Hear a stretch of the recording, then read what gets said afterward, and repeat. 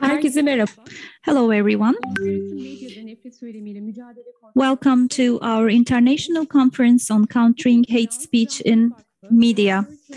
This conference is organized in collaboration with Hrant Dink Foundation and Minority Europe within the framework of learning and collaborating on countering hate speech in Turkey and new EU member state projects. This is the closing activity, and the project is working in discrimination, democracy, equality, human rights, discriminatory discourse, and hate speech with the participation of CSOs, individuals, and institutions from both inside and outside Turkey. And it has the aim to create common networks, strengthen collaboration between institutions. We are aiming to create space for that. And now I would like to give the floor to Ülkü Doğanay in order to deliver the opening speech of this conference. And I would like to thank all our participants for their time.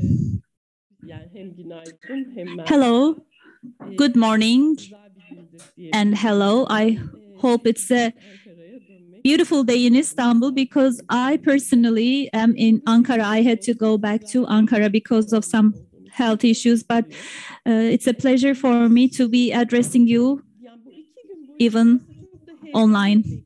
So for the upcoming days, we are going to have a very exciting program.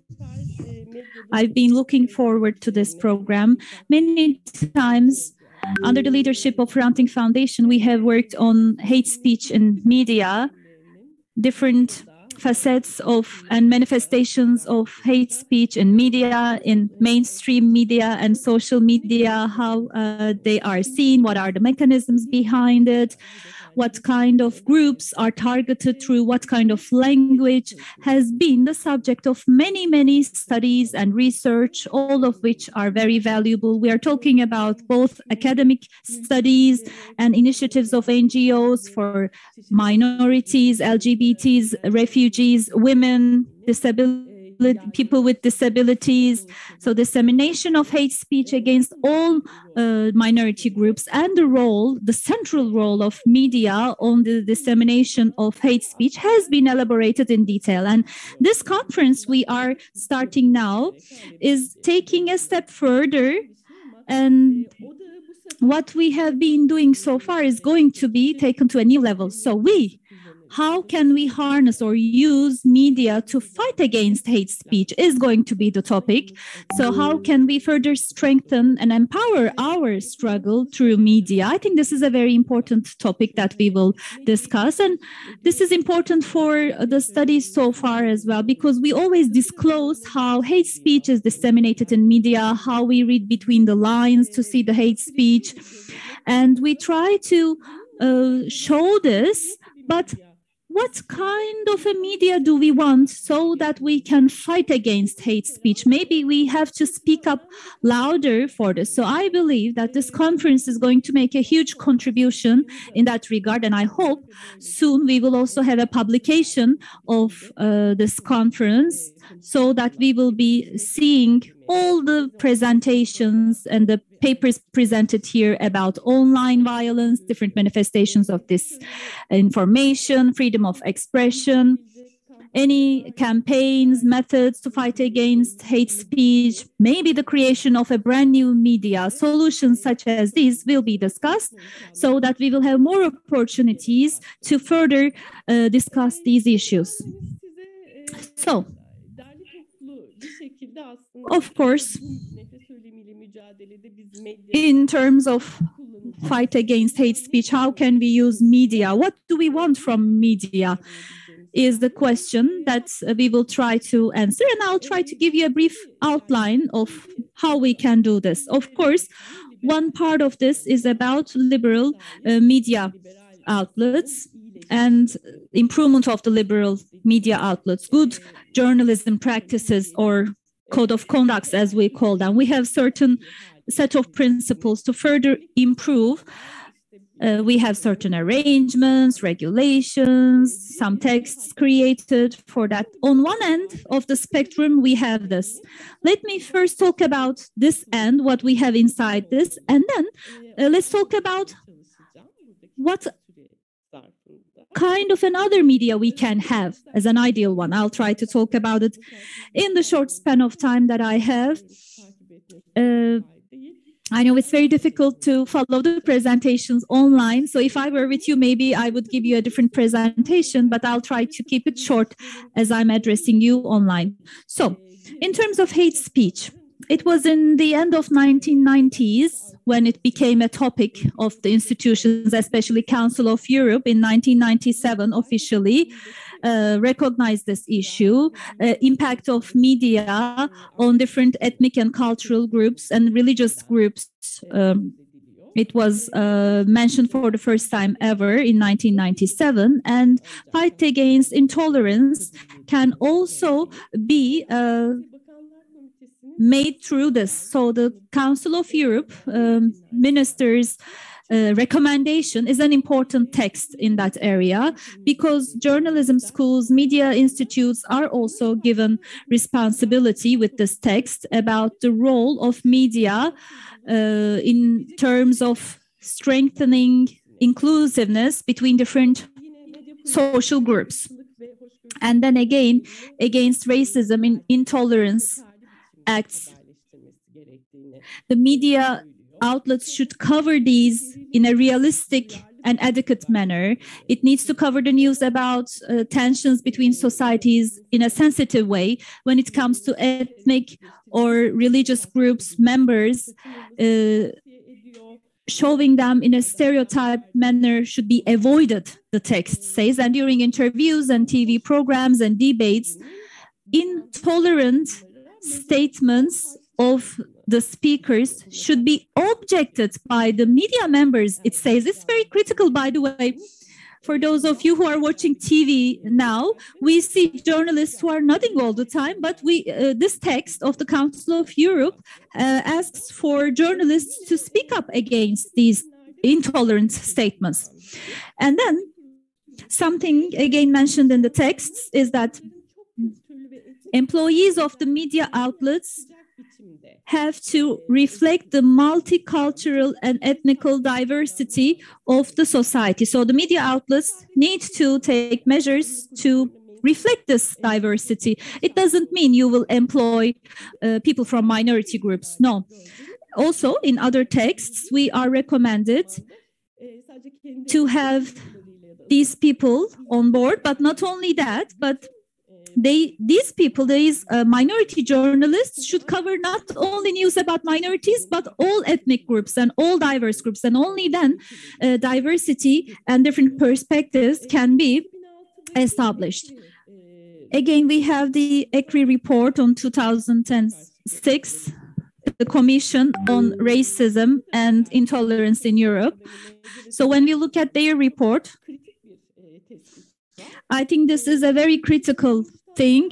It says racism is not something that you are born with, but you learn it through statements, speech, and mainstream racism is disseminated through symbolic elites in the society. And these elites have an important role in terms of spreading and strengthening racism in a society.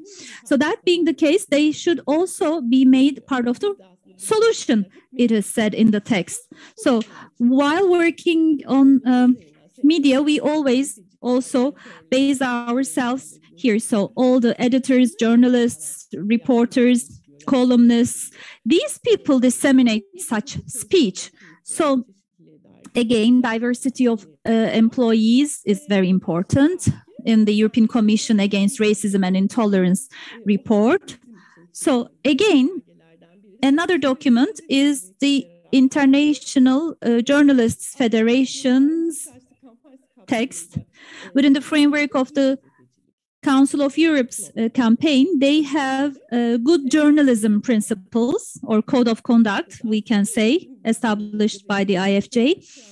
So it's about main principles of journalism being adapted to the modern media culture. What are these?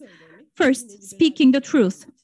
Again, liberal press theory talks about this. There is the reality, the facts out there, and the journalist has to reflect all the facts and figures in real terms. Again, you have to have your ability to correct mistakes, to question things. You need to be open for this as journalists. And the second good journalism principle is being independent, fair, and impartial. Well, the liberal press theory or media theory is taken actually as the basis of this. So things we know as the general rules of journalism are much detailed here in this text. But it also says the journalist should be independent of pressure, but it also he or she also should avoid humiliating statements, cover conflicts, but in a rational way, it says.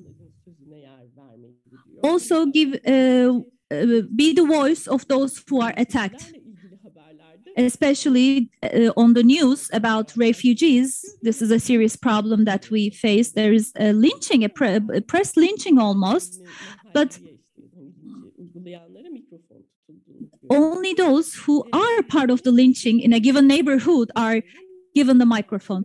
And then it says the journalists shouldn't be lured by political or commercial interests. And then third principle is about solidarity, not harming others intentionally or minimizing the possible harms that could occur, being open-minded and respecting the people's right to be informed and ethical values of journalism. So there are certain principles designed in this document. And the European Journalists Union or association is also setting certain cultural rules so that journalists will actively participate in the prevention of discrimination. They also have some principles. And European Court of Human Rights, as you know, have certain rulings about hate speech because ECHR says that politicians have the responsibility not to spread intolerance, and the journalists might report the statements of others. However, the journalists themselves can by no means use such language.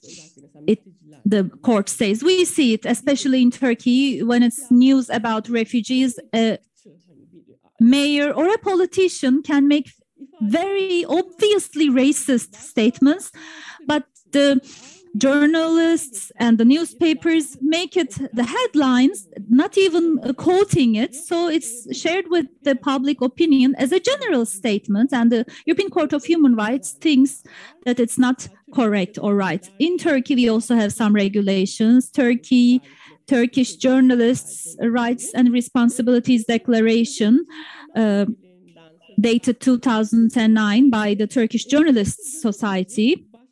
And it talks about duties of journalists. It says journalists work in the field of peace, democracy, and human rights, and they advocate respect to these rights, nationality, religion, ethnicity, class, and philosophical opinion shall not be subjects of discrimination, and without discrimination on these topics, the journalists recognize the rights and freedoms of everyone, and they avoid any press coverage that would instigate hate.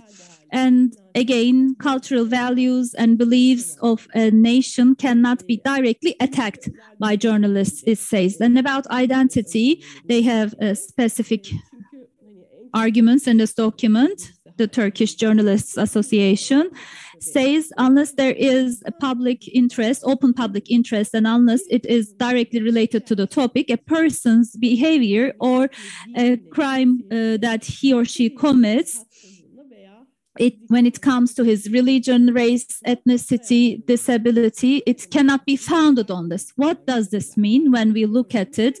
What we see in the news is that immediately when there's a crime committed by a person, the offender's nationality is immediately added as a piece of information. The Syrian young person was involved in an accident, it says. It's something else if that accident has any journalistic value, news value, but in an irrelevant manner, immediately the journalist talks about the nationality or the gender. A woman driver was involved in an accident, they say. So this should be avoided. And it's also found in the law of RTÜK, the Radio and TV Supreme Council of Turkey, but it's of course never implemented, so we don't even need to talk about it. But what we see is that with all these efforts to regulate the system, of course, they're all very important, but at the essence of all lies the following. Press freedom is all about free circulation of opinions, and that only then the public can have access to the right information. That's what it says. So it's all about sharing the right and correct, accurate information with the public. But is that really the case? Maybe that's the real question that we need to ask. Liberal press theory talks about good journalism codes, and if the journalists act accordingly, then there will be no problem, they say. So those who cover the news or publish the news should be partial because there are the facts independent of their identity, and the journalists have to reflect the facts. Only then they can have good journalism. However, we know that media ownership, monopolies, media owners being involved in other commercial activities, relations with the publishers or advertisers, relations with the politicians. Of course, in Turkey, we have so many other dynamics involved, as it's the case in many autocratic regimes. All these things are actually important. It's not like the facts and the truth is out there somewhere and they are trying to reflect it in their press coverage. No, that's the ideal world, but in real world, things are different, and it can't be the case in the real world. And of course, within this liberal media approach, we have some remedies for the democratic role, some regulations that I just listed, arguing that journalists have the social responsibility because they are involved in public service. So there are different initiatives and institutions that try to develop standards. However, all these efforts all boil down to one thing. For us, it's just the tip of the iceberg. it's only the tip of the iceberg and they don't have real great impact. So even if the journalist has their own principles in terms of covering right news, the truth, sometimes the end result is not the same thing. There are other things that factor in. So good journalism codes are there, but it's not about the journalists themselves. If they correct their language, if they correct their conduct, things will be solved, which is an unrealistic argument. Why? Because it all starts with the fact that every day, hundreds of things are in the radar of the media, but which ones will be covered as news? What will be the headline? On what page of the newspaper? And on which section of the page will it be covered? On internet media, we see this. Sometimes you see one piece of news and then right under it or next to it, there's another news that actually makes us think of something. Like there's a success story of a Syrian refugee, right next to it, a violence incident is covered, and it also indicates something else. All these things are the preference of the outlet, media outlet. So we have critiques of the liberal press theory, and for those, this is a hegemonic, masculine power approach. So they have the perspective of this masculinity and power.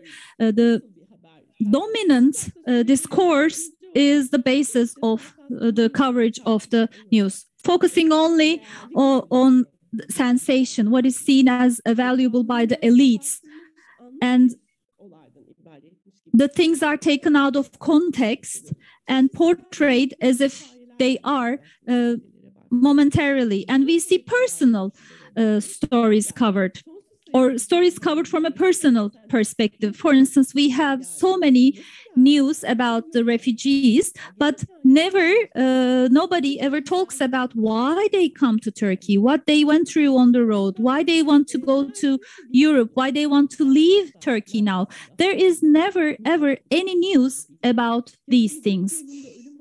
Or we see people dying on the road, this migration process, but there is a network actually enabling this, right? And we know for a fact that sometimes these trafficking activities are tolerated. Once refugees try to leave Turkey through the sea, for instance, it's tolerated. But how does it happen? Who tolerates it? What is this migration road? Remember, in the beginning of the pandemic in March 2020, Turkey was pushing the refugees to the western border, and human traffickers were actually interviewed at that time. Remember, the trafficker was saying, I take so much money on a daily basis to send these people abroad. So can you even believe that these things were covered? But how does this happen? We don't know how it happens because nobody covers the news of the background of this. So what I'm trying to say is that, yes, we have some ethical codes or codes of ethics developed for journalism, which are important, actually. It's important to do this. But the problem is that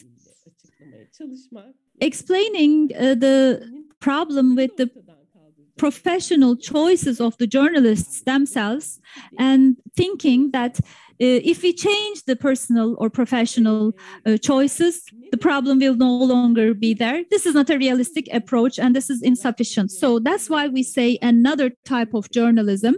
So we have great contributions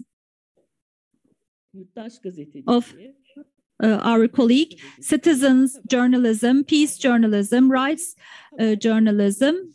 This is a new approach that we need to talk about, and especially those parts of the society who are being discriminated. The news covered about them needs to be given from a new and different perspective. We need to change the perspective. We always say journalists are impartial, but on the contrary, there is this demand that the journalists should be partial, actually. Because what we see in the liberal theory or the mainstream theory, conventional theory, I don't know how you name it, but in that theory, women, children, LGBTQ+, poor people, elderly, ethnic minorities, faith groups or non-faith groups are never covered by the news unless there is an unusual or extraordinary situation or a disaster, poverty, hunger, discrimination, child labor abuse. These topics are never on the agenda. So if we talk about rights-based journalism, we are talking about covering the news from their perspective. That's what we demand. Because in the conventional understanding of journalism, the journalist would know it. It's the reverse pyramid of news. That there's a reverse pyramid hierarchy, as we all know it. So the items of the most important group are at the top, and then the unimportant elements are at the bottom. The content, the background, the context. Or in other words, when covering the news about a refugee, for instance, if there is a conflict in the neighborhood, the refugees and the local people are attacking each other. But what happened before that? That piece of information is either at the very end with one sentence or never mentioned at all. So what was the process that led to that conflict, that fight? We need more information about the context of that, the background information, so that we won't jump to conclusions and judgments immediately. Or towards the end of the news, we also see sometimes certain people's, normal people's opinions are provided, but the answers to the questions why is never answered. So rights-based journalism tells us that this creates a hierarchy for the others, because in mainstream media, the opinions of the elites are at the top of the pyramid. Sevda Lankuş, rights-based journalism,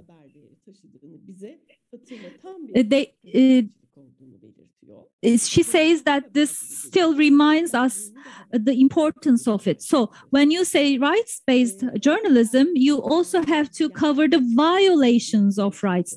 You should not turn a blind eye on the violations of rights. That's the approach we should have, but also to cover the others. Of course, it should be, we don't expect them to be subject to a violation of rights. So this approach defines journalism as a responsible action or act, and it has three main priorities. First, covering rights violations. It has to be, it says, this is number one. Secondly, all news have to focus in favor of the others. And thirdly, while covering the news, the journalists should not violate the rights of the people, and they also should encourage others to avoid violation of rights. So by definition, in everyday life, professional life, business life, discrimination against certain social groups has to have a news or journalistic value. And normal journalism encourages discrimination, and this is very critical for fighting against discrimination. This is very important. And also, it's not only rights-based journalism, but peace journalism also is important in terms of fight against discrimination. It's making a contribution. We need to talk about this. Again, Sevda Lankuş worked for Biyanet. Based on this work, we know that conventional journalism, or war journalism as you might name it, always talks about winners and losers, right? Especially in conflicts. There is a propaganda of the elites, victory and result. Violence and armed conflict has news value or journalistic value, but they never show any solutions. Sensational, extraordinary things that trigger your emotions or senses. That's attached importance. However, on the other hand, peace journalism tells us something else. It says we should avoid making a difference between us and them, and we and others. It needs to be right, correct, human-focused approach, not focusing on the conflict, the dispute itself, but we should focus outside the dispute or the conflict and try to find a way to solve the dispute, the conflict. It's about coexistence and trying to see the conditions required for coexistence. That's the type of journalism we have, and we say peace journalism. So any news published should not further deepen polarization and conflict. That's the understanding we have in peace journalism. Targeting certain segments of the society should be avoided so that people won't be subject to hate speech. That being the case, instead of this understanding of journalism focusing on only unusual, extraordinary, and sensational, we have a different approach now. In cases where we think only the unusual or extraordinary things are newsworthy, then we have the Black people, women, ethnic cultural minorities, LGBTQ plus people. They are underrepresented, or when they are represented, they are only represented as the victim or the perpetrator. So only the fears and sorrows of one party is reflected. But peace journalism, on the other hand, when it comes to, for instance, news about refugees, in the conventional media, we always see the fears of the local people, right? Never the refugees. So the fears of all these people that are being discriminated for a decade. And imagine these people, the life they are trying to build up for the last 10 years is going to be taken away from them all of a sudden. They have their fears. The fears of the young children born here in Turkey are never reflected. And whenever this was reflected or covered in the social media, they have ultimately faced a significant mobbing, online mobbing. I would like to conclude soon, but I would like to also talk about the adjectives or the tropes that are being used, because they also have the potential to exacerbate the conflict and also increase victimization of the victim. So we need to also pay attention to that. For instance, one of the critical elements here is that sometimes some false things are also being portrayed as if they are the truth. So we should be avoiding that. And this being the case, some discriminatory opinions may be misinterpreted in a way that these are the opinions of the journalist or the reporter themselves. And one of the criticisms that we may discuss is the following question: how are we going to achieve this in Turkey, given the current circumstances? How are we going to practice peace journalism or rights-based journalism in Turkey? Of course, this is going to be the struggle that we are going to wage right now. We need to find some tiny entry points and then achieve that. One thing we should not forget is also the power of the alternative media. Today and tomorrow's session, we'll have discussions on that. In fact, the alternative media takes its strength from its potential to counter dissemination, discrimination. And we can, in fact, make use of its power. what is our toolbox? We can create, devise our own medium. We can use social media to struggle against discrimination. According to a study on migrants and social media, it was revealed that social media is a venue where migrants are being attacked. However, on the other hand, social media can also become a medium for migrants to share their experiences, to voice their grievances, and to find solidarity. So they may well use the social media for that purpose, which is quite a significant thing in its own right. And we need to find ways to come up with some tools to ease that access. Last but not least, we never should turn a blind eye to the radical media. When we look into the history of rights movements, rights struggles, the radical media has always been there. However, it has not been debated at length. Together with İnanır Demirtaş'la, we compiled a book, and he gives us very good examples on how radical media can be used for that purpose. This is a very prominent paper I strongly recommend. Then John Downing has another book on radical media, and I was one of the translators in the team. We did translate us into Turkish. And other than that, we should talk about Bansky, I believe, when talking about examples of radical media in today's world. I don't want to take much of your time today, but you can easily access this online. He is having all these graffitis or murals on walls on migrants in Kale camp mural particularly. This was a mural that depicted Steve Jobs himself as a migrant, as a refugee. And you can see all these kind of visuals on the social media. This is indeed the power of social media. You have to see it. You cannot avoid it.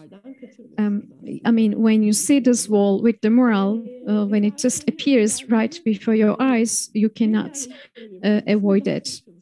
So we have to work more in order to ensure this diversity. As a concluding remark, thank you very much indeed. We would like to thank Ülkü Doğanay for her kind contribution. Let us now get started with our first panel entitled Online Hate Speech in Turkey and Europe. Nazan Haydar will be our chair, and I would like to invite our chair along with Julia Desi and Peter Weisenbacher here to the podium, and we will also have Suat Atan, who will be joining us online.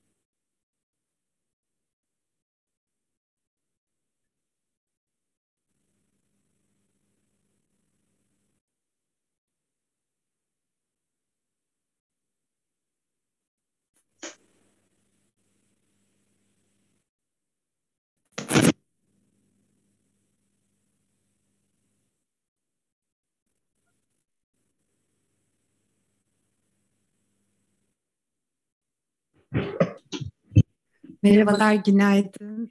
Good morning. Warm welcome to our international conference on countering hate speech in media. This particular panel will address issues on online hate speech in Turkey and Europe.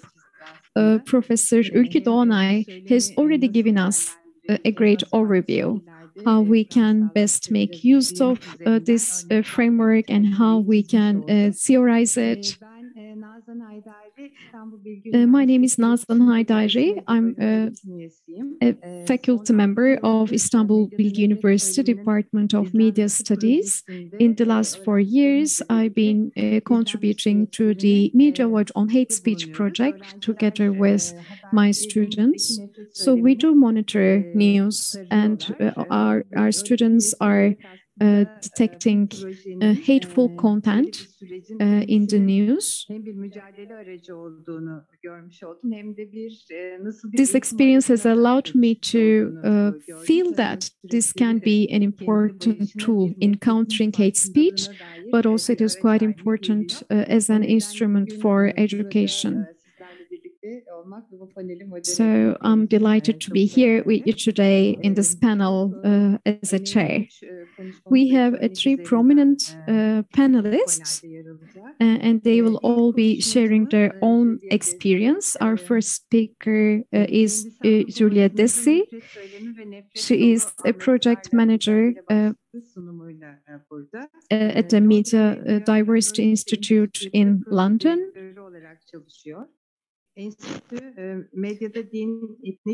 Which is working international to encourage accurate and nuanced reporting on race, religion, ethnic, class, disability, gender, and sexual identity issues in media landscapes.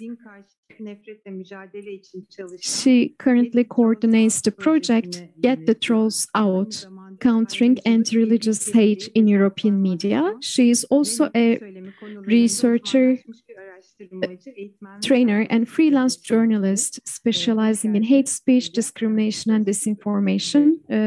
You're very much welcome. Over to you. Thank you very much. It's my honor to be here.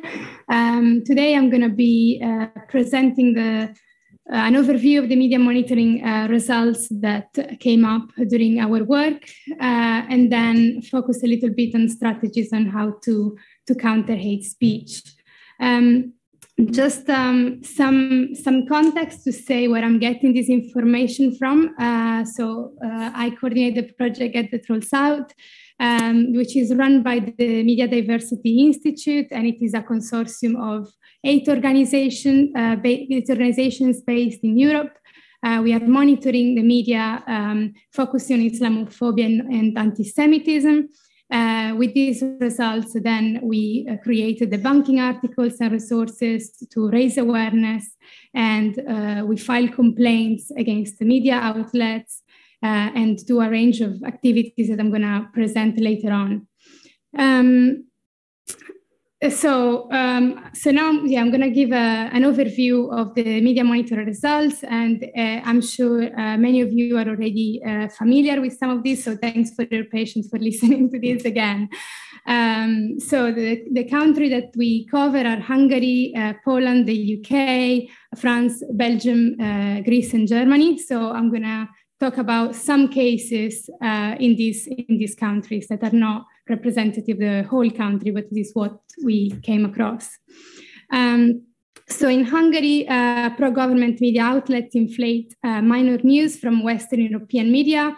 It is generally France, but also Germany and Sweden. And they do that carefully and exclusively selecting stories about violence that is committed by Muslim migrants. These stories, though, are repackaged to change original meaning, fueling fears in the readers by presenting brutality as the norm. The goal is to promote the government's anti-Muslim and anti-migration agenda, and there is proof that this is done systematically. There was a recent investigation by Radio Free Europe, Radio Liberty, revealing that there was a pervasive government interference in Hungary's public broadcaster MTVA. So they found out that journalists were receiving specific instructions on how to cover media stories about migration. They had to portray migrants in a negative light. They had to start with the most brutal visuals, telling the story, and then adding numbers about how many migrants, how many millions migrants are in Europe, and how many millions are on the border arriving. And reporters were prohibited from using the word refugee in any context. In Poland, strong anti-migrant discourses are present in public service media, including extreme versions of the Great Replacement conspiracy ideology. So it is not rare to hear interviewees, which are also supported by journalists, saying statements like, they are not refugees, they are illegal immigrants who are planted in Europe by international conspiracy organizations in order to dilute the identity of European nations. They are terrorists. So these remarks were aired on Polskie Radio 24, which is a public broadcaster. And this Great Replacement conspiracy ideologies is also very well connected with other narratives, so anti-migration, anti-LGBTQ, anti-abortion, anti-euthanasia, and anti-establishment narratives. In Germany, the UK, and also Flanders, Belgium, most of the explicit anti-Muslim stories that we are finding are published in so-called alternative media. So publications such as Politicalite in the UK, or Journalisten Watch in Germany, and Doorbraak in Flanders. So they publish sensationalistic stories using aggressive language of war, or like invasion and cultural inferiority. In the UK, tabloids also play a crucial role in strengthening this idea of British nationalistic identity and attack migrants, but you can find also more nuanced articles and also much more explicit and sensationalistic ones. There is an infamous case that is now from a while, 2015. It was an editorial cartoon published by the Daily Mail, which compared migrants and refugees fleeing wars in the Middle East with rats. So it is an image that recalled the Nazi propaganda against Jewish people. There were maybe some progress of some positive aspects, is that people like Katie Hopkins, David Icke, and Tommy Robinson, who are anti-migrants and anti-Muslim commentators, have seen a decrease in their following because they have been banned on the main social media platforms. So they've been deplatformed, so they moved on to other social media outlets. In France, we have found that the anti-Muslim and anti-migrant rhetoric has been moving in the wide political spectrum. But talking about the far right, I want to mention Generation Identity, which is a far-right nationalist movement that was banned by the government. But before that, they were regularly invited on national TV to express their anti-migrant views. And then a figure that is very famous now, Eric Zemmour, who ran as a presidential candidate in the election earlier this year, is a regular guest on TV shows, and until September last year, he used to have a TV show on C News. And he has been convicted twice for incitement to racial hatred, for saying that most drug traffickers are Black and Arabs, and that France has been colonized by Muslims for 30 years. In French-speaking Belgium, Wallonia, there is, and this is also similar to France, we have been noticing national newspaper regularly platforming opinion pieces expressing harmful stereotypes on Muslim women, indicating that those who wear the headscarf are not neutral and they are oppressed. And also in Belgium especially, we've been noticing some stereotypical representation of some neighborhoods, underprivileged neighborhoods and suburbs. So, for example, Molenbeek has been highlighted by the far right across Europe as a no-go zone, and they use this to fuel fears and hatred. Lastly, Greece. It's anti-refugees articles. We notice that flare up whenever there are some incidents on refugees camps, and there are many narratives of cultural incompatibility between migrants, especially Muslim migrants, and native Greek people. We identified also a number of articles taking France as a bad example where migration is excessive, like the level of migration is excessive. Just another example, a few years ago, the vice president of the Police Union Federation called refugees irritating dust. Before moving on the responses to these hateful narratives, I want to focus on a specific case that is the conspiracy ideologies and anti-Jewish hatred within the anti-vax discourse. We published a report called Anti-Semitism and Anti-Vax in Europe at the end of last year. And because we started noticing the presence of anti-Semitism within the anti-vax groups online, but also on street protests.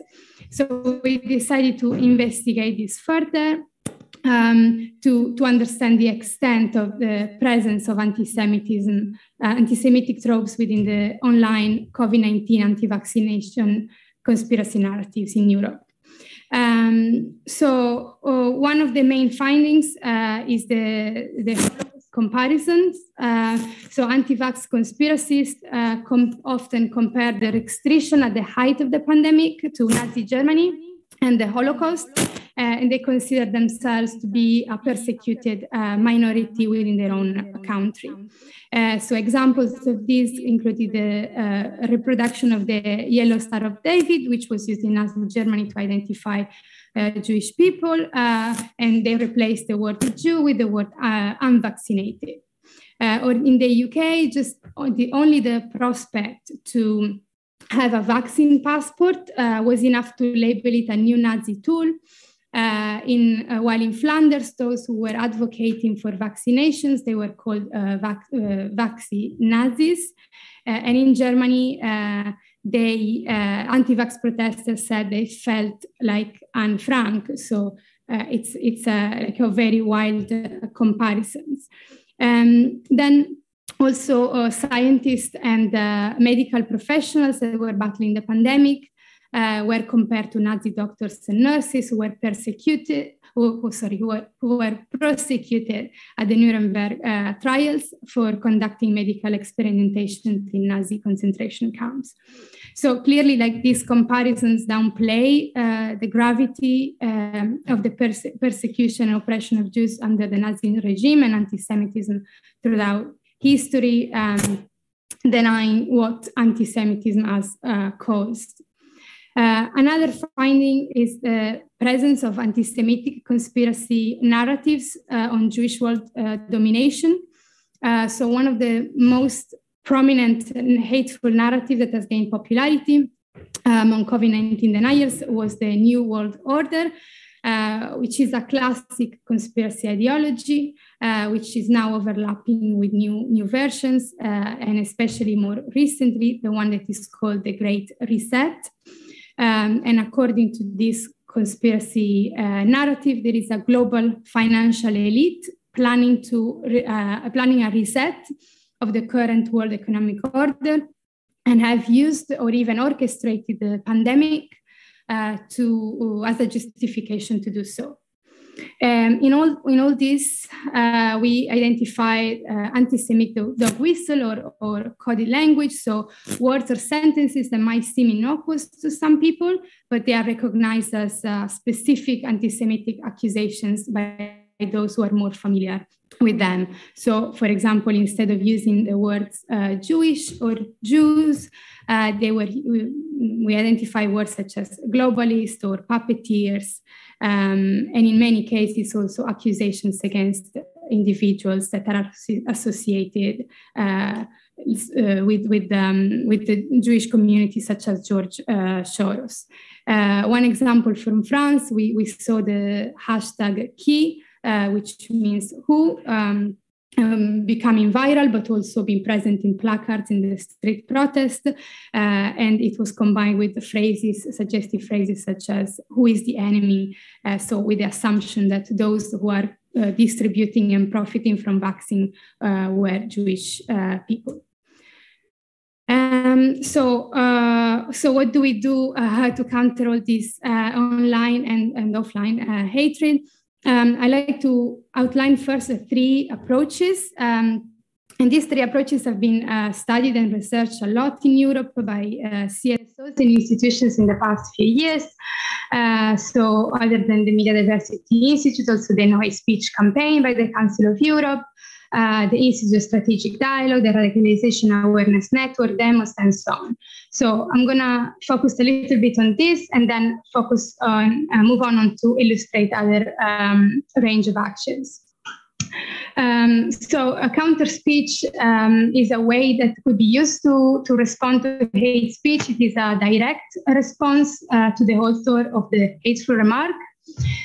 So it has multiple goals. So it rejects hate, exposes and challenges the speaker, shows solidarity and awareness, and also, shows solidarity and support, and also raise awareness among the bystanders. So people who are seeing the online comment but not and the response, but not necessarily engaging with it.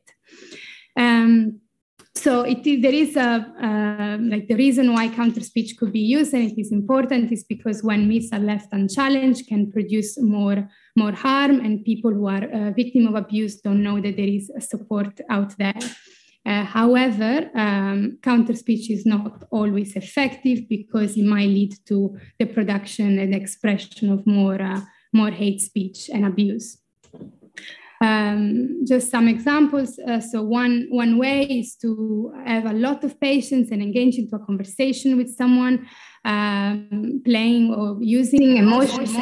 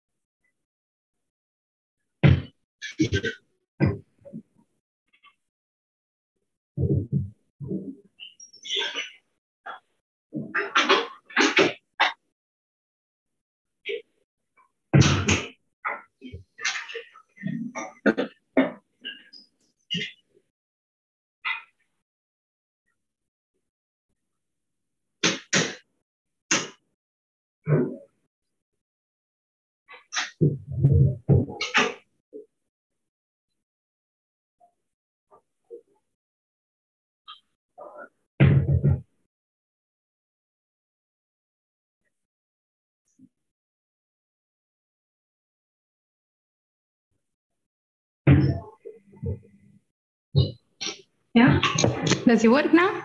Yeah, okay, good. So one example is to have a lot of patience and engage into a conversation with someone using empathy. And in some cases, this might bring a change into the view of the speaker, who recognizes the mistake and apologizes. This is not very, very common, but it can happen.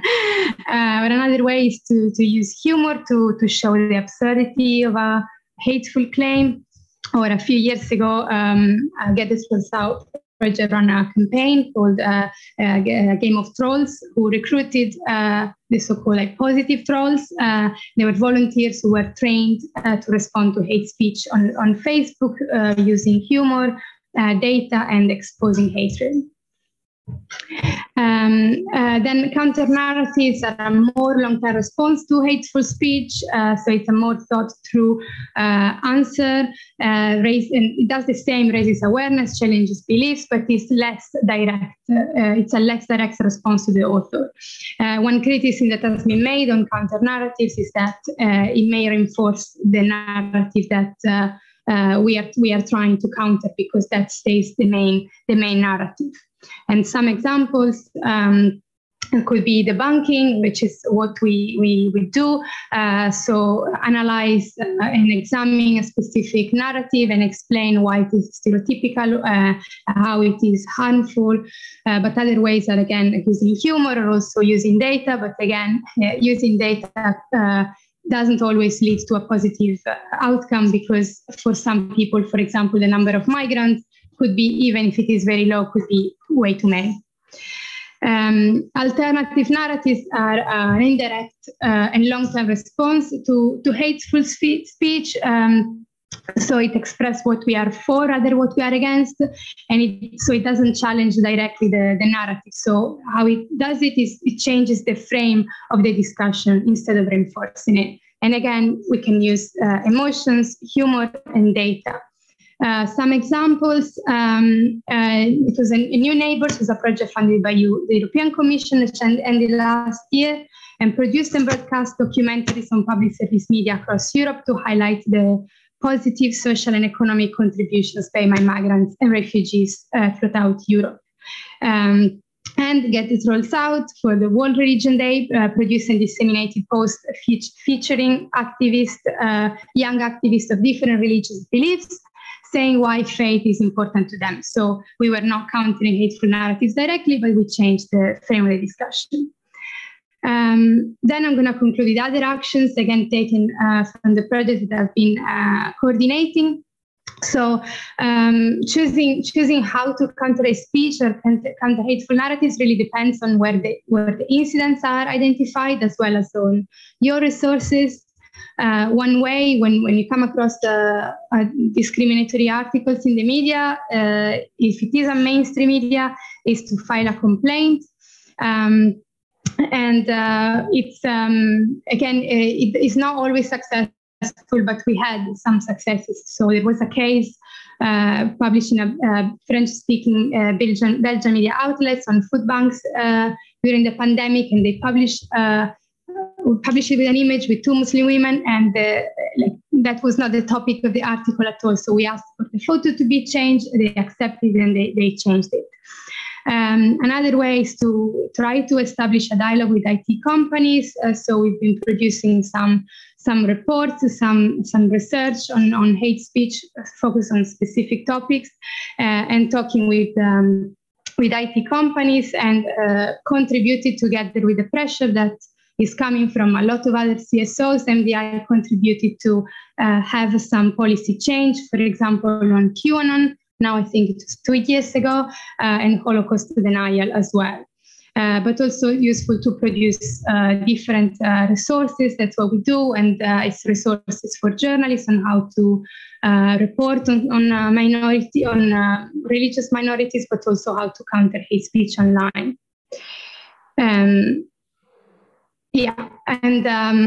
Finally, this is all combined with social media content and social media campaigns to engage with young people. But when online engagement is not enough, we also combine it with workshops for young activists.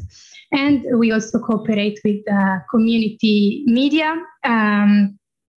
So last year we started cooperating with the Community Media Forum Europe, and we are working with a group of community media who are producing content that is offering counter narratives, alternative narratives, and broader perspectives to counter hate speech. So that's all from me. This is how you can reach us. Thank you.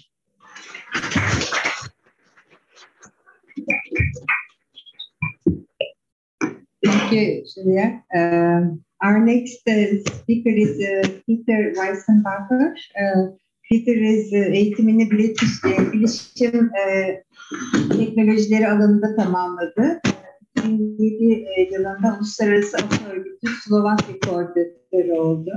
2012'de Slovakya İnsan Hakları Enstitüsü Direktörü olarak olana dek hükümete bağlı İnsan Hakları Komitesi Azınlık Hakları Paneli kıdemli üyeliği yaptı. İlk Slovakça kitabını 2015'te yanlış bilgilendirme ve yalan haber üzerine yazdı. Çeşitli dillerde yayınlanan İnsan Hakları, Azınlık Hakları, uluslararası hukuk ve ilgili konularda pek çok yayının yazarlığını, eş yazarlığını ve editörlüğünü yaptı. Peter'ın bugünkü konuşması Orta Avrupa ülkelerinde çevrim içi nefret söylemi başlıklı. Söz sizin.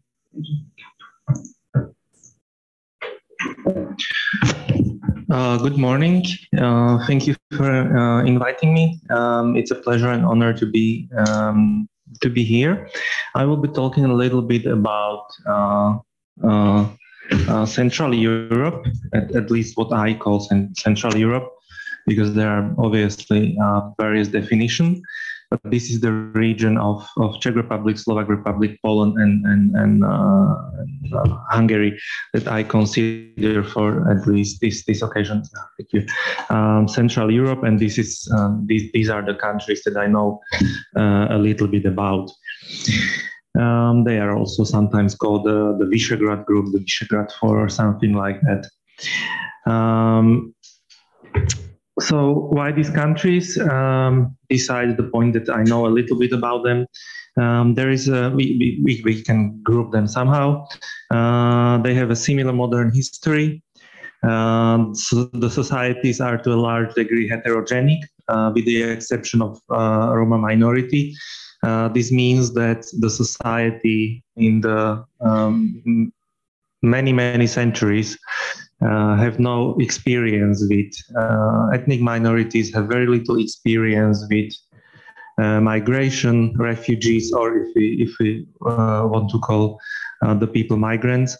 And this is showed, among other things, in widespread Islamophobia. This is, of course, in some of the countries, mainly Poland and Hungary, to a lesser degree in Czech and Slovak Republic, fueled by the government and by some media, as the speaker already said. But it would be present anyway. This is something that is spread in the society.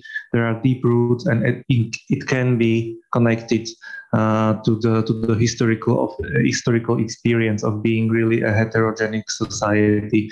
So to put it very bluntly, if you are born in a small city, a town, or even a village in Slovakia, and you do not travel, you will never meet someone from with a different ethnic background, not mentioning someone with a different skin color, with a different religion, and so on and so forth.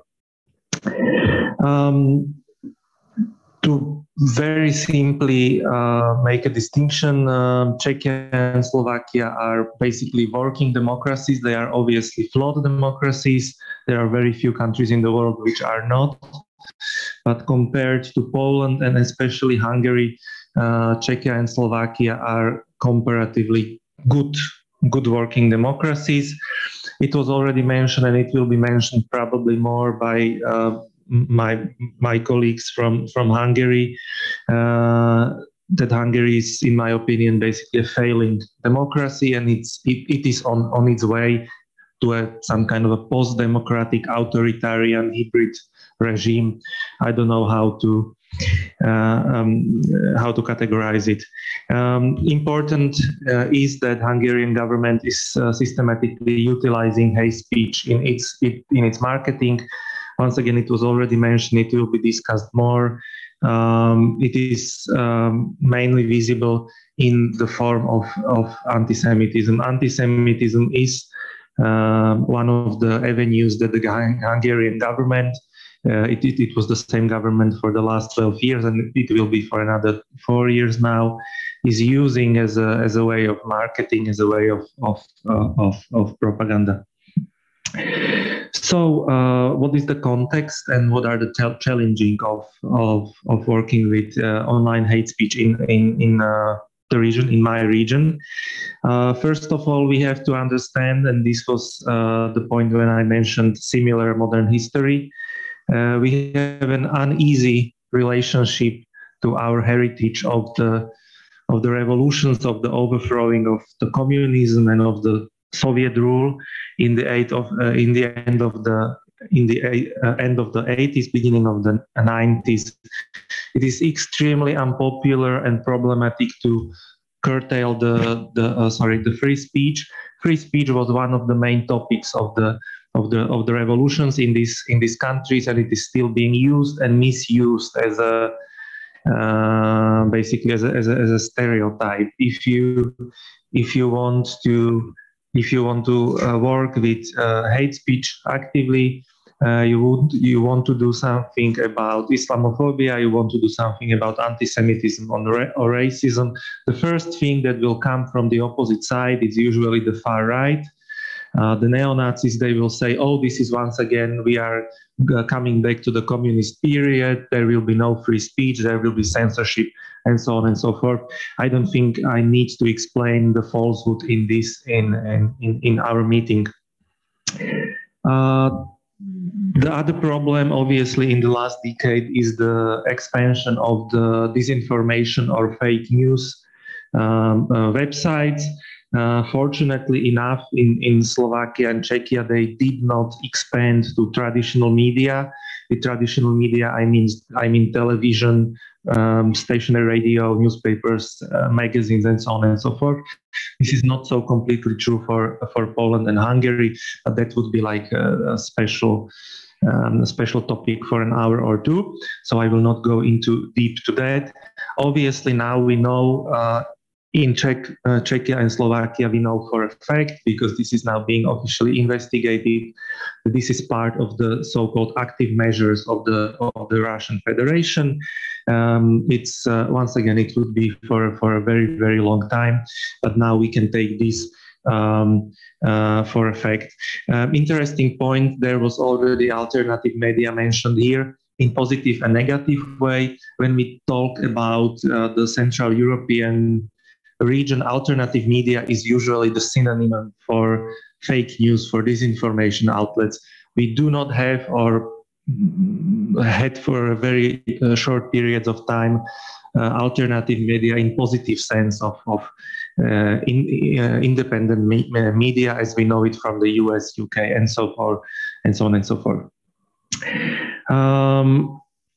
Other problems directly connected is that the social media companies, the companies that own the social media, which is basically Meta, formerly known as Facebook, which owns Facebook and Instagram, and Google, which owns YouTube, because Twitter is very, very small, very insignificant. TikTok is beginning to be a little bit more important now.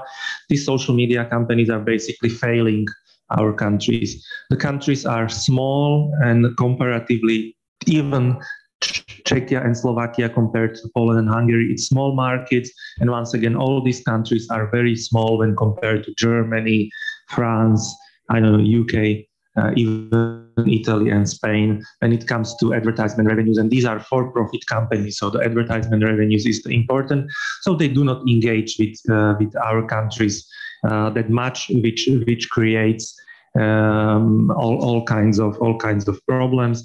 You might have heard, maybe yes, maybe not. For us in Slovakia, it was a huge issue when basically in the U.S. Senate it was discussed that these U.S.-based companies are failing Central European countries and are adding to fueling basically the disinformation. Obviously, the reason was political. This was anti-Russia because of the Russia-Ukraine conflict, but as in effect, we can see it as a positive development, because at least there is some discussion on it, and there was some action at least in Slovakia afterwards. So what is the current state of play? We fortunately have new legislation which was introduced when we were becoming member states of the European Union. So the legislation, especially in Slovakia, is very good. The legislation when it comes to hate speech, with one exception, and then that is homophobia in Slovakia, is comparable to many Western European countries. Unfortunately, the enforcement of this legislation is more than questionable. We have, and that is not only on the side of the prosecution and on the side of investigation, that means police and a combination of police and prosecution. Obviously, they lack the capacity, they lack the training. There is no support from the government and so on and so forth. But we have also a much more structural problem, and that is an overcautious judiciary. Basically, our courts do not want to make important decision. Although the justice system in neither of the Central European countries is based on the US system of having a precedence, it is still considered to be a huge thing when a judge decides in an anti-Semitism, racism, online hate speech case something. What they usually do is they qualify it as something else and give a small penalty to the party that is being prosecuted. I don't know. For example, there was a trial of a neo-Nazi in Slovak Parliament who is also a chairman of the party. And it was very possible that he will go to jail because of anti-Semitism for 4 years. But the highest court in the country changed the decision of the lowest court and said, no, this was not really anti-Semitism. It was just some lighter form of hate speech. I will not give you now a lecture about our legislation. The point is, he did not go to jail for a single day. He just got reprimanded and he was expelled from the parliament. And this is very typical that the judiciary in the end decides to punish, but to punish very lightly and not to say this was racism, this was hate speech, this was anti-Semitism. They just say it was some mild form of something else, or it was they broke a law about the communication and blah blah blah. We see a huge discrepancy between what the state is doing and what the NGOs are doing. Basically, it is a fight between a systematic approach and an ad hoc measures. Obviously, the NGOs want to do systematic work in the online hate speech topics, but the countries, the governments are only willing to do some special measures. This could be very well illustrated in the repercussions of the war in Ukraine, on the Russian aggression against Ukraine. In Czechia and Slovakia, all the Russian media were basically banned. Most of the websites that were pro-Russian were banned, made illegal. Most of the social media channels have been banned as well, because there was a lot of political pressure on the social media companies. Once again, the process was very much top down. It happened from one day to another, and it could be even argued if it was legal. I will obviously not advocate for disinformation media outlets, for websites that are spreading hate and racism and anti-Semitism, but I would always advocate for the rule of law. And I'm afraid that what happened in the end of February in Czechia and Slovakia was not, at least to some degree, lawful with the banning of Russian and pro-Russian outlets. We have to also think about the mainstream media and on their presentation online, as was already mentioned. The tabloids, I mean, the whole media landscape is changing. COVID only exacerbated this. Printed newspapers are and magazines are basically dying out. So they are moving their business online, and these media companies, with very small exception of non-profits, are owned by for-profit business companies, and they are once again usually owned by multinationals. So their aim in existing is not to report the news. Their aim is not to report the facts or to, I don't know, even improve the society, but their aim is to make money because they are for-profit companies. And when they move to online sphere, the tabloids usually use hate speech because it's highly clickable, and it can be used in many ways. As was previously mentioned, there could be a quote that could be used as a headline. It could be used in quotation marks. It could be used without them, but still it is adding to the hate speech online. So moving of tabloids to online sphere also adds to hate speech a great deal. A way forward to end on a positive note, I hope. And hopefully have some time for questions.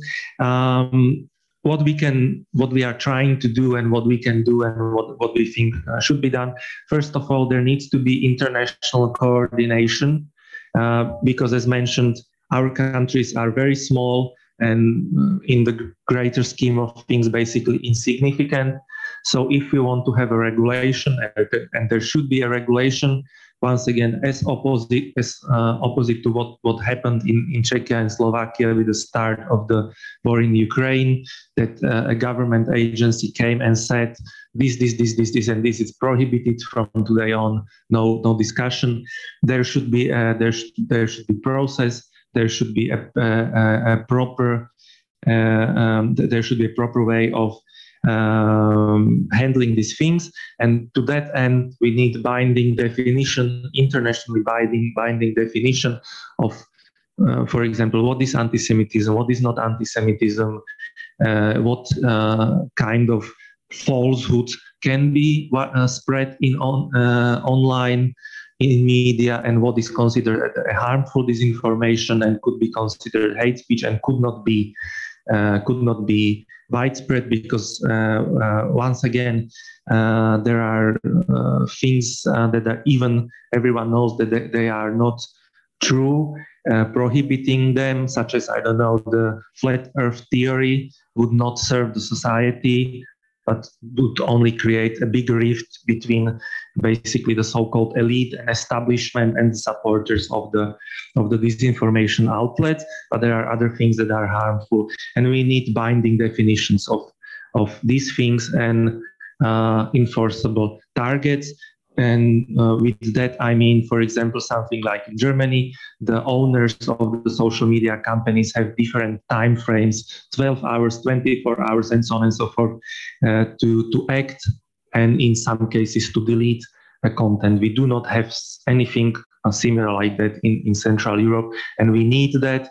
And you can see from the logos where I am looking for the international coordination and regulation with my hopes. Also, there is a need for cooperation between official bodies and NGOs. Once again, it should start with communication and with effective exchange of information, because, for example, our NGOs was talking very publicly and asking the government to step and to basically regulate somehow those outlets that have been banned in the end of the February, but that they have been banned 10 years too late. Unfortunately, they made a huge harm to Slovak society, and similar situation in Czech Republic. The question is if there should be institutional support of NGOs. I myself am not decided on this question because on one hand it's good for the sustainability. On the other hand, there is the very bad example of Hungary, where some NGOs, but mostly media, have been made basically dependent on the government by the institutional support. Once again, very complicated topic, will not go into detail, but it is an open question for me. There is the sustainability versus in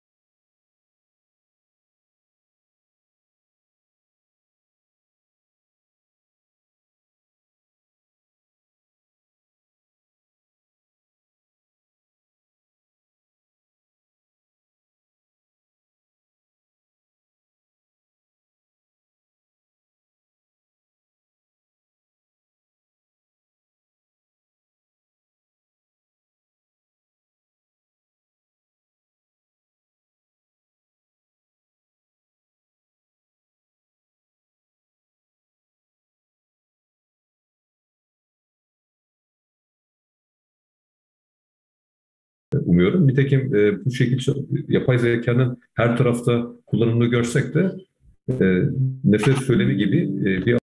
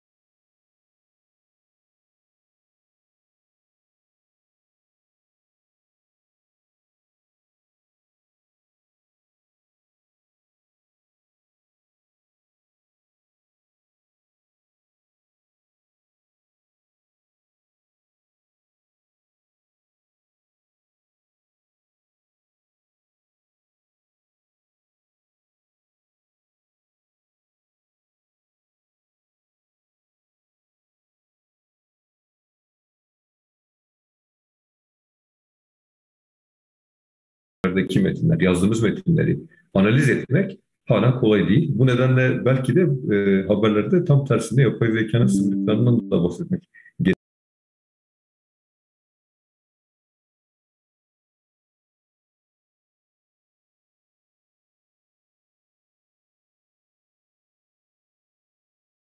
National and local newspapers that we monitor through turnusol.org. We scan them 5 times. So on an everyday basis, we have 2,000 pieces of news. So it's very difficult to follow up and monitor them manually. That is why we need such an algorithm. And if you include social media, the news, comments under the social media posts, if you also include them, it's too much. In the reports, we don't include them. Otherwise, it's a scale that we cannot cope with. But you might ask, can you not monitor on Google? No, at the end of the day, Google is also an algorithm. You can only list them on Google. But the words we type in, only some of the results regarding the keywords we type in can be accessed through Google. Some websites are neglected, and maybe those websites also contain hate speech and fake news.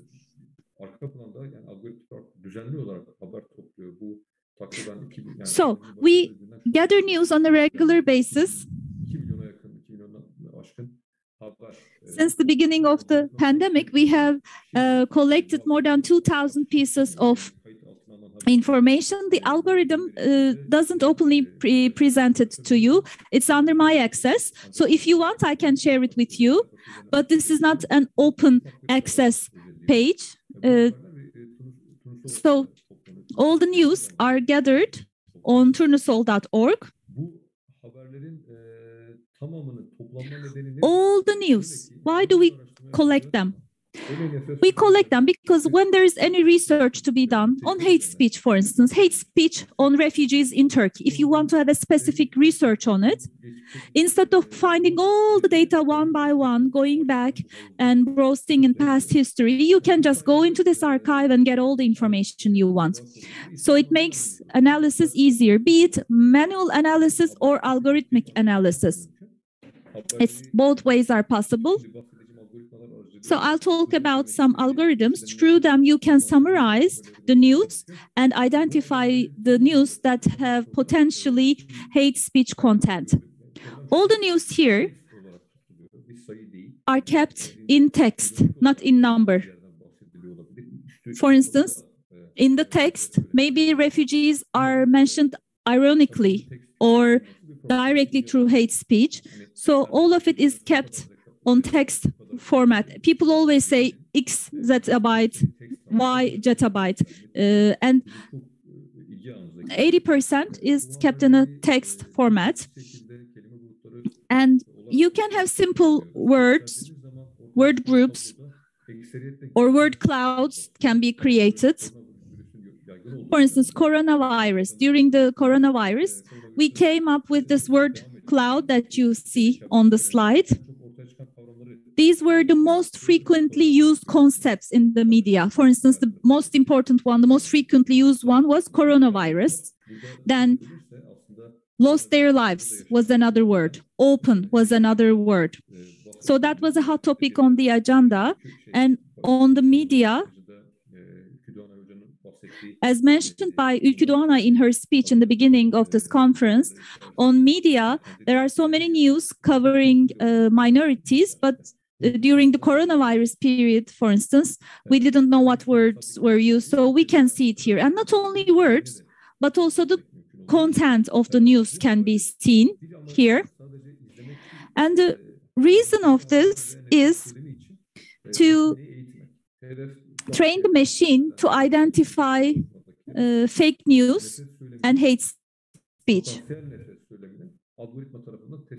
So potential hate speech can be identified or guessed by the algorithm. This is important because if you want to identify the news containing hate speech through an algorithm, this can be used as an early warning system, or you can make comparison between the years. to see if the hate speech has increased or decreased. So in terms of measurability, most importantly, maybe, this is very important for hate speech studies. We can also measure the impact of hate speech efforts or anti-hate speech efforts, if they work or not. So to what extent all these anti-hate speech efforts have an impact on media? To what extent was it reflected on media? So I think this is also very valuable. This algorithm is also very valuable for measuring that impact. And also in the same way, at the end of the day, maybe in a far future, this can be accessed as open source data. That's what I'm planning actually. So in terms of the data, speech data, surveys, online surveys, for instance, the gray sides are that the sample is vague, there is manipulation. This is true for content analysis as well. Sometimes all the content cannot be covered in your study. So there is a bigger mass that is left outside your scope. And then you can get unrealistic results. But doing the speech analysis through algorithms avoids manipulation. And it includes the entire scope. Then we have a tool called ADYA, the tool to identify distinguishing language, in short, in Turkish. We call it ADYA. So it makes a scoring and makes an estimation, a guess on distinguishing language. For instance, if there is a speech, distinguishing speech for women or other disadvantaged groups, there are other keywords for different groups. Because the word of a hate speech statement used for a certain minority group might be a different word than the words used for women, for instance. So the ADYA tool that you see on screen indicates an example. When you copy and paste in this box on the left-hand side any text, here the algorithm scans all the hate speech dictionaries and glossaries that contain thousands and thousands of words. So it screens them immediately and highlights the words that contain hate speech.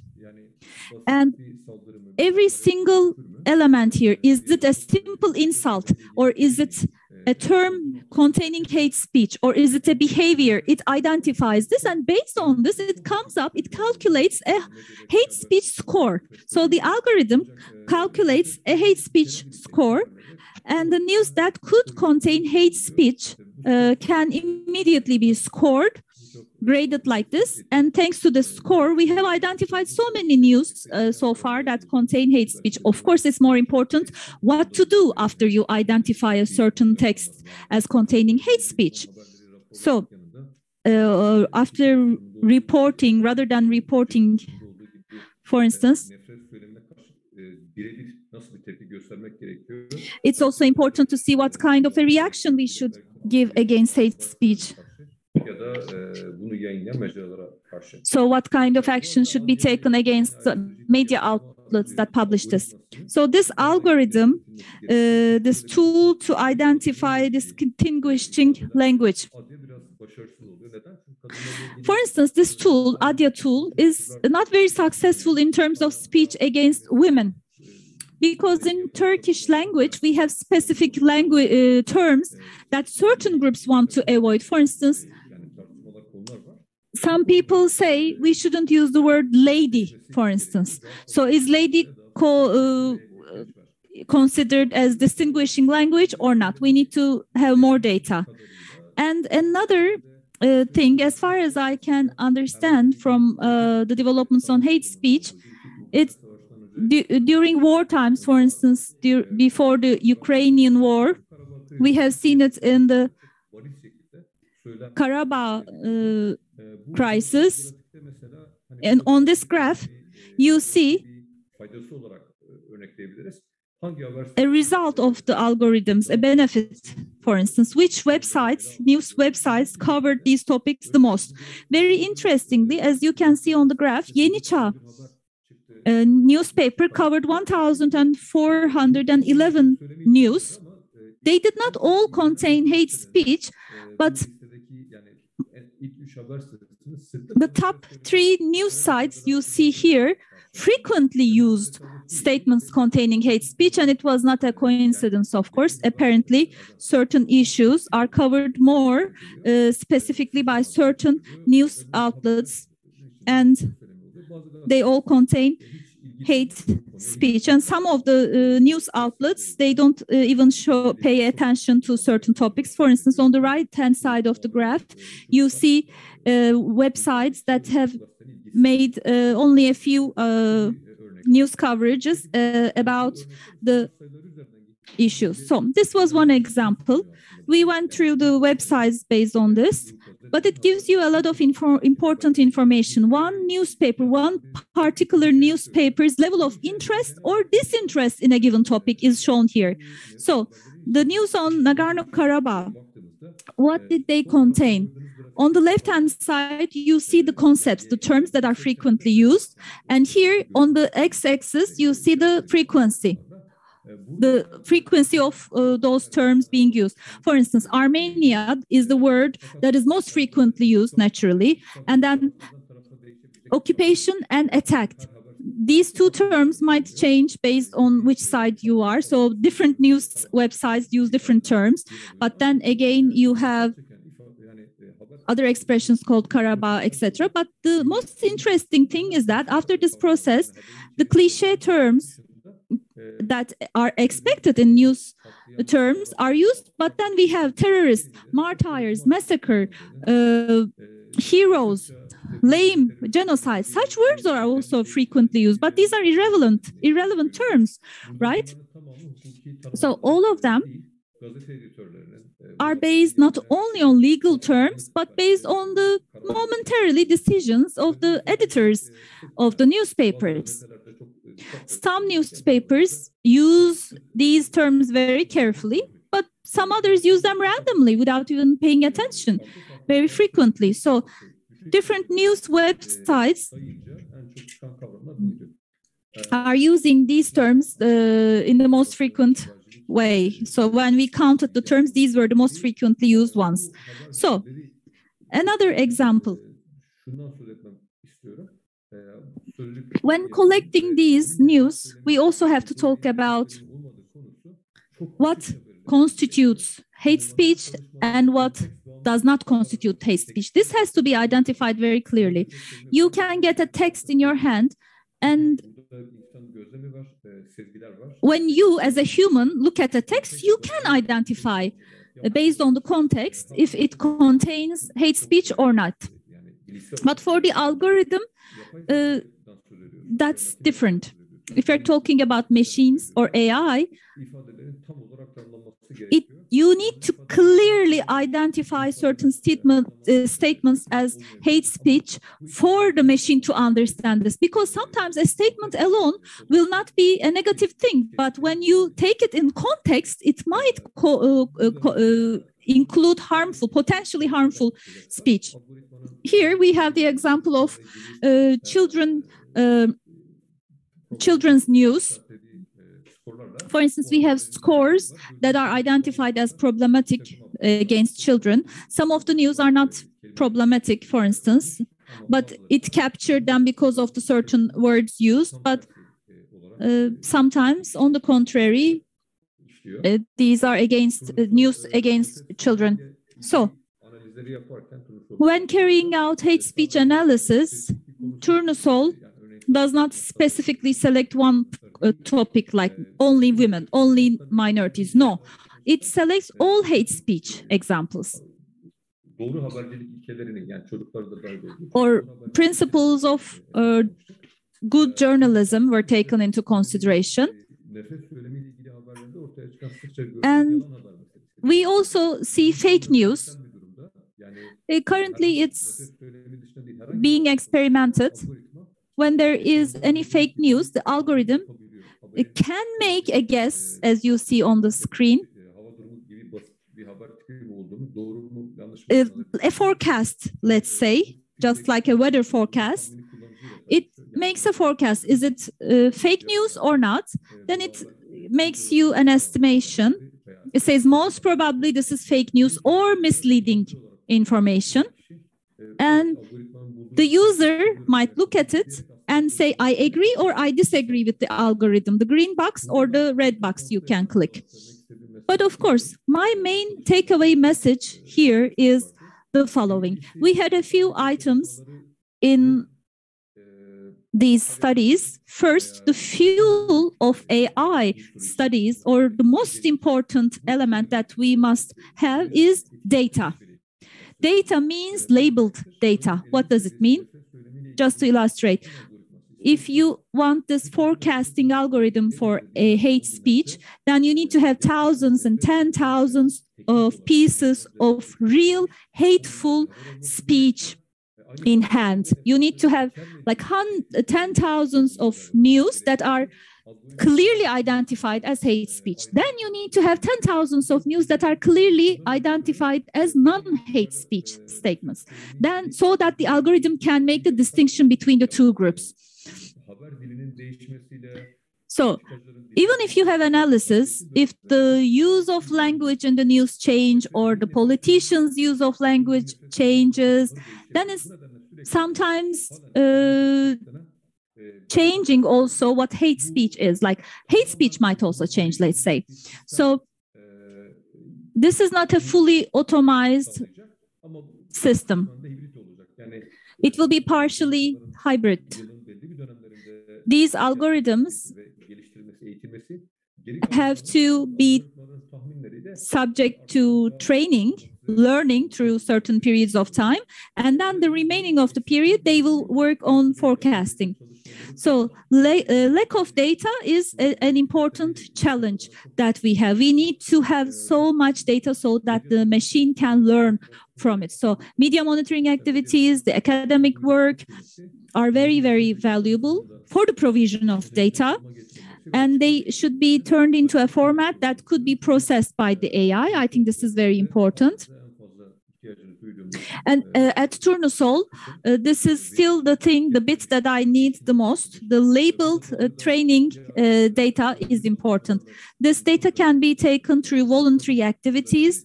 That's what I do, or I had to obtain them myself. So what changed about the language? The power of algorithm identifying the hate speech weakened after the elections in Turkey. Very interesting fact for me, because we have the scores, correctness scores. During the elections, we can monitor it, but during the elections, the speeches of the politicians are very obvious, very sharp, so you can identify the hate speech easily because you know who says what very clearly, but their discourse, their speech changes after the elections. They might use vague terms. So we have this issue of vague terms. We have some glossaries for the vague terms. Based on literature, you look at the facts, and for the professionals in media, we have these list of terms that should be used and that should be avoided, for instance.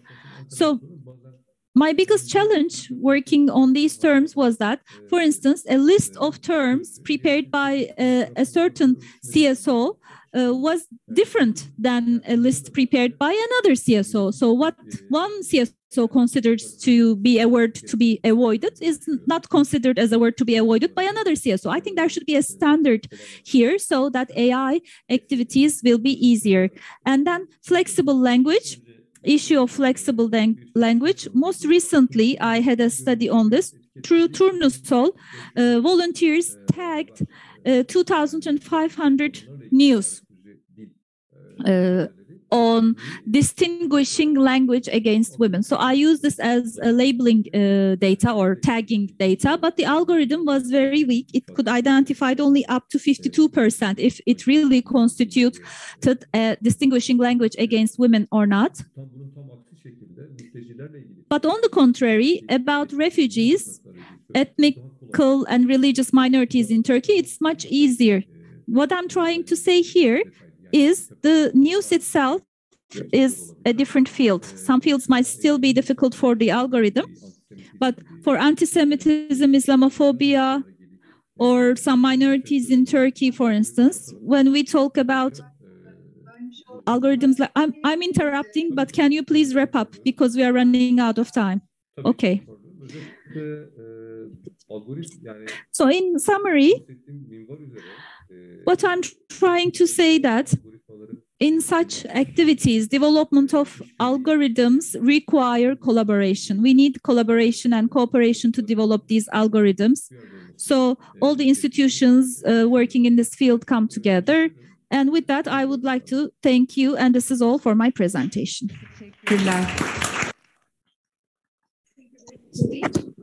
Thank you very much indeed.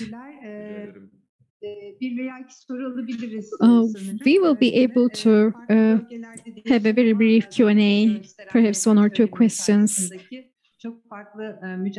We have listened to different experiences about countering hate speech, the obstacles before those struggles, as well as various techniques that have been developed. If you have any questions, we will now be ready to have those. Talking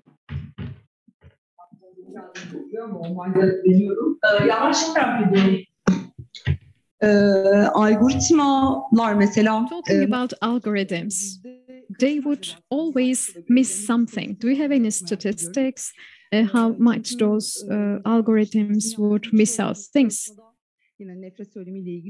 I have been previously engaged in a study on hate speech, and it became very clear to us that it is almost impossible to catch the sarcastic language or this element of sarcasm. So you need to manually detect those. So do you have any statistics on that?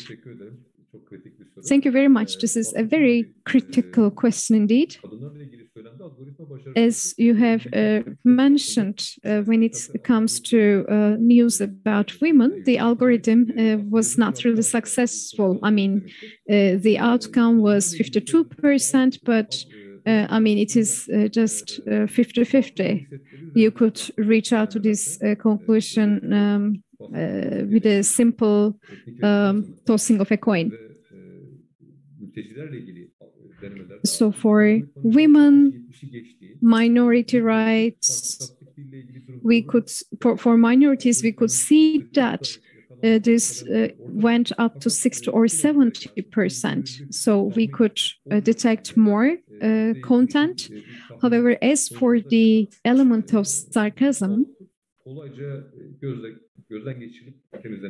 I mean, it is possible to find it manually. I mean, you will still need to do a second reading. And we use two parameters. One is those with hateful content, but not detected by the algorithm. So these may be news with ironic or sarcastic language.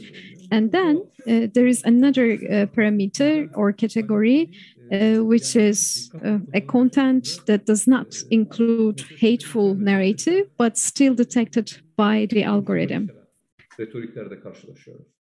So we can also come across with such rhetoric, but as you have rightly mentioned, so sarcastic or ironic language may be problematic in detection. Ben aslında bir soru sormak istiyorum çok kısaca. I have a question. As a result of all these efforts, what kind of transformation you observe, if you observe any transformation at all?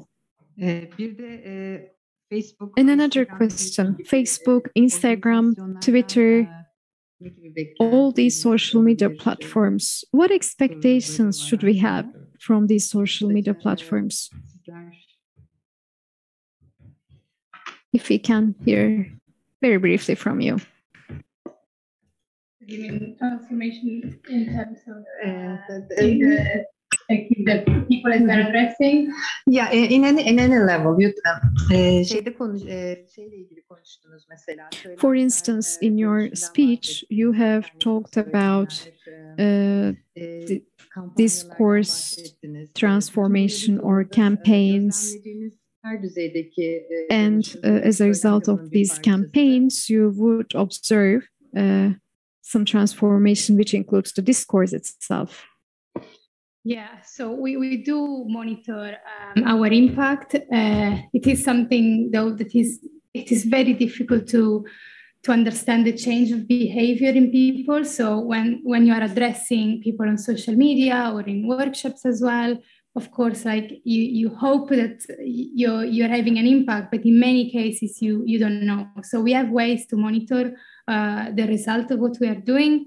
But I think it's mainly in terms of like changes of policies on social media, as I was saying before, or whether it is someone from workshop that goes on and does a campaign, or a complaint that is successful, something is removed. But I think it's something very slow. And it is really a concerted effort of a lot of NGOs working in this field. So I think transformation is, maybe it's difficult to see it in society. Maybe you have like specific cases that you can see, okay, yes, in this case I had an impact, or for social media. Otherwise, it's very difficult. Thank you. Yeah, I mean, what I can say from what we do, it's mainly informal human rights education.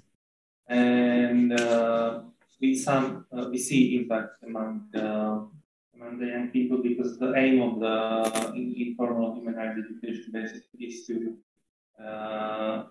step forward of the extremists, of the slippery slope of extremization, and to basically prevent young people to become fans of racism or anti-Semitism or whatnot. When it comes to the social media companies, I really think what I already mentioned a bit in my presentation, that we.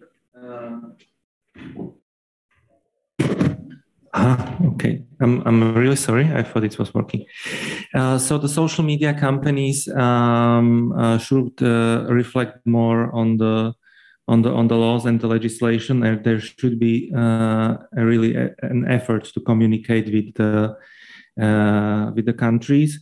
And if it is not possible with individual countries, there has to be international cooperation, because the social media companies now are not only private-owned for-profit companies, but they are very important actors on societal, political, and even cultural levels. So I am definitely not a fan of the sanctity of private property, and there should be even punitive measures considered by our governments, by the European Union, and by other international bodies if the social media companies will not comply and will not be active, because we know for sure there has been these leaks, for example, from Facebook, that they know themselves that they are helping to spread hate speech, and they know that it's very profitable. And they made a decision, and it was not one decision, and it was made on a very high level, that they will tolerate this because it's good business. So basically what the governments need to do, what the international bodies need to do, is to make this less profitable for the companies. There should be penalties. There should be some other measures how to basically get them to cooperate. Suat Bey, bir iki cümle söylemek ister Tabii misiniz? ki, evet. Nefret söylemi bulunduktan sonra veya nefret söylemi Yes, I also would like to respond to that. Once hate speech is detected, there should be a monitoring effort, and the very clear conclusion for me is that concerning misinformation or misleading or deceptive news items, then the algorithm should include some disclaimers or notifications about the misleading content. And indeed, you may remember that Twitter used such a disclaimer and also blocked President Trump. Bu haber sosyal medya kaynakları bu şekil nefret söylemi içerebilecek. So social media platforms should clearly mark these type of content that include misleading or deceptive narrative or news. For instance, on YouTube, you can see many videos about migrants, refugees. No one really flags that this video content might be misleading. So, through these algorithms or other means, this misleading content should be flagged. And it should be clear and visible to the audience. Thank you very much. Çok teşekkürler fiziksel olarak ve online Thank you very much to all panelists who joined us online and physically. We also would like to thank our participants. So at 12, we will continue our discussion on disinformation, anti-Semitism, Islamophobia, anti-immigration, and anti-Roma movements. We will now break for 15 minutes. Thank you very much. Thank you. Yeah. We didn't have much time to. Yeah, it's just. Are you staying today? Are you going to be for the dinner? Yeah, I will be there. So you're leaving? I have a class today at 1 o'clock from 1 to 3, and I will be following the other sessions on.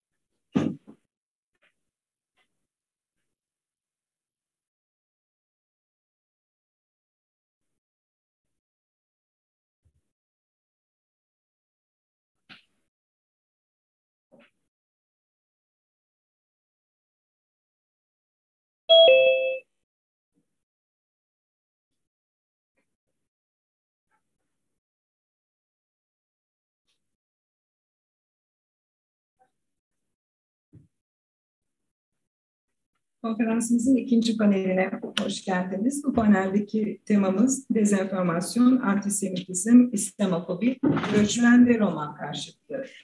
Welcome to the second panel of our conference. This panel is entitled Disinformation, Antisemitism, Islamophobia, Anti-Immigration and Anti-Roma Movements.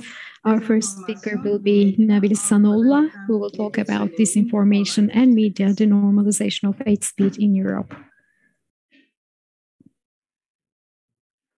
Good morning, everyone, or good afternoon, rather.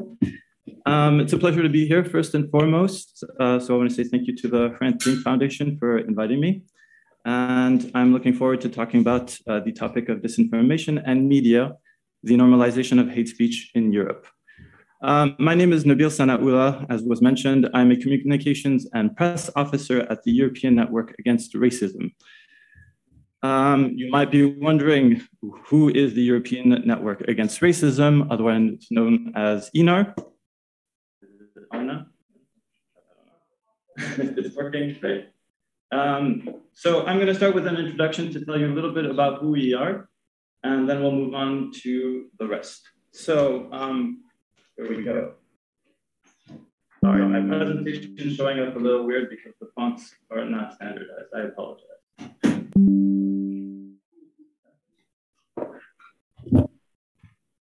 Check.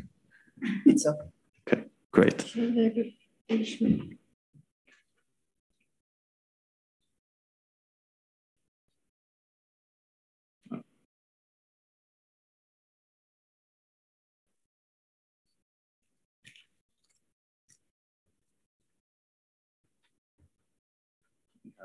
The text is not showing up properly. The text is not showing up properly because of the fonts. Maybe the PDF is going to be better.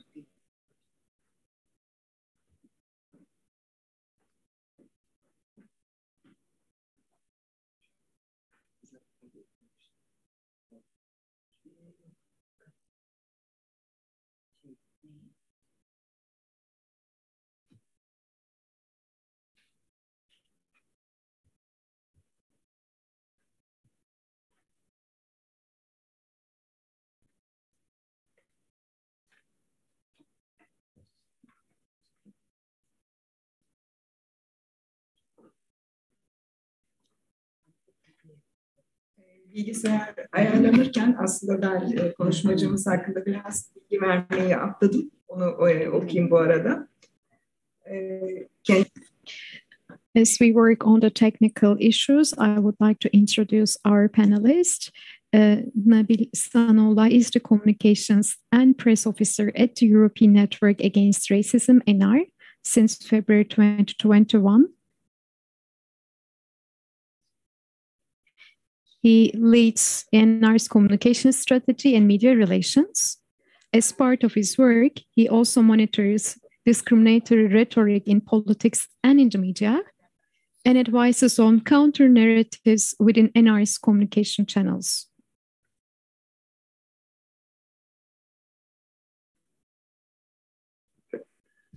Great. Everything seems to be working. Apologies. Right. So ENAR is the only pan-European anti-racism network that combines advocacy for racial equality and facilitating cooperation among civil society anti-racism actors in Europe. As the voice of anti-racism in Europe, our network unites 150 anti-racism civil society organizations across Europe, all of which work on different forms of discrimination. The organization was set up in 1998, and today ENAR's aim is to end structural racism in the European Union, to build structures, institutions, and attitudes based on race equality and equal distribution of power, privileges, and rights. Right, I'm not going to teach anyone in this room anything new about hate speech, but since I like to make the obvious obvious, I'm going to give you a little definition of hate speech from myself. So hate speech and disinformation are not new. Historically, these tools have frequently been used to sow division and create an us versus them mentality. Where hate speech finds its roots in racism, disinformation is a mechanism by which racist parties manage to justify it and embed it into society's collective mind. As a tool, it has given rise to many violent endeavors, such as colonization, and many nationalist movements, such as Nazi Germany. Today, far-right movements are on the rise, not just in the EU, but around the world. On the next slide, I'm going to tell you a little bit about what ENAR has done specifically on hate speech. So obviously, it represents a smaller portion of our work, since we work on all the different manifestations of racism in Europe. And hate speech happens to be a small component of it. But nonetheless, here are some of the most recent efforts that ENAR has done. So notably, we basically did some advocacy efforts at the EU level about the Islamophobic rhetoric and scapegoating of Muslims during the pandemic. We also, back in 2014, so this is quite old, but monitored basically hate speech laws in Europe. For example, Denmark lifting the ban on hate speech. And we also produced some reports on hate speech used by EU member states during campaigns. Most recently, ENAR also served on a Twitter advisory group from 2018 to 2021 called the Temporary Dehumanization Advisory Group, where we provided feedback on their hateful conduct policy, basically to update, provide updates to what they consider dehumanizing of people on the basis of race, ethnicity, or national origin. In basic terms, feedback for Twitter to moderate hate speech on the platform. Right, now that we've got the introductions out of the way, we're going to take the look at the media's role in amplifying these messages and progressively normalizing them, leading to a noticeable shifting of far-right narratives closer to the center and its impact on racialized communities in Europe. And we're going to do this via a few different case studies. So as was mentioned during the first panel, I guess Eric Zemmour doesn't need an introduction. Despite having twice been convicted for inciting racial and religious hatred, he was allowed to run for the French presidential race. In addition, he very actively promoted the Great Replacement theory, a racist belief popular on the far right in Europe, the US, and the UK that white people will soon be replaced, quote unquote, by non-white, non-European immigrants. This is the same Great Replacement theory that inspired the Buffalo shooter just recently in the US to kill 10 people, mainly African Americans. He also frequently scapegoated racialized communities as being a problem for French society and that Islam is not compatible with the French Republic. At one of his rallies in December, his followers violently beat anti-racist activists who wore "No to Racism" on their sweaters. Despite all that, this man was frequently invited to speak on mainstream media outlets and to promote his ideals. By giving Zemmour a platform to promote such ideas, the media essentially normalized them to the greater public. At that point, it can no longer be shocking to us that he garnered so much support and further enabled the demonization of racialized communities. In contrast, Macron's government, which basically already had a lot of discriminatory policies in place, seems soft, ironically, or leading basically to a shifting of far-right narratives closer to the center. Our second case study talks about the COVID-19 conspiracy theories. As previously mentioned, hate speech and the process of disinformation are not new. For anyone with a racist agenda, any kind of emerging issue can provide a perfect opportunity to rehash some of the old techniques and rhetoric. In the case of the pandemic, the last years were a breeding ground for conspiracy theories. And interestingly enough, it was not limited to a singular community of racialized people. First, I'm going to preface this by talking about anti-Semitism and say that basically conspiracy theories linked to anti-Semitism link back to the Middle Ages, where they were blamed for spreading the plague. An additional conspiracy theory suggested that the aim of the Jewish people is to control the world. I guess it must be a lack of originality then that some of those similar narratives were redeployed in the context of COVID. On the one hand, Jews were blamed once again for spreading the virus, and on the other, they were also accused of using the virus as a ploy to cripple global economies and reap the profits.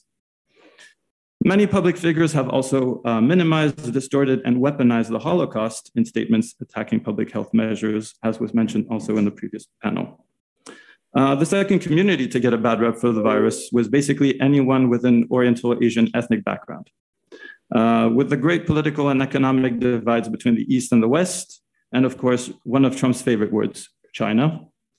Many politicians and conservative journalists intentionally weaponize COVID-19 by normalizing terms such as the Chinese virus or Wuhan virus, fueling a drastic rise in anti-Asian hate. Now, obviously, no presentation is complete without a bit of data, so I'm going to give you a bit of data. Unfortunately, there's not much to pull from. However, in Europe, on the rise of anti-Semitism, the European Commission did conduct a research entitled The Rise of Anti-Semitism Online During the Pandemic, which examined French and German content covering the period from January 2020 until March 2021 to build insights around the impact of the pandemic on online anti-Semitism. So comparing the first 2 months of 2020, pre-pandemic, to 2021 during the pandemic, a 7-fold increase in anti-Semitic posting could be observed on the French language accounts, and over a 13-fold increase in anti-Semitic comments within the German channel studied.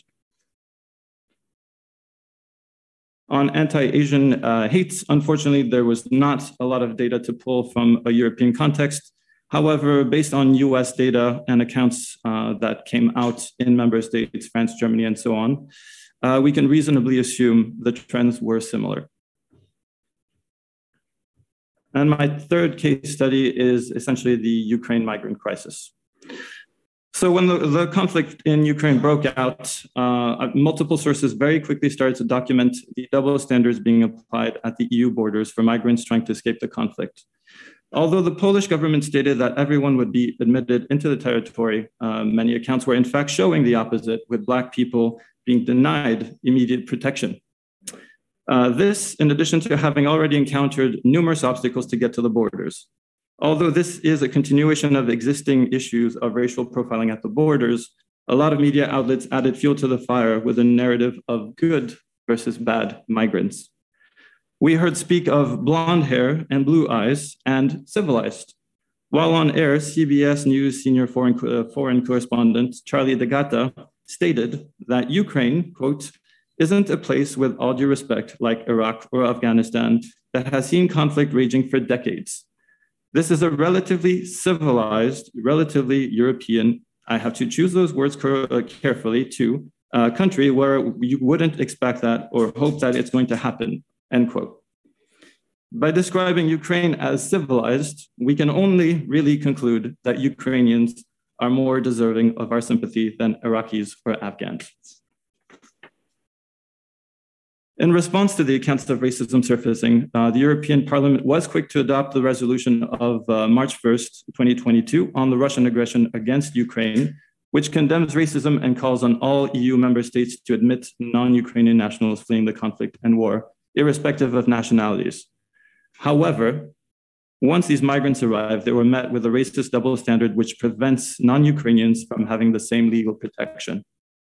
More recently, accounts began to surface which revealed Afghan refugees being displaced to make way for Ukrainian refugees. This was in Germany and a few other countries.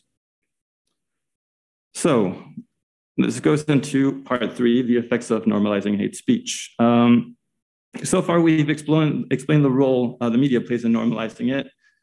In part 3, I would like to explore the additional role of social media in the process and the resulting real-world effects on racialized communities. So, as a very wise fictional character once said, fear is the path to the dark side. When we allow hate speech and disinformation to be normalized, we progressively pave the way to a darker world where entire communities are demonized and have their fundamental rights violated as a result. In the real world, that essentially translates to violence towards them. The role of social media in that process can certainly not be overlooked, as it becomes part of a cycle that feeds into itself and continues the disinformation in essence. Here are 2 very quick examples of how this is possible. One, the power to incite genocide. Social media platforms can be extremely powerful tools for movement building. However, it can be equally devastating when its power is used for other purposes. The Myanmar military, for example, staged an anti-Rohingya campaign for over half a decade, spreading their propaganda while pretending to be everyday users.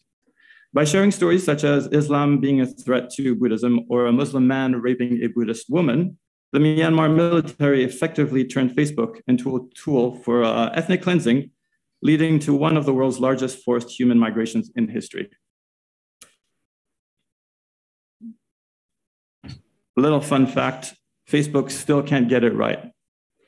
This year, two nonprofits essentially tested to see whether Facebook had adequate mechanisms in place to catch hate speech in their advertising. Spoiler alert, it's no. Basically, they composed 12 text-based campaigns with not coded language that basically inspired murdering other minority groups in the country. And once they submitted them to the platform, they were approved.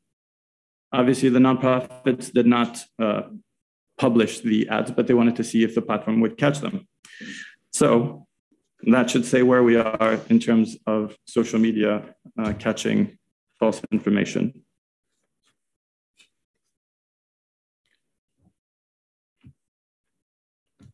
So, discrimination of Muslim women. In France, Muslim women who wear the hijab are basically discriminated against on a daily basis. Their narratives are often the same. The hijab is a symbol of Islamism, which is a threat to the French Republic. The hijab means women are considered inferior and not free, etc. Of course, let's not talk about the ironic aspect of wanting to liberate Muslim women by telling them what they cannot wear, or basically what the French government has decided they should wear. In any case, the story is nearly always the same. As soon as there is anything that touches the public sphere that relates to a woman wearing the hijab, it is bound to be attacked as if it were the worst of plagues. In the case of Decathlon, a very big French sports outlet, they simply planned a line of sports hijabs. No big deal, right?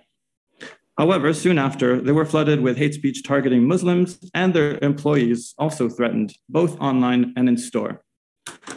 Of course, the issue being a hot topic in France, the national media soon picked up on it, essentially voiced the same rhetoric we have been used to, and until it eventually reached political circles where politicians, including a member of Macron's government, threatened a boycott against the company.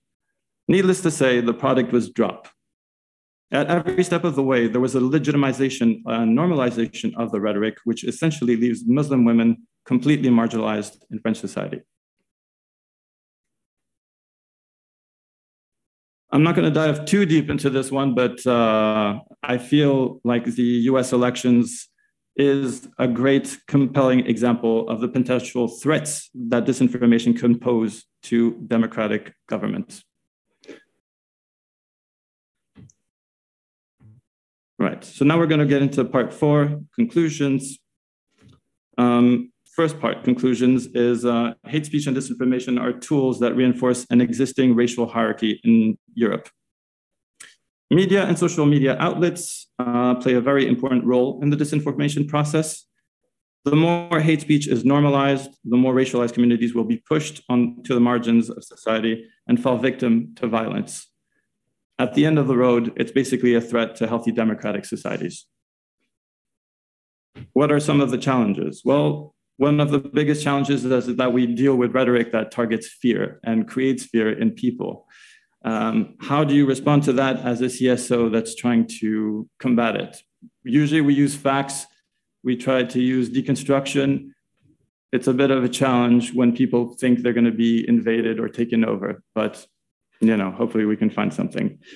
Another challenge is the double standards in how different sides are held accountable for what they say. Third, unregulated social media platforms, obviously with an algorithm which is designed to generate interaction. Unfortunately, provocative disinformation generates the most interaction, which eventually creates a dangerous cycle that leads to echo chambers and potentially radicalization. All of this obviously reinforced by far-right rhetoric, which becomes normalized with repetition over time. The more we say something, the more it becomes true. So I'm not going to end on a gloomy note. I'm going to give you a few recommendations moving forward where we can hopefully tackle this. Obviously, the first one is solidarity across anti-racist and social rights movements. This is essential. We need stricter content moderating structures and regulations. Media fact-checking bodies. I think this was also touched upon, and that would be a very good tool to have. And strong allies in the media. We need people who are going to be willing to deconstruct what's already being said, but also share the stories of people who are being dehumanized on a daily basis. And finally, challenging and deconstructing racist rhetoric. That's it. Thank you very much.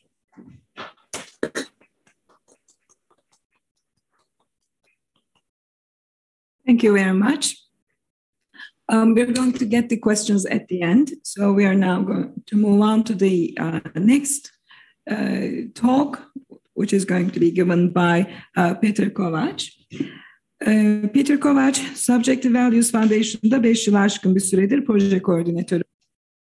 He has been working as a project manager at the Subjective Values Foundation for 5 years now. He is a social scientist specialized in human rights and international relations. He graduated from Lorad University, Budapest, and has been recognized in his field for a long history of doing several research on anti-Semitic, Islamophobic, and anti-immigration movements in Hungary and in Europe. One of the projects he conducted in 2021 had to do with United Nations Sustainable Development Goals. He is awarded as the change maker. And his speech is entitled The Impact of Disinformation Campaigns About Migrants, Minority Groups in the EU Anti-Muslim Populism in Hungary.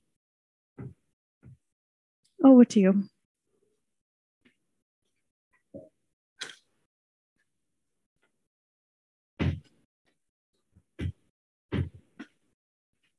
Thank you very much. Good afternoon, everyone. As mentioned before, I'm going to talk about the impact of disinformation campaigns about migrants and minority groups in the EU, and just very briefly about the anti-Muslim populism in Hungary. So basically, my presentation aims to explore the impact of disinformation activity originated or amplified from abroad, targeting minorities in the EU over the years 2018 and 2021. So let's start from the beginning, which is like defining what disinformation is. It is basically, as you can see, the description is a subset of propaganda and is defined as false information that is spread deliberately to deceive people. It is not misinformation. It is sometimes confused with misinformation. Misinformation is also a false information, but that's not deliberate. So looking at recent disinformation campaigns that ethnic, religious, and cultural minorities have been subjected to, we find both direct and indirect links between disinformation and fundamental rights, such as human dignity or physical and mental integrity, along with core European values, including equality, rule of law, and solidarity. For example, the Roma are found to be victims of domestic disinformation, while migrants and the Jewish community are targeted by the Kremlin. And disinformation by foreign and domestic actors, as well as disinformation and organic content, are increasingly merging. Rendering measures to stop foreign disinformation is actually more difficult.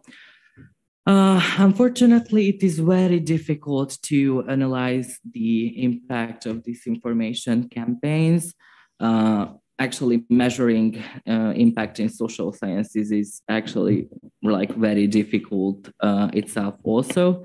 So this is also true for the impact of hate speech and disinformation. So yes, but we will like go through and see if there are any great options to do so.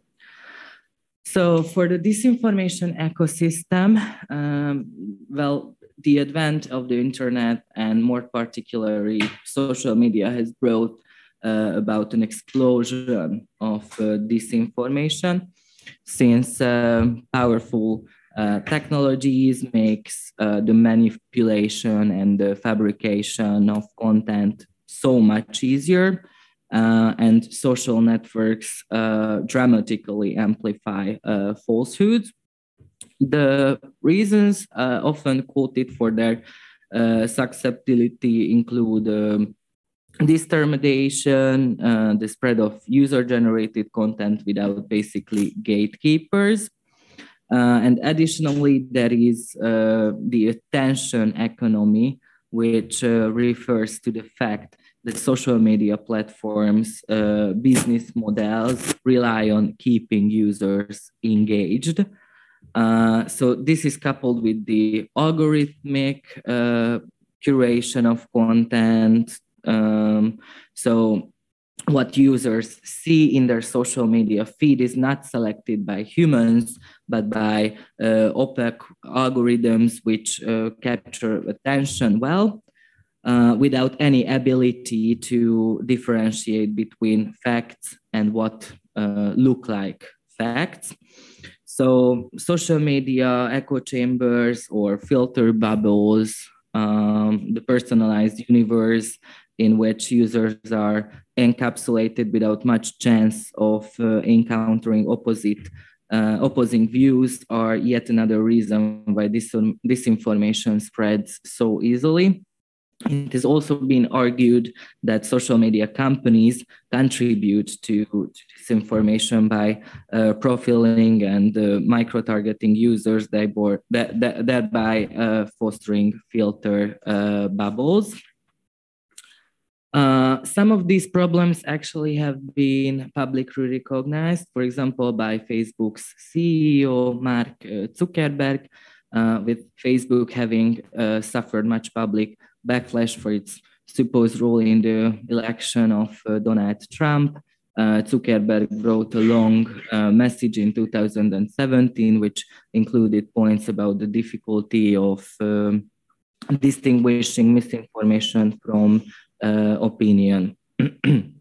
And as for minority-related disinformation campaigns, let's start with the origin and the target.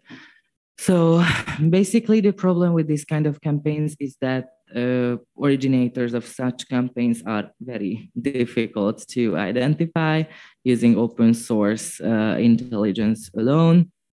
But who are minorities? Actually, who counts as a minority?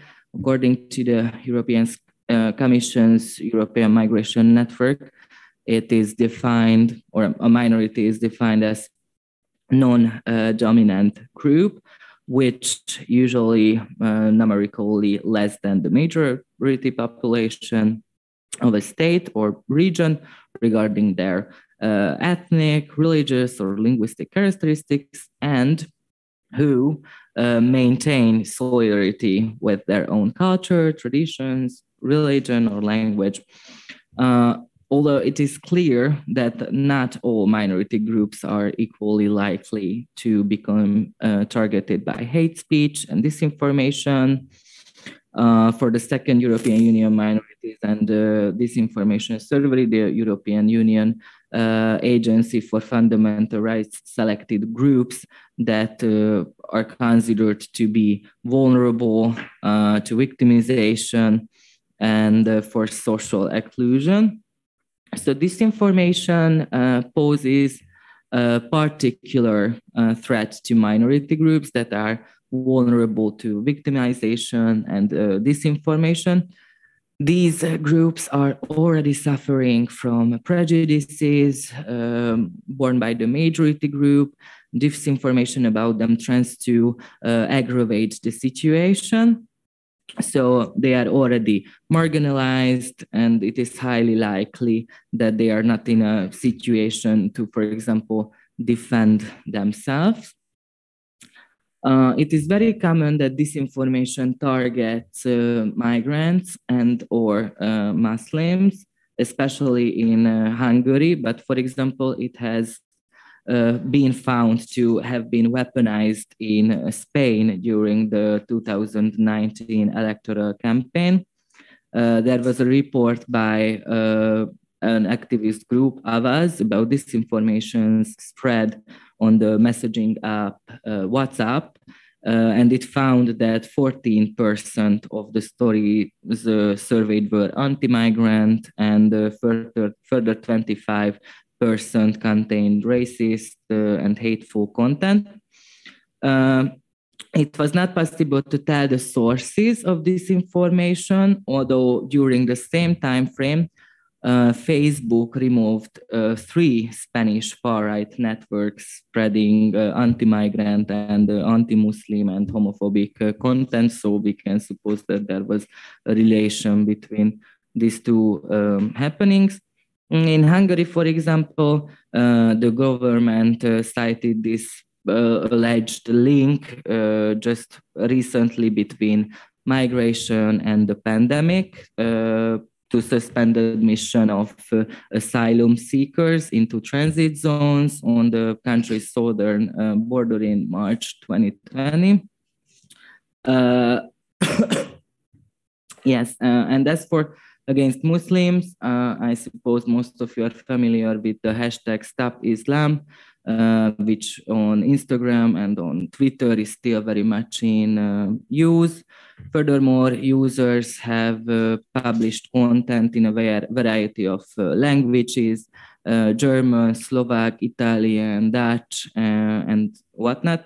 The hashtag is obviously applied to anti-Muslim memes, decontextualized images and videos, purportedly showing Muslim men committing violent crimes. And unfortunately, the COVID-19 pandemic also led to increased Islamophobia in some member states. An analysis of German language extremist social media found that the latest the largest anti-Muslim Telegram channel grew in size from 14,000 to 40,000 in just 3 months, which is like unbelievable. That was between January and March in 2020. So anti-Muslim conspiracies are also often registered in Hungary as well. And the origins of the anti-Muslim populism or the discrimination or disinformation regarding Muslim people in Hungary is the lack of visible Muslim community. Hardly any Hungarians encounter Islam in their daily lives and have any knowledge on it.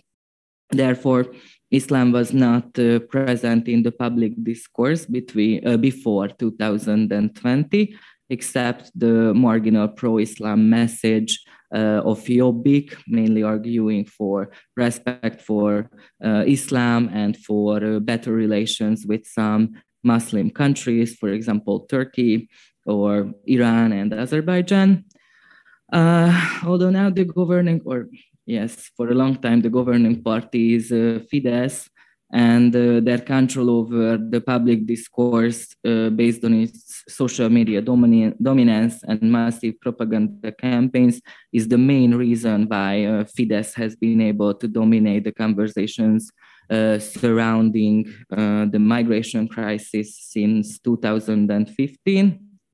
Ever since the early 2000s, Fidesz has a genuinely anti-pluralist and an increasingly populist approach. So the party basically claims to solely represent the will and interest of the nation against designated enemies who pose a threat to the nation. Since 2015, the main enemies have become refugees and migrants, and also those societal and political actors who in the government's rhetoric help organize and bring them to Europe, for example, NGOs, the EU, and George Soros. So Fidesz has been able to keep immigration on the top of the agenda via continuous campaigns based on hate-inciting rhetoric, conspiracy theories, for example, about the existence of a so-called Soros plan, and also, of course, disinformation. So anti-immigration, anti-Arab, and anti-Muslim sentiments, which hardly existed in Hungary before, and mainly based on the perceived cultural differences and explained in the context of war between cultures and civilizations, mainstreaming and legitimizing hatred against refugees and migrants by the government's messaging has led to increasing rejection of other minority groups and nationalities too, for example, the LGBTQ plus people or Romanians, and sentiments against minority groups based on gender and sexual orientation have increased also because gender has become a significant mobilization tool of the Hungarian far-right and populist right in recent years, while the far-right actually mobilizes against, for example, LGBTQ plus people and events like Pride. Fidesz, the governing party, rather exploits the topic at the symbolical level. So, for instance, by banning gender studies from a university and whatnot. As for suggestions and successful initiatives, we can say that although unfortunately disinformation campaigns seems that they are on a rise, and we can meet with more disinformation on a daily basis. Also, by the spread of the COVID-19 pandemic, it is also led to this direct consequences in this case, because with disinformation campaigns, were blaming the Roma people for the spread of the virus in Hungary, for example, and also migrants, as I have mentioned before. So, of course, disinformation campaigns against minorities and migrants have a general adverse impact on tolerance and solidarity.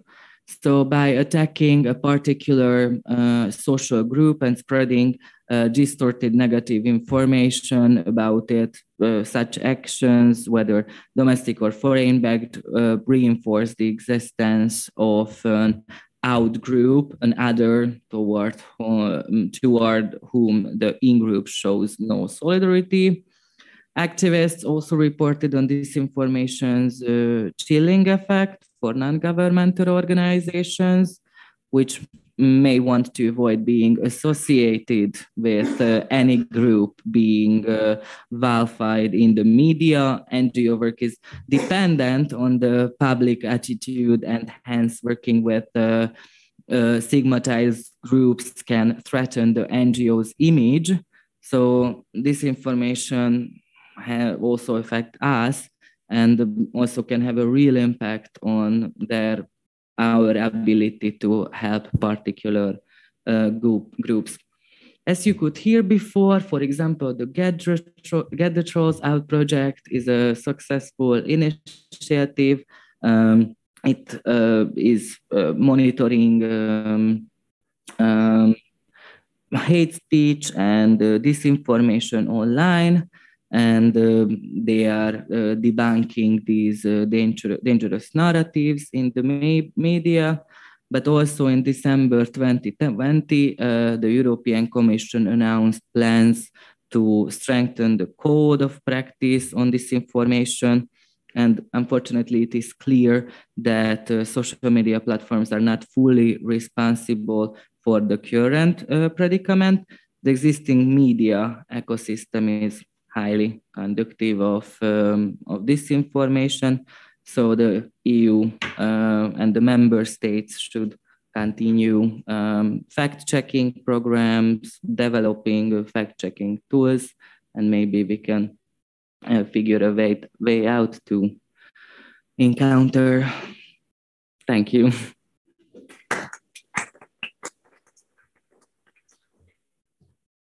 Thank you very much, Peter.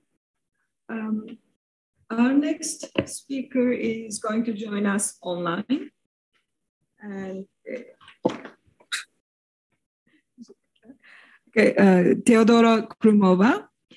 Teodora Krumova, Theodora is a Roma activist who has been working for almost 20 years on the issues of education integration of Roma children and youth, achieving equality and empowerment of Roma women, and the inclusion of Roma community issues in local, national, European policies.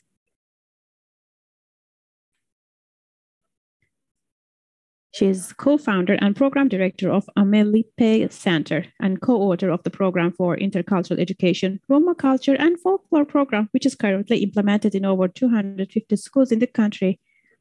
Author of over 20 publications on policies for Roma integration, Roma history and culture.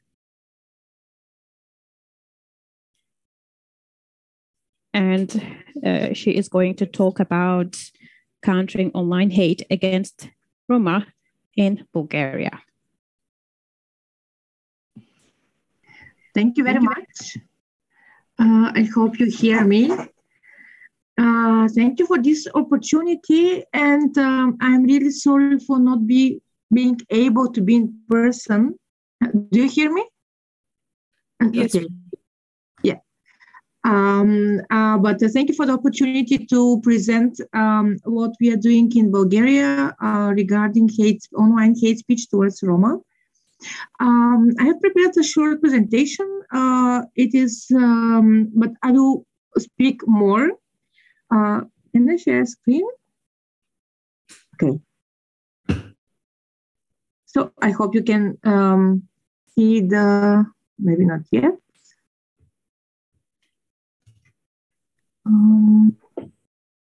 Do you see, or maybe not? I will try again. Do you see the screen now? Let's see.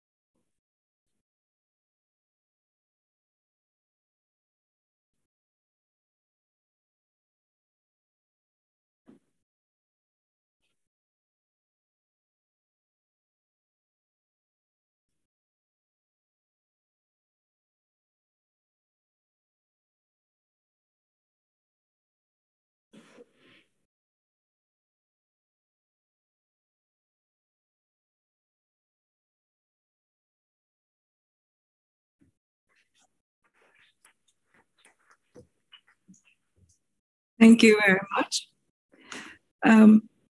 Bu oturumun son konuşmacısı Doçent Doktor Gülay Uğur Göksel. İstanbul Last speaker of the session is Associate Professor Dr. Gülay Uğur Göksel. She is a faculty member at Bilgi University, Department of International Relations. She completed her PhD studies at the University of Colorado Boulder between 2007 and 2014. During the time in the United States, she coordinated projects on citizenship and migration in Vancouver, Canada, and Lisbon, Portugal. She has been qualified for various project grants. In 2018, she started a comprehensive project on how Syrian refugees are perceived in Turkey in cooperation with the University of Chicago and Webster University, including field studies in Ankara, Gaziantep, Antakya, and Istanbul.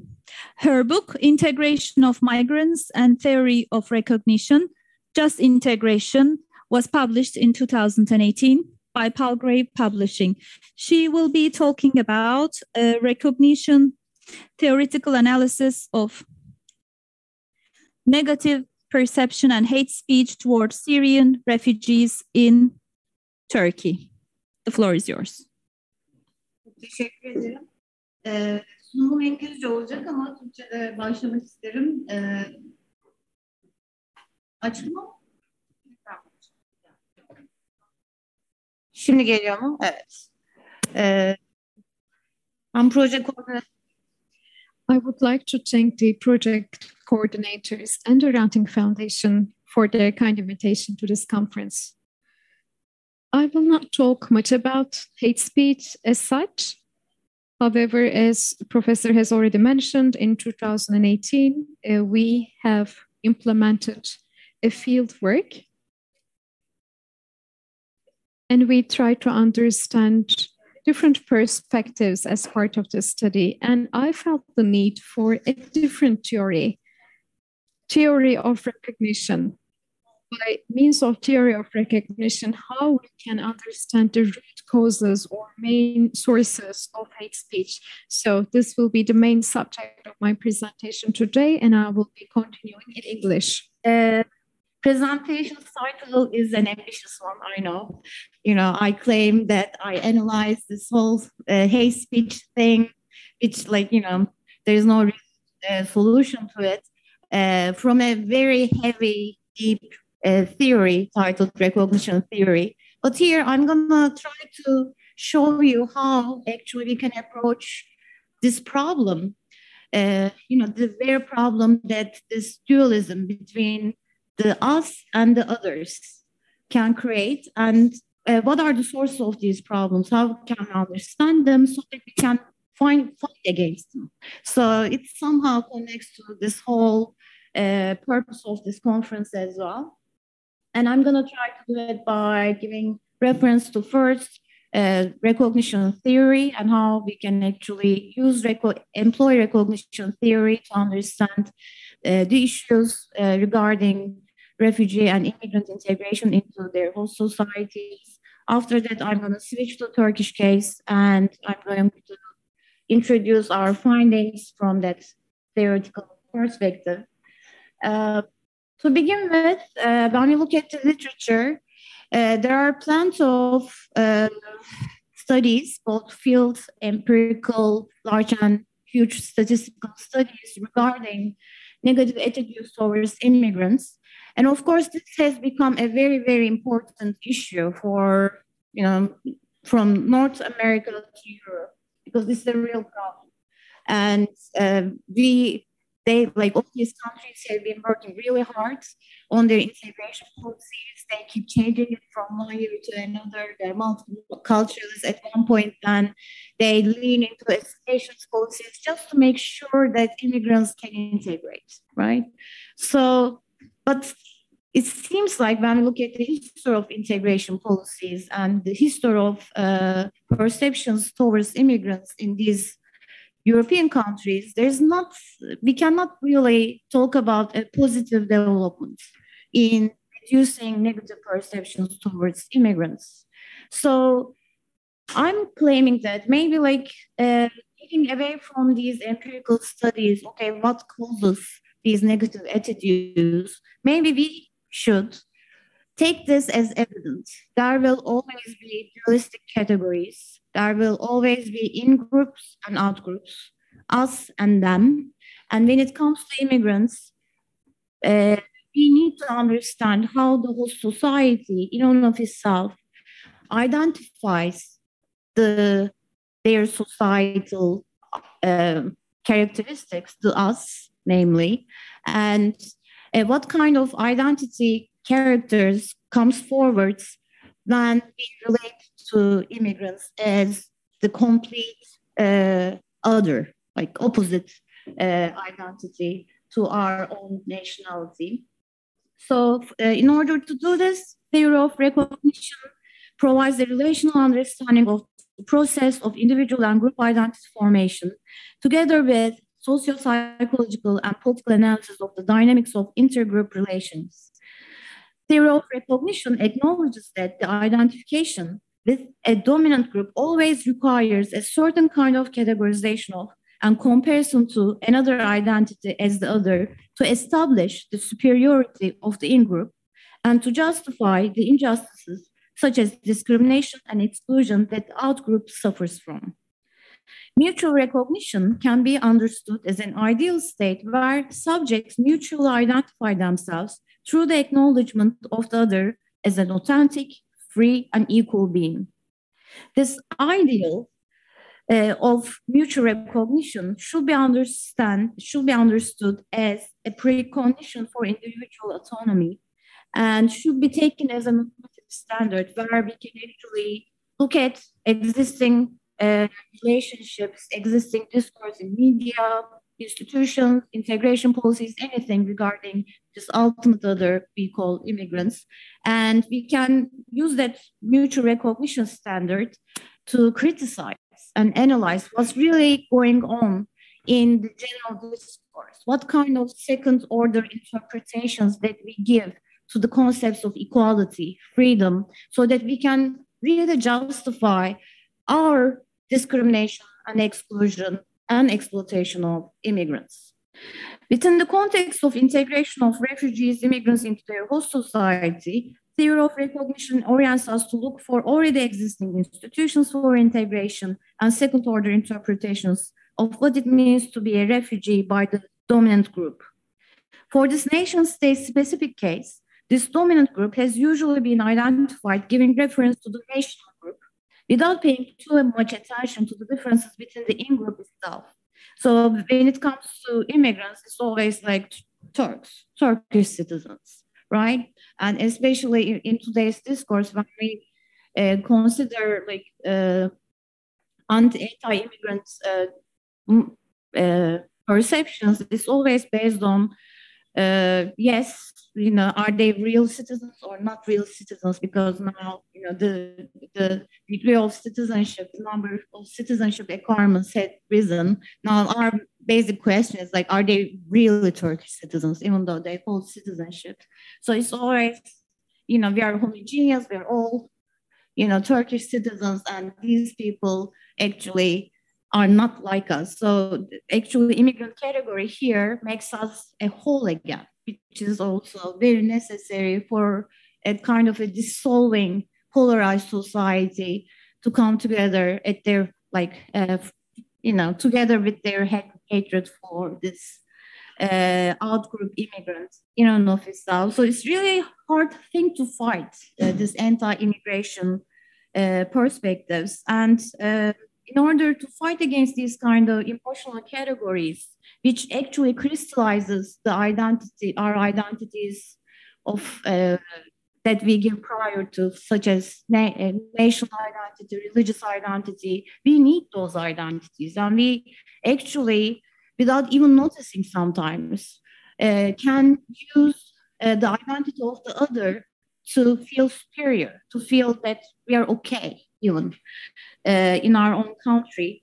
And so that's the reason why the theory of recognition gives us a tool to differentiate what kind of identities within society, without treating the society as a homogeneous whole, comes forward when we discriminate immigrants, when we actually justify our hatred towards immigrants, because it's not homogeneous. And from our field study, that's what we gathered actually. And I'm gonna talk a little bit about that.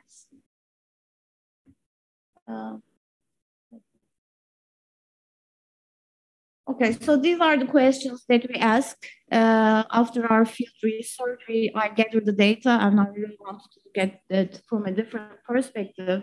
And I asked questions such as, how are political identities with regard to their distance to Turkish state constructed in Turkey?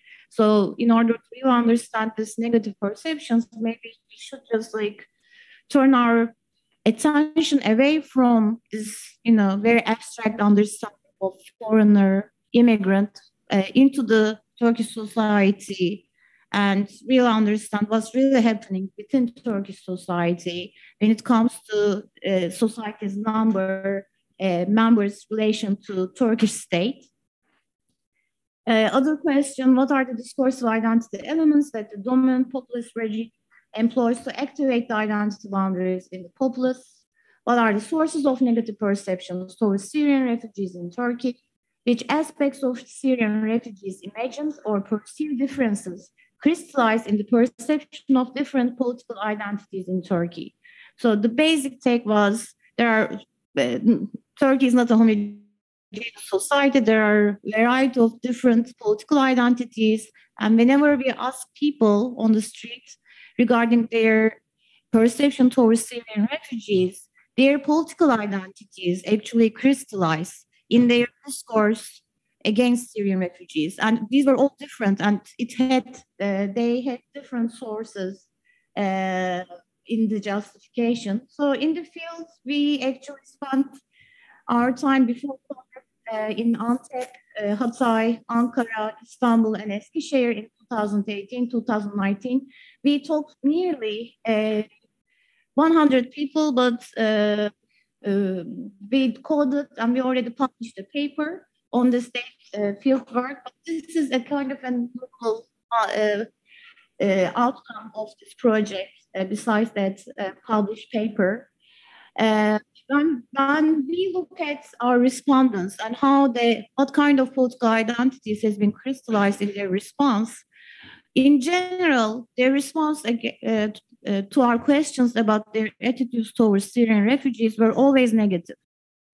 And in many survey studies, that's what actually all these other researchers had found.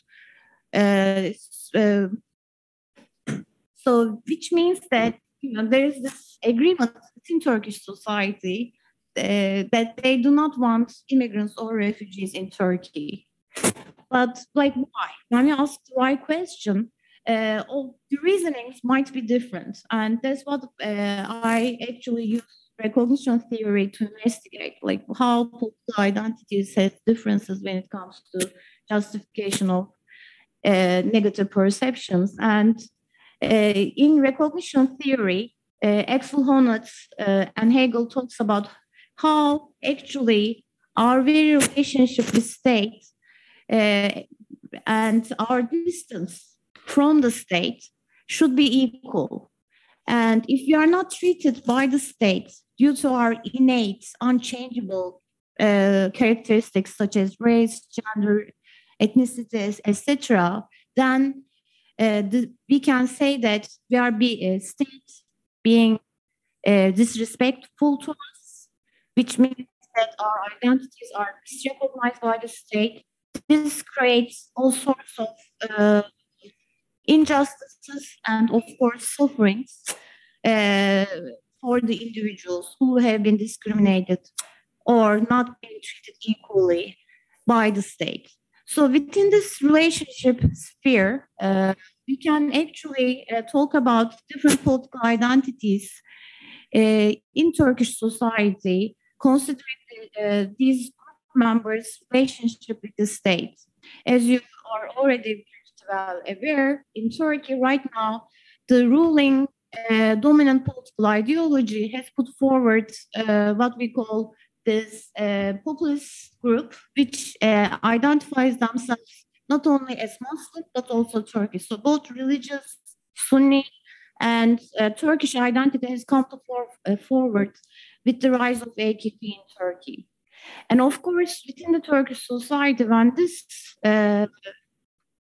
populist political identity with religious and nationalistic undertones has become dominant, it's actually differentiated itself from what they called establishment, which was elitists, Kemalists, previous rulers of Turkey.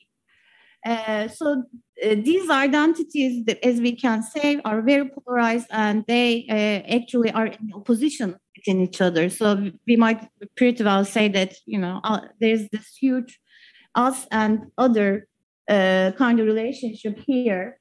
But in addition to elite,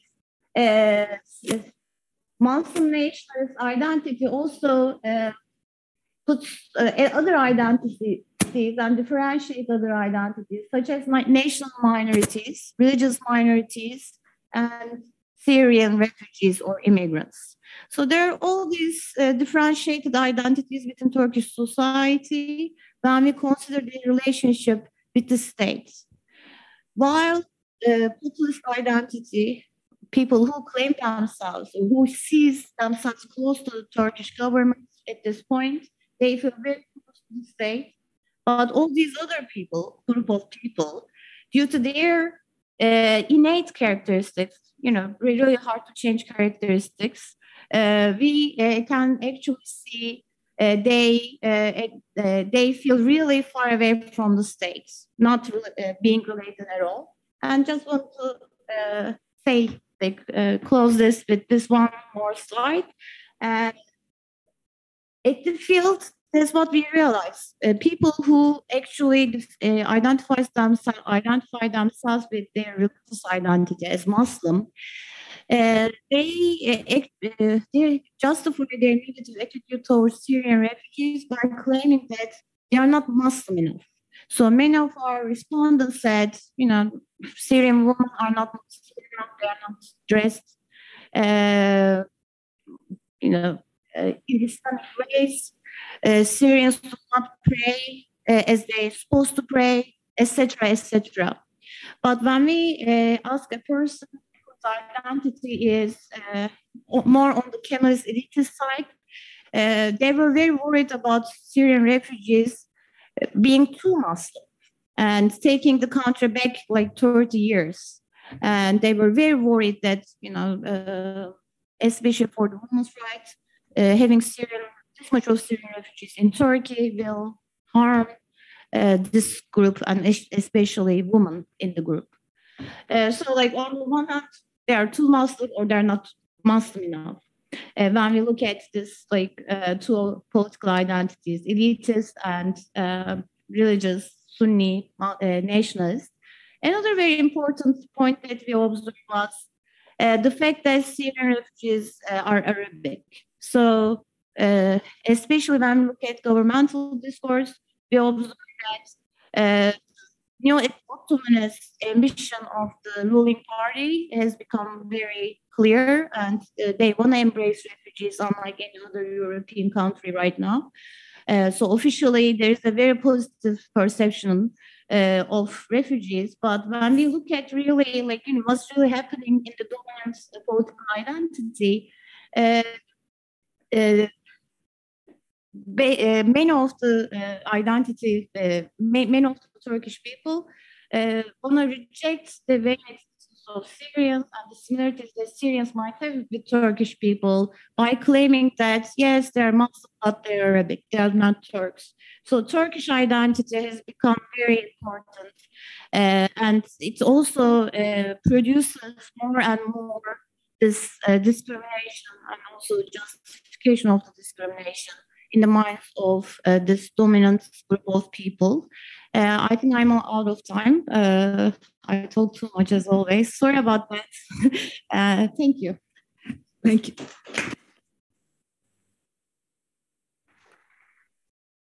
Thank you very much. I think our panel had the ideal balance of case studies and a theoretical foundation.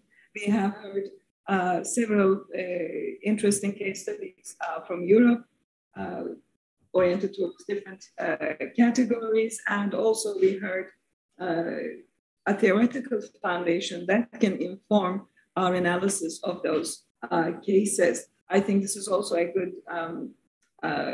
indicator of how CSOs and academia working together can provide much better explanations and hopefully can have more productive and positive outcomes. Thank you again to all of our panelists. Now we have a few minutes to take questions.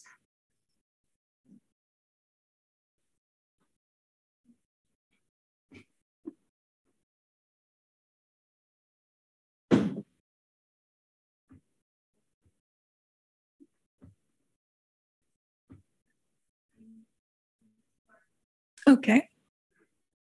Okay, since we don't have any questions, I might take the opportunity. I have one question regarding disinformation and misinformation. You made a very crucial distinction in the beginning of your talk, that they're not exactly the same thing. My question would be this.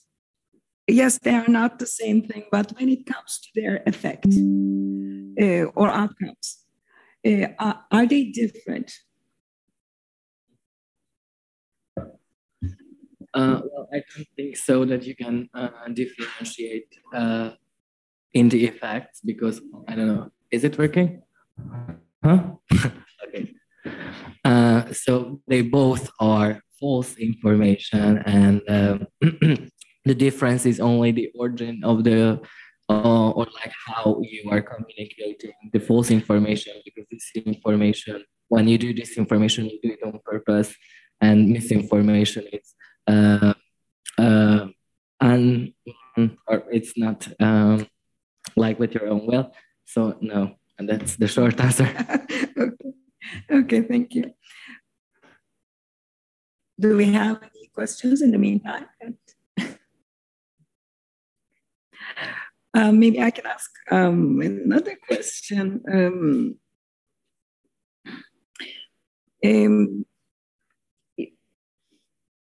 Everybody talked about several case studies, and thankfully you all ended up with some positive, hopeful comments that we can fight against this, against hate speech and disinformation. My question would be something like this.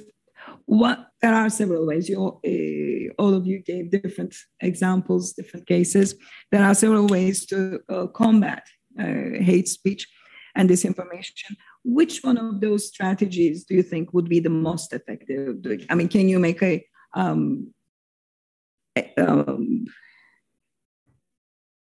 maybe can you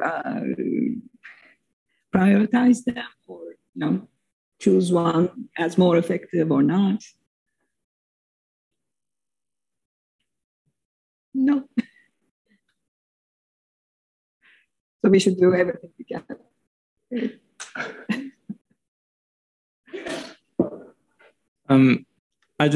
For me personally, it feels like it's a very complex thing to say we have to prioritize any one issue, just the same as at least context in Europe. For me, treating hate speech is kind of like, it's an important aspect, but it feels more of a symptom of a greater problem that needs to be addressed. So it's one mechanism by which we can address it, the fact of holding people accountable, etc. At this point, I'm personally worried that it's become so normalized in our societies that divisive speech is not even held to account in the way that it should.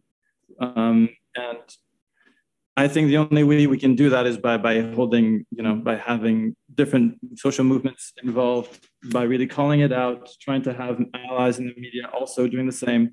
And, we can produce reports and such, but eventually there has to be accountability for what people say. Otherwise, it's going to be, just a Band-Aid. Mm-hmm. If I can also add,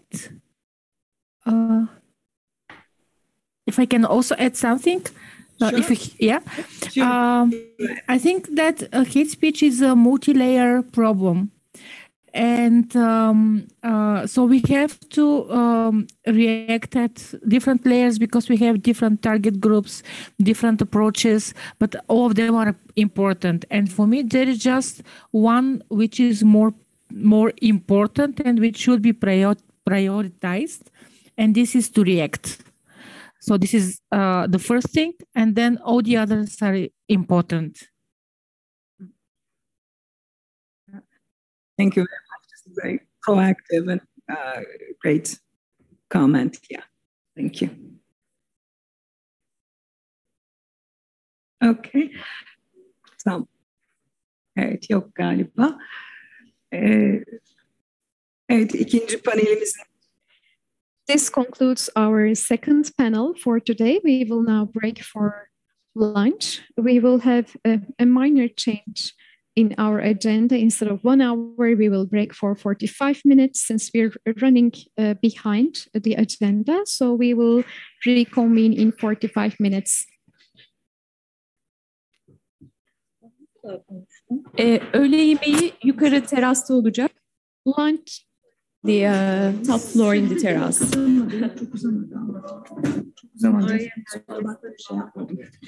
Baktım herkes konuşuyor. Kimse de kimse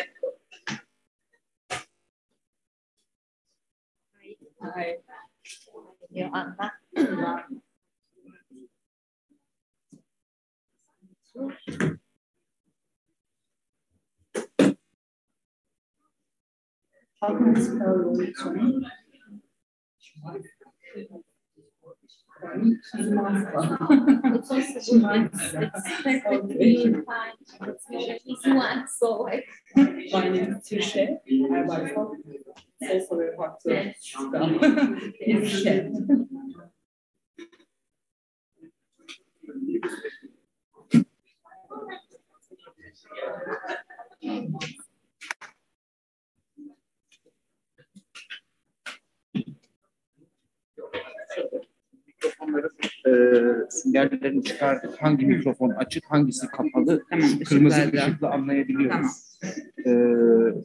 Verimli bir çeviri için şey olması lazım. Bu niye açık?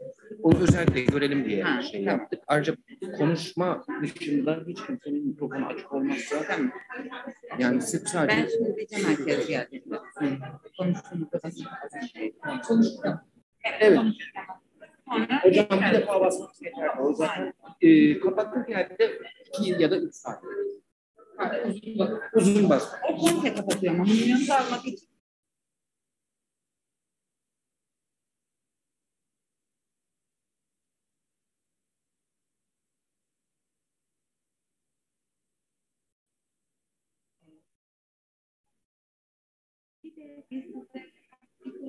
Sorry.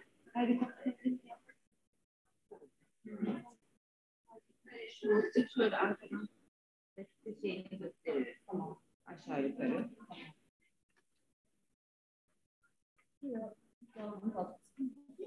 Aynen. Tamam. Çok teşekkür ederim. Evet, evet. Video kaydı alıyor diye bir daha gösterdiler. Kahve dakika. Aynen. Şunu mute.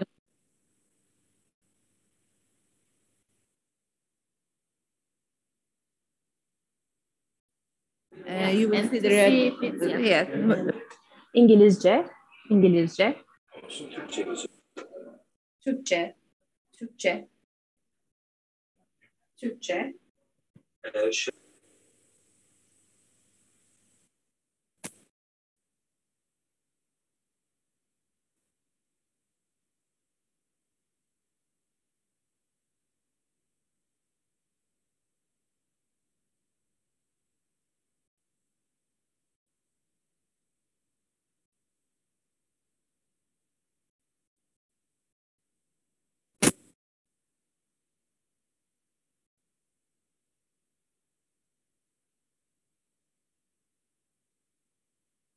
Tamam. Kırmızı ışık yanıyor. Kaydın iyi çıkması için. Mute almak için.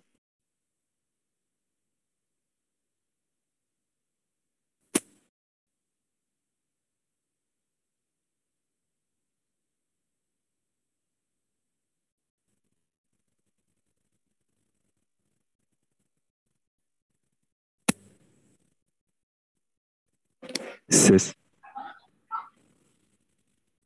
Bana izah etmiş olur. Burada konuşma arası dava konusu olabilecek bir konuşma beğenmiyorum ki. Ama siz konuşabilir misiniz? Ev arabayı almak.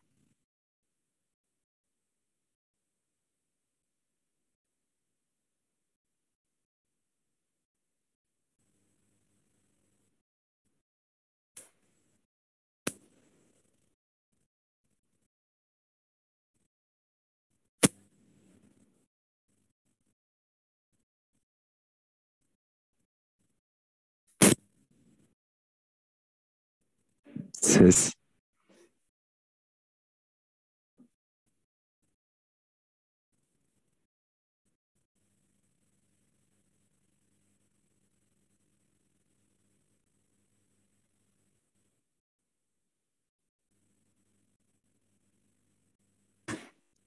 Açıyor.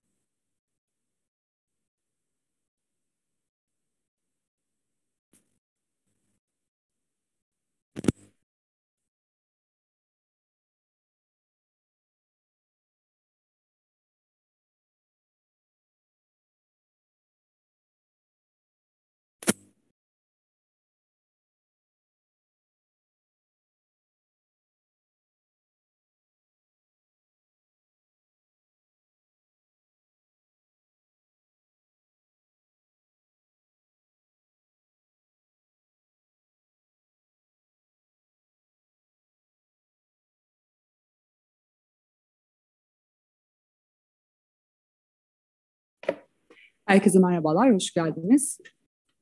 Good afternoon, ladies and gentlemen. This is Tirşa Erbaysal Filipelli. I'm a member of academia. I will be chairing this panel on freedom of expression and hate speech. We have Joanna Szymanska from Article 19 will be with us. And from Minority Rights Group, we have Katarzyna Morton as the second speaker, to be followed by Kerem Altıparmak as the third speaker from Ankara University. Not anymore. I'm being warned by the speaker himself. Okay, not anymore in Ankara University.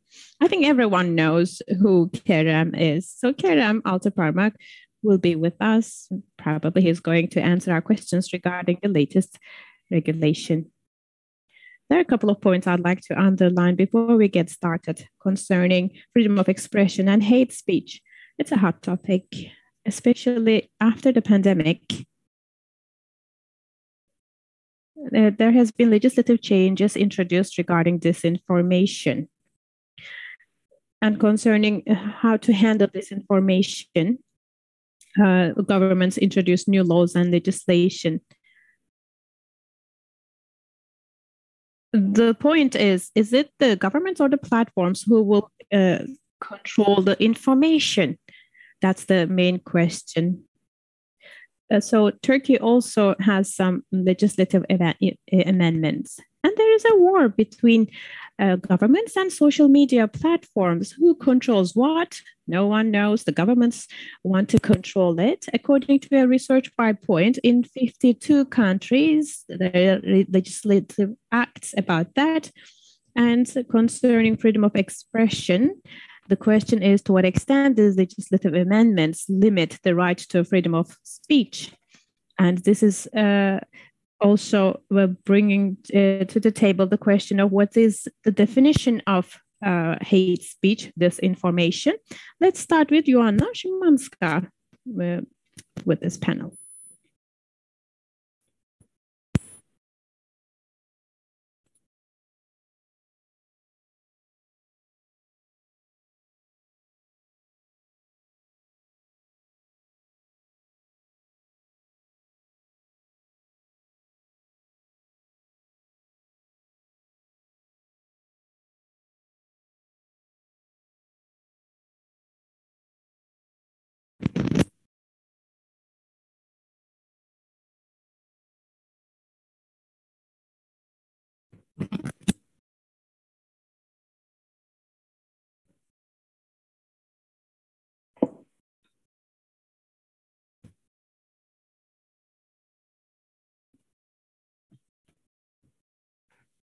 Thank you very much, and thank you for invitation. I'm glad to be here again after a few years of a break and a pandemic. It's good to be able to speak about these issues in person again.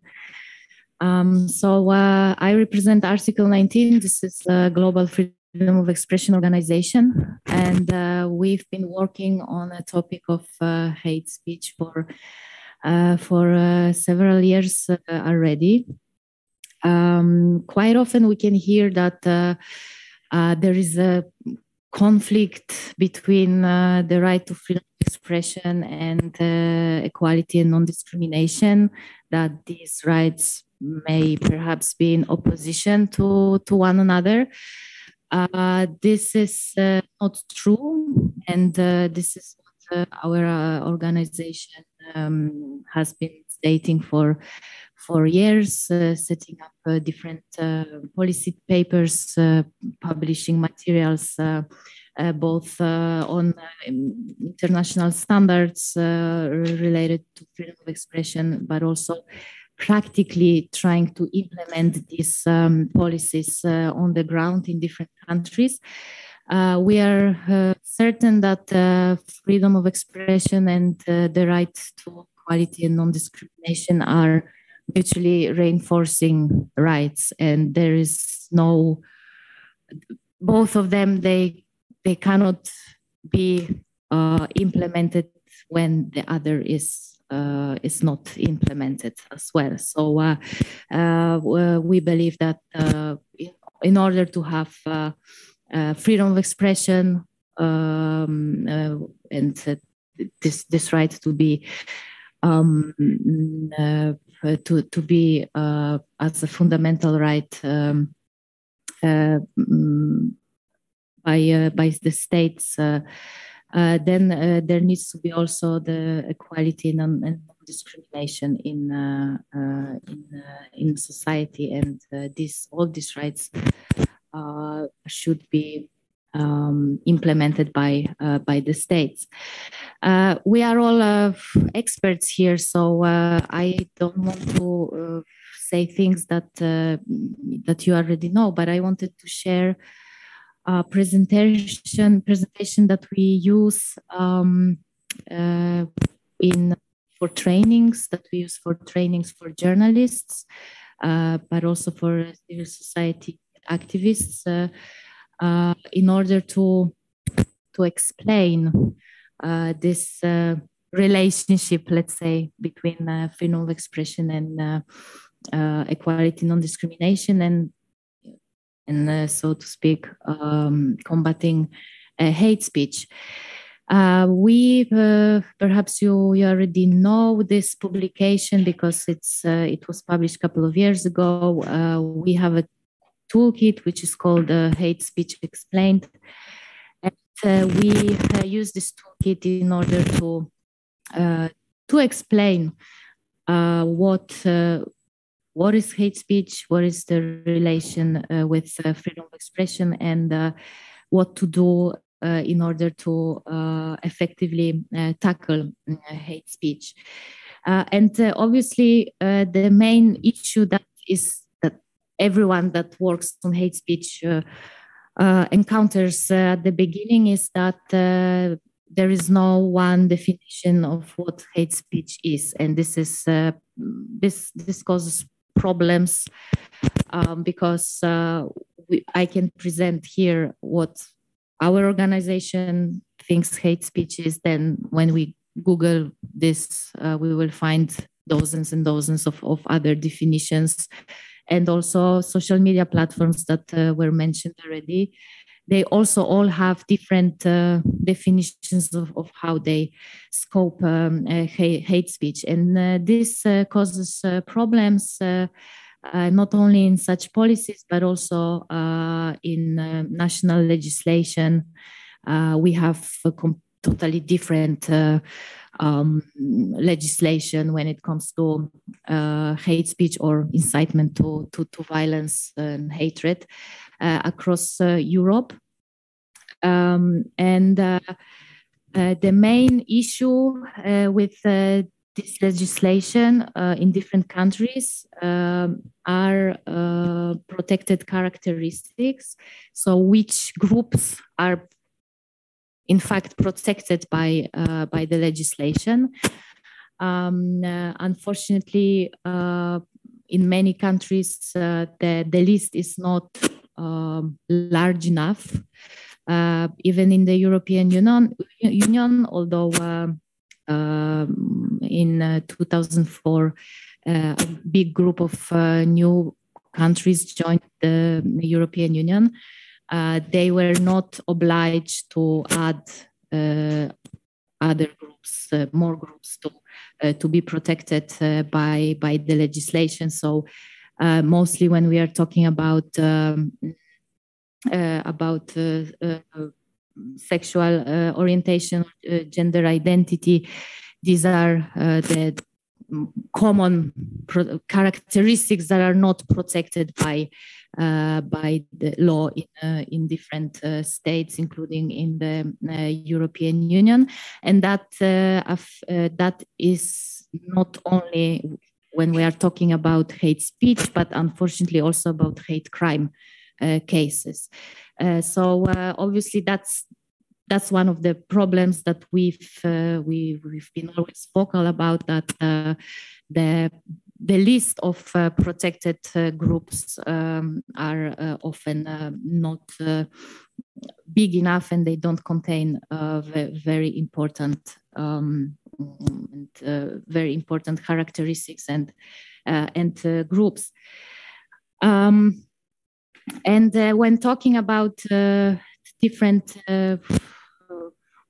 of typology of hate speech, this is the pyramid that obviously is known and it's used by human rights defenders. So we operate at the level of identifying three main groups of hate speech, if I can say so. So first group restricted, and this is based on applicable international legal instruments, mainly Genocide Convention, Rome Statute, and also International Covenant on Civil and Political Rights. So what these documents say that must be restricted is incitement to genocide and other violations of international law, and advocacy of discriminatory hatred, incitement to hostility, discrimination, or violence. And then middle there is the hate speech that may be restricted by legislation. And this is hate speech which may be restricted to protect the rights or reputations of others. So I will just explain in a while, like I will show what kind of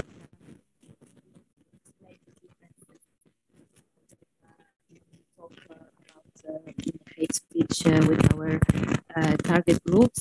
And here I wanted also to add that when we work with journalists and we work, like myself, I work in Eastern Europe, where often the environment for freedom of expression in these countries is already very limited. So when journalists hear about tackling hate speech, quite often their first reaction is like they are against it, because for them it's some another form of adding more censorship to their work.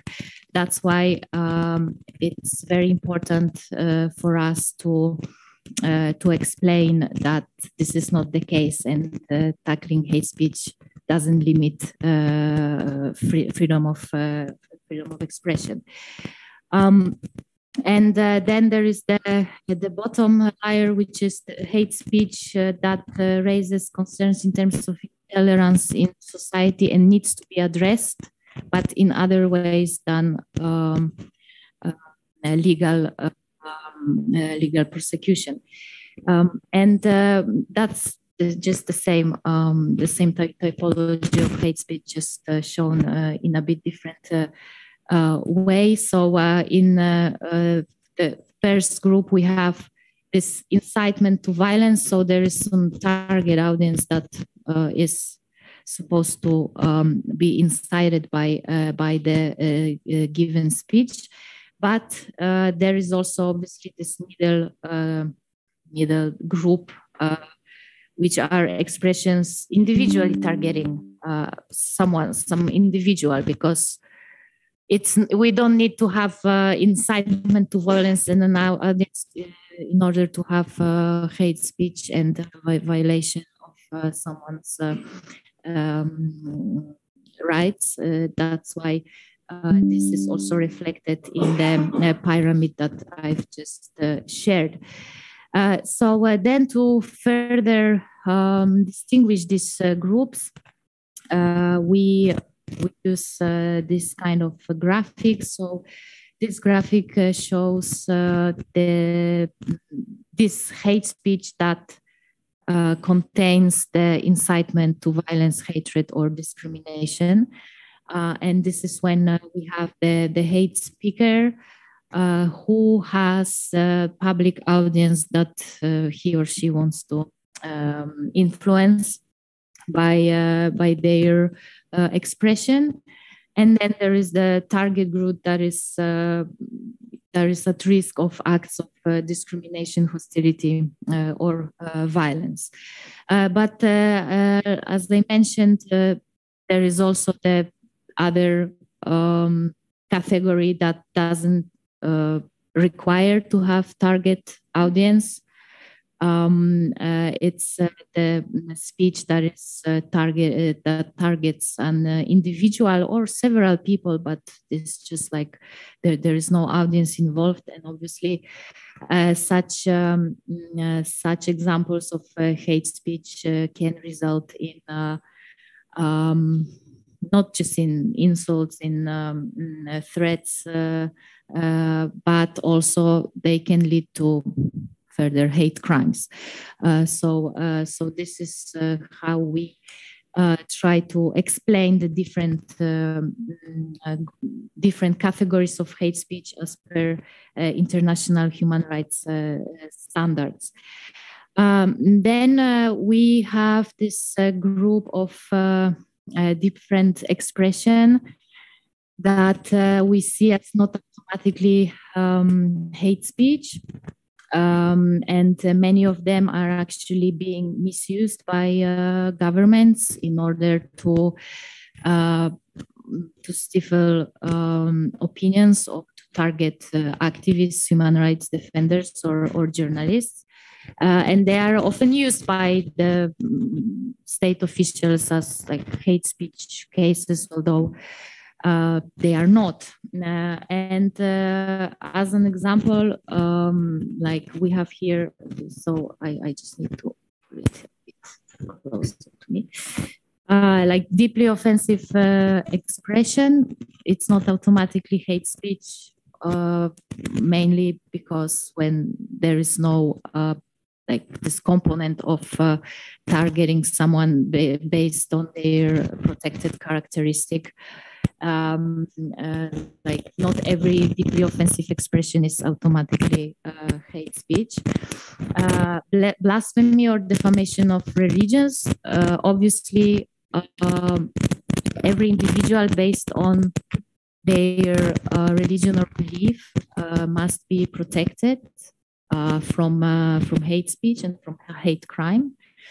But many states also target citizens who criticize religion itself or religious leaders, and this is not hate speech for the reason that like hate speech is about people and targets people and not institutions or or some ideas such as religion. So blasphemy laws often actually are used to target opposition, to target activists, journalists who criticize some government decisions or who criticize some involvement of political leaders in certain situations. So this needs to be distinguished. That it doesn't mean we allow, like, we say that like that hate speech is okay when it comes to religion. It means that international human rights standards protect individuals, people, groups of people, and not concepts, not ideas, and not institutions. So that's the difference that needs to be made. Then also one of those here, it's protection of the state and public officials. I think, I think of a couple of situations from different countries where public officials actually misuse the hate speech provision or argument when it's basically just criticism towards politicians, towards governments. Obviously, we state that both politicians of different political parties, but also the governments, they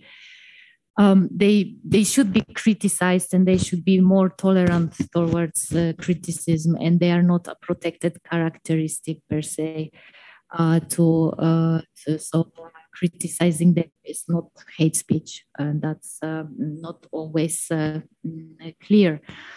And then when it comes to responses to hate speech, there are three areas of action that we believe that needs to go to be implemented at the same time in order to be effective. And as we know, and we've heard a lot of stories today, it's not easy to have first states that create an enabling environment for the exercise of the right of freedom of expression and protect the right to equality and non-discrimination, enacting a range of positive policy measures that I will mention in detail in a while. And there is also the third group, very important, what we've been talking about today. These are the initiatives by civil society that help to tackle the root causes of prejudice and intolerance. And when it comes to positive policy measures by states, I was very interested today when we heard our colleague from Bulgaria giving an example of actually politicians and even the president speaking out against discrimination. This is that's the first on the list here, recognizing and speaking out against intolerance. That's what politicians should do, but we perfectly know that in many cases, that's the government or politicians that spread hate speech, and they do it deliberately. So then that's why when we hear about some success stories, good examples, it's very reassuring, because unfortunately, still it's the governments or political parties that deliberately share hate speech, disinformation, and they want this discrimination to be spread in the society. Then there is public education and information campaigns, very important in what states can do. Equality training, so it's trainings for judges, for prosecutors, for police. Obviously, all these measures, in order to implement them, there needs to be a lot to be done given country. In reality, it's often difficult to have the state, the government cooperate with human rights defenders on these aspects. And what's very important is that there should be public policy for pluralism and equality in the media, because like I said, freedom of expression is crucial for equality and non-discrimination. When we have then we have different voices that are heard in the media. There are representatives of marginalized groups that are being heard, that are invited. This is possible only when there is media pluralism. When there is no pluralism, then these marginalized groups are further marginalized because they are not heard, and their voices are not they are not published. So these are the main measures that states can do. And at the end, I just wanted to share how we explain the 6-part test from the Rabat Plan of Action, which is the UN-backed document from 2011 that is about ensuring equality with while maintaining freedom of expression. And this 6-part test shows the 6 points that should be taken into account when we try to identify hate speech. So this is both, it can be used by the courts, but it can be also used in monitoring of hate speech. So these are what is taken into account is the context of the expression, existence of conflict in society, existence and history of institutionalized discrimination, legal framework, media landscape, political landscape. Then the speaker, so the position of the speaker. Obviously, someone with big audience has more influence on people than someone who just shares such ideas among a group of friends. Intent, content of the expression needs to be also taken into account.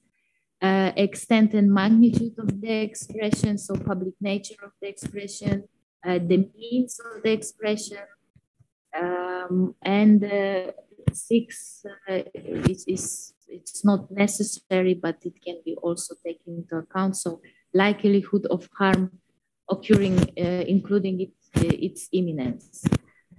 So just also taking account how much the expression affected the society or the audience. Unfortunately, I would like to see some research how the Rabat Plan of Action is used in practice, but I haven't seen yet, and perhaps it's something that we should also focus on. And yes, that's all. I just wanted to share useful resources, and thank you. Okay, thank you. Thank you for your presentation. We'll continue with Katarina Morton. Presentation will be about accountability and freedom of opinion. So we may continue.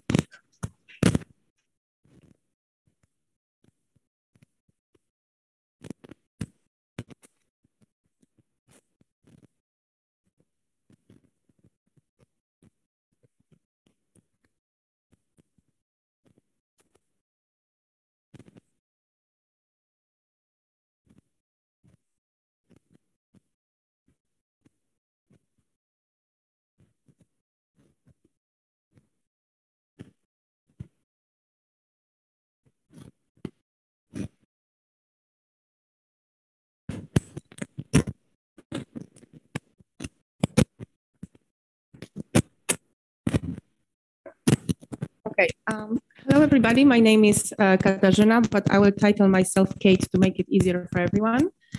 So I made a long presentation, but I also want to hear what my colleague said to be sure that I'm not over repetitive. So if I skip some slides, please don't feel offended. It's just because I assume you already heard that.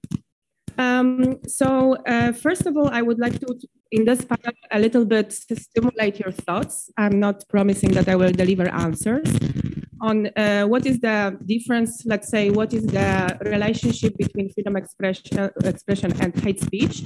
And because, as my colleague said, the beautiful ideal world, there is no conflict, but since we do not live in the beautiful ideal world, I rephrase that. And I want to talk about the relationship between accountability and freedom of thoughts. So first, maybe a little bit what was already mentioned. My background is information tracker, as I call it. So I try to work in my life in a very different positions to see how the information actually is traveling in different places, because I feel the reality we are observing and the communication we are observing, it's not the one context, okay, this is how we do the strategy here, this is how we do this here. It's a fluid word. And I think to know overall how the information and how hate speech and communication functions in different places and how fluid between them is more important than working on a special angle. So I put myself in all these different parts in my, let's say, career for the 15 last years. So first of all, the mainstream media. And while saying about my experience, it's not about speaking about myself, but more or less giving you an idea. So we have a map of how the information and hate speech is disseminating and how it travels. So mainstream media, as it was already said before, this is also where I work about with journalists and training journalists, is one of the sources when the communication and the information is being broadcasted and goes to the online world.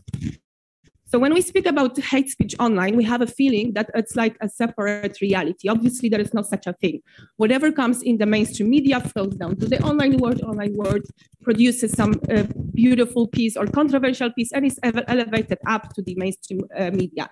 So we always have to look at this as a one thing, not separate pieces. In mainstream media, as was already said, it's important that the media are produced in a balanced way. So for example, if you go to Sarajevo and you want to speak or you make a reportage about the women, you need to make sure that you speak to the women experts and male experts when you ask for opinions.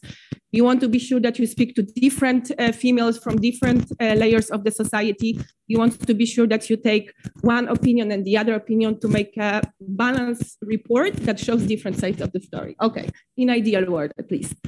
Online world is something that is also producing media. So I put these little dots there. So somewhere there you will have Facebook pages, you will have internet portals, you will have also news outlets. So everything that produces content as well. And obviously there is an interrelation. So creating media is also when the communication happens. So there, how it's created, a little bit like in mainstream media. For example, you are campaigners, you want to make a video that is defending, let's say, rights of minorities, and you will be creating media that you will insert into the online world and make it circulate there. Obviously, after that, the most important piece and often forgotten is the dissemination of information. So we like to put information in it, but we forgot sometimes that how this information spread is even more important. So on this angle, which for me, it was the most interesting to work on, is how to put the information. So for instance, if you have Syrian refugees coming and you are in Poland, and in Poland, there was a lot of backlash against that, and also in media and also in the online media, you produce a video, which is an interview with a Syrian refugee of 5 minutes, so not the news, when people can get to know him, and you translate it in Polish because you want Polish people to get closer and direct with the refugee, to not imagine a number and to not imagine a threat. You want to put it in the online world, so you publish it somewhere. Maybe it's your Facebook, or maybe if you're a journalist, you can publish it on any other outlet that is bigger.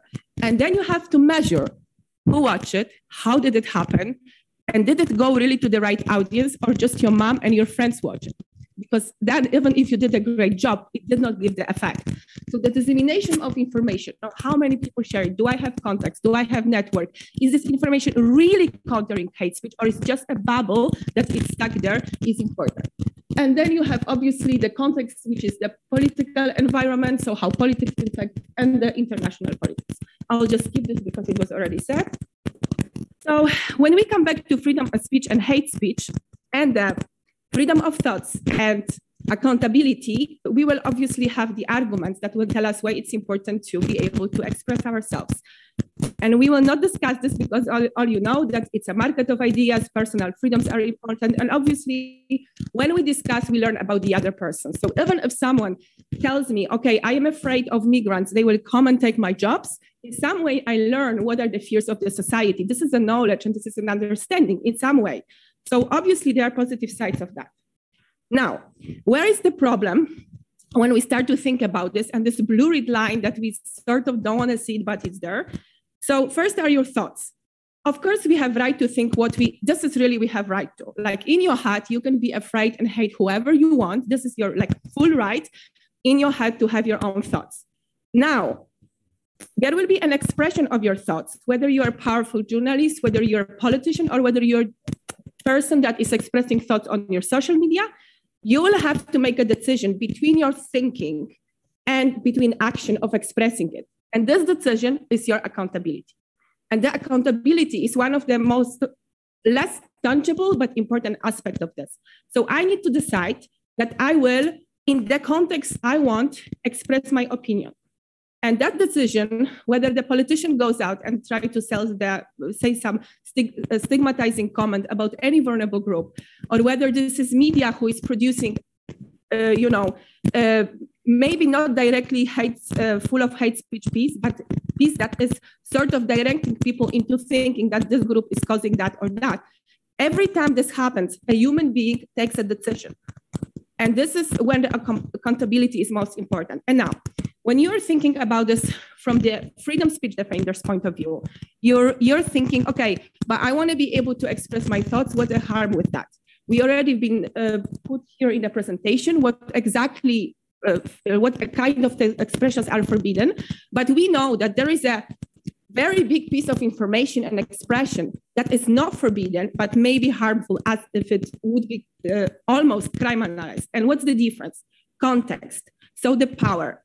So of course, if I am a female and I am writing the article about the fact that I think white men always hold the power and they should all be taken down. But if I am writing this in a society that is full of powerful white male, obviously this is maybe not nice, but it's not harmful, or at least it's not very harmful because it takes a lot to take them down. So if you are a man and you are, for instance, when you're in Pakistan and you are writing or you're producing video in which you will say something that, I don't know, the religious minorities are really, dragging our economy down, in a place that is obviously Pakistan, when the minorities are anyway under prosecution and anyways marginalized, well, even if it's your opinion and per se, maybe, you have some rights, well, but in that context, when the power dynamic is completely different, it does become harmful. So as you see, the trick is always into judgment and accountability, whether you are able to understand the context are you speaking. So sometimes, for example, I have not the best relationship with the Catholic Church in Poland and with the institution. So I'm far from judging religion. I'm just judging institutions as for myself. And I feel very free to, say whatever I want. And I also had the possibility to write some articles about this because I'm sure that, I will bringing things to the debate. And I know that nothing's really is going to happen in a sense that this hate speech, it's not going to turn into hate speech. But at the same time, I rarely criticize myself in Polish media communities as, for instance, Muslim communities, because even though I, in principle, disagree with the same institution, I feel very scared that if I would do this, actually anyway marginalized, refugees that are, or people who are just studying, will have the consequences of my criticism. And of course, sometimes people, when I am, let's say, debating in public, they will say, okay, well, you're speaking this about the Catholic Church, but when we come to Muslims, you're like, no, defend them, don't say it. Yes, but the power dynamic behind that is completely different. And this is my accountability to make a decision that in this context I say it, and this context I don't say it. And it's not because I'm fake, or it's not because I'm hiding my opinions, but because I understand the context of the situation. So now both of those things, context and accountability, is something that is very blurry. So you cannot put it in law. You cannot really educate people of how to be compassionate, ethical, and how to feel morals.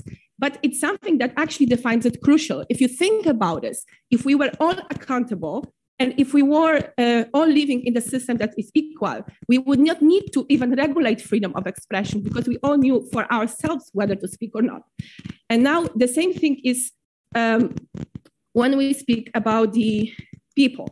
So from the other point of view, if you think about the thoughts, when you're dealing with a hate speech, and when you're judging yourself, is my accountability in order? You'll need to see all the situation behind it. So they are my thoughts, and of course I process them differently. And I'm speaking with a person that may have different opinions because has different knowledge, different beliefs, different awareness, experience, and with brought in a different context. And we both will make a decision whether to say things or whether to not say things. And in that sense, for example, one time it happened to me that I was being part of the campaign that was speaking about the pro-democratic rights, also in Poland. And people said that National Party in Poland came into force because people who voted for them were uneducated and a little savage. Well, maybe by the statistics, they were having less degree in education, but saying this, even though it was a statistic, even not a savage part, in fact, you were actually, somehow depriving people's dignity in the context, how you said that in that particular term. So when we were all the time, so it's in different words, thinking about this, the thought of us and a decision to make it into expression and how to impact the words and in the context that it is. All right, so another thing is to think of that obviously hate is something that we all feel differently. And this is the most brilliant line, because we can have a law that says this or that, but as long as people feel differently about what is hateful to them, well, your law does not really apply to how the reality functions, because people are emotional beings and they function according to their beliefs. So even if you say, okay, this is not a hate speech when I am speaking things about religion, but if people live by their religion and it's dear to them, this feels hateful to be directly speaking of someone's religion. So when we tackle this problem and we think about this, I think with all the great structure for all the strategies, we cannot forget that people are diverse and they have different emotions and beliefs. And when we address the communication, we don't only throw our own idea about this, but we take it from their point of view and from their type of feelings in order to make it work. And this is the difference between the boundaries and the limits. So limits is something when they're law limiting us to not do or do things. And boundaries is something that we feel emotionally we shouldn't or should do.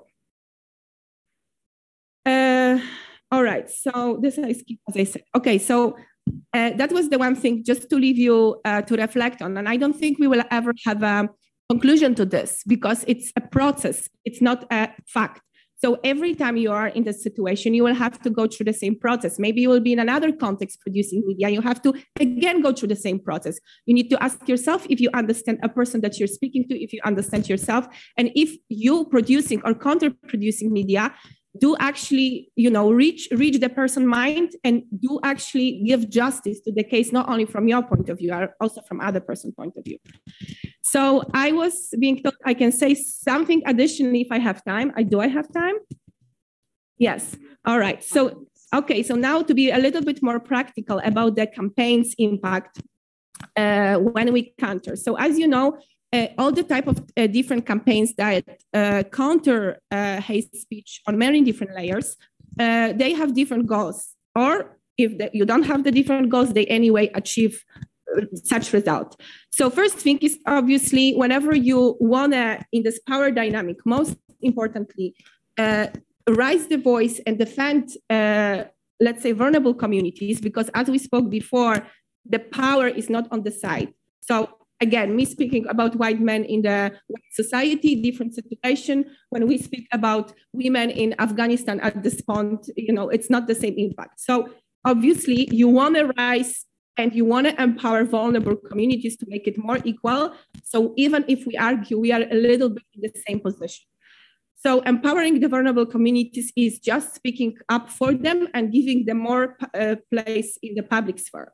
Empowering public sphere with arguments is extremely important, because sometimes people who want to defend other people in a public, in online space, don't miss that job, let me say like that, because they themselves don't know arguments well enough. And I don't know if you had the opportunity, I'm sure, read some comments when people were like, no, let's say women, like this guy shouldn't speak because, men always are speaking. Well, they do always speak, but maybe this time he's being an expert invited to speak. So maybe we shall let him speak. So just saying the arguments requires the context. And sometimes, because people don't have the right argumentation, they use their own words to argumentation, and obviously that can counterbalance them and backlash them. So when we speak about the different, and we produce different campaigns, when you do your videos, when you do your text, when you do your, whatever it's the radio, you know that you also deliver the argumentation to people who may speak about this in the future, maybe in the home, when they eat dinner, or maybe in the public sphere. So it's very important that it happens. Obviously, raising awareness about the issue. And the fourth most important question is, when you do it, who do you want to convince and why? So when you bring your campaign, or when you bring your, your rights or your cause, who are you actually speaking to? Because if you want to speak to people who are not convinced, are you sure that when you publish your article or when you publish your campaign, the way you reach them? And are you sure they ever read it? Are you sure they ever process it? So to know and understand that is very important. So fun fact, I've been in some campaigns I was doing, or people I was working with, one time people tell me, well, we should do this campaign, about democracy, and maybe we can make this song, with this folklore in it, like with the vibe of the folklore. And that is a very well-positioned people who are doing serious stuff telling me, okay. And maybe when we produce the song with this folklore, all these people from village will understand the democracy. Okay, so your jaw is down on the floor and you're like, I don't think they are that stupid, you should not be thinking that. That's just, you cannot trick people like that. And this is something when you say, maybe you first go educate yourself and then we're going to educate other people. How about that?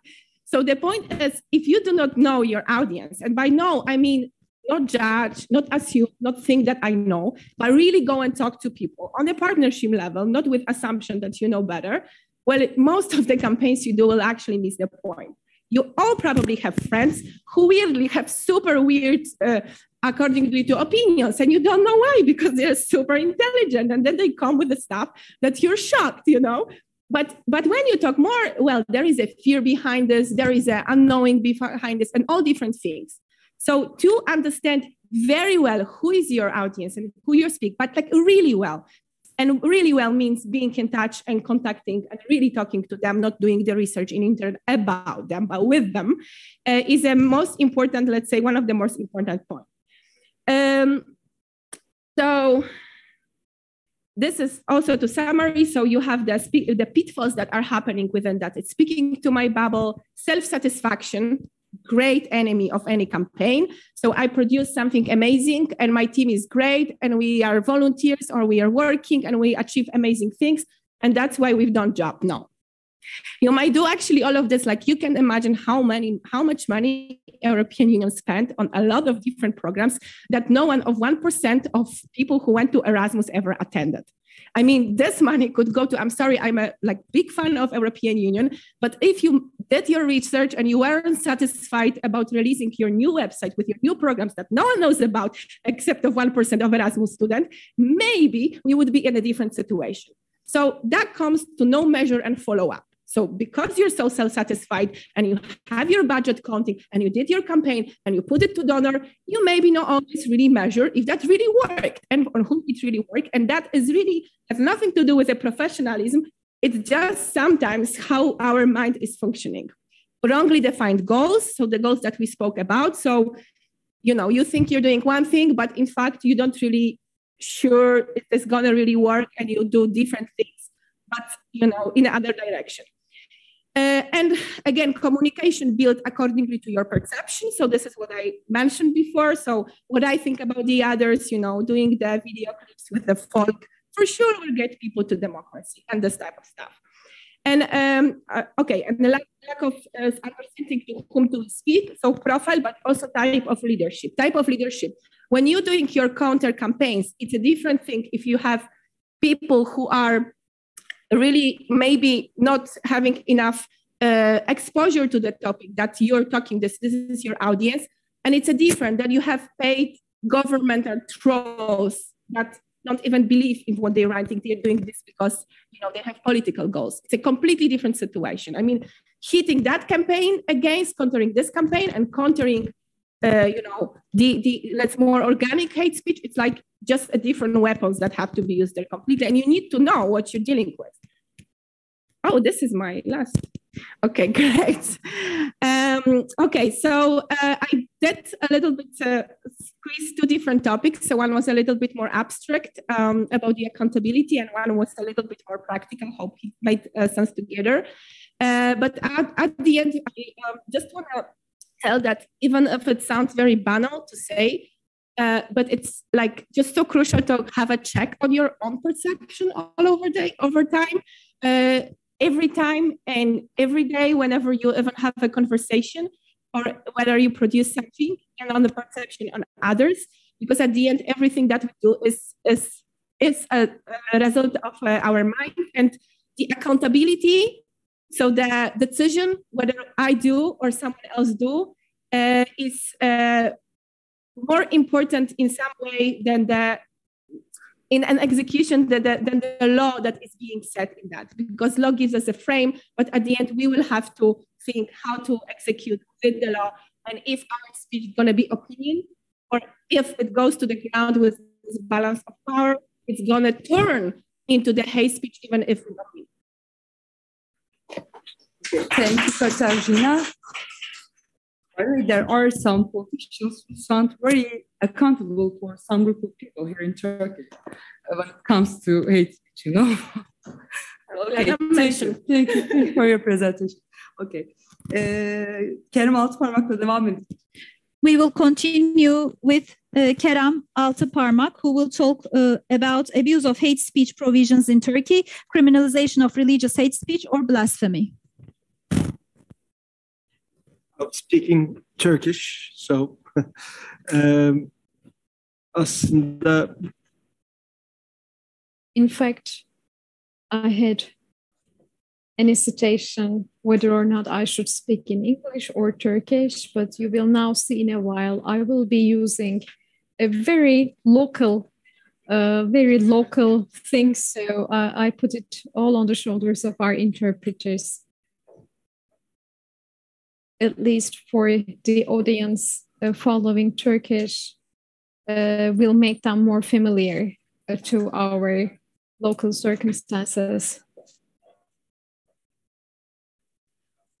We did not have a previous discussion about which panelist will speak what, but now that we have this theoretical background, it matches very well with my talk, because I will be talking about how in an authoritarian regime, hate speech provisions do not really counter hate speech, but how they become an instrument for creating or reproducing hate speech itself. And I will be basing my talk also about the Turkish Criminal Code, Article 216. So this is the incitement to hatred and enmity based on religion. But let me first offer you a brief introduction.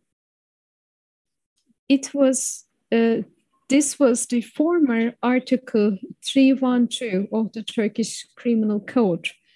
And the statements at that time, making statements, were being penalized, considering that their statements amounted to hate speech. And together with the case law of the European Court of Human Rights, the provision for having a clear and imminent danger was included in the provision.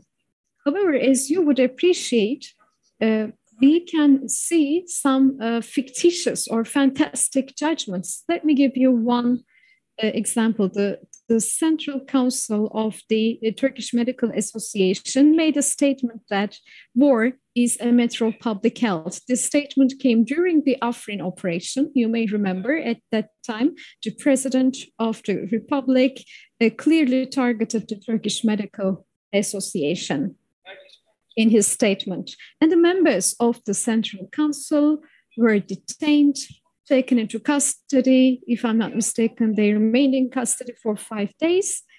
And later on, they were convicted of Article 216 of the Criminal Code. So one may think, how come war may be a matter of public health? Let me elaborate on this first. So the military was about to enter Syria, and there are Kurds in Syria.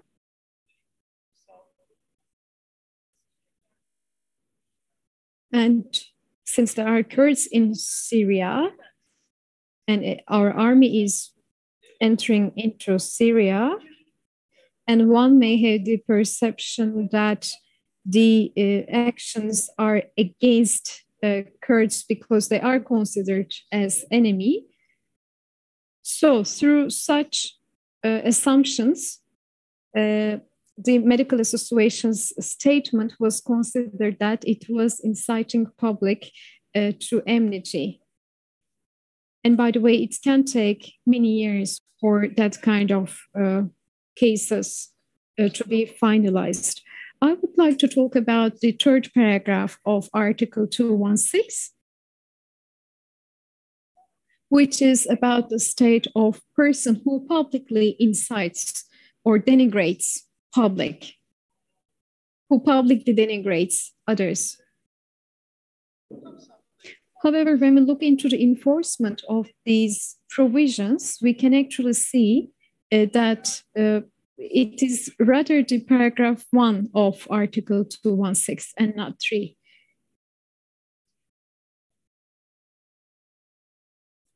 So the third paragraph foresees a prison sentence from 6 months to 3 years. That's being the case. It's not easy to convict them and offer them a prison sentence.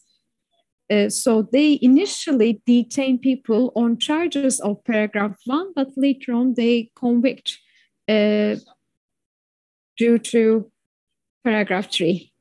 So there is a paradox here. And this government is claimed to have banned hate speech. However, the government itself has been producing or spreading hate speech, as it turned out. Let me give you an example. The students of Boğaziçi University, they used LGBTQI plus symbols on the holy Medina, on the holy shrine, and how they can ever use this, how they can ever use LGBTQI plus symbols on such a sacred religious site. Likewise, the Presidency of Religious Affairs made a statement about universities and civil societies, and with involvement of the Union of Bar Associations, they also had to intervene in this case. So it is quite clear for us the appetite of the Turkish judiciary. Yet another example is the case of Sevan Nishanyan. Why is that important? Because it shows us this tension between free speech and hate speech. And you may remember Sevan Nishanyan was convicted. There was a film published on YouTube depicting the Prophet Muhammad. And as it created public indignation, Sevan Nishanyan penned an article on his personal blog. So there is a certain context. I mean, his article comes with a certain context. He didn't write it out of the blue. In France, Islamophobia does not only target religion, but also the people who are practicing religion. However, this is the case in France, and it is not necessarily the case in Turkey. And then he makes this following statement, saying that centuries ago, people who claim to have contact with Allah, making fun of this person or ridiculing this person does not amount to a criminal offense, he wrote.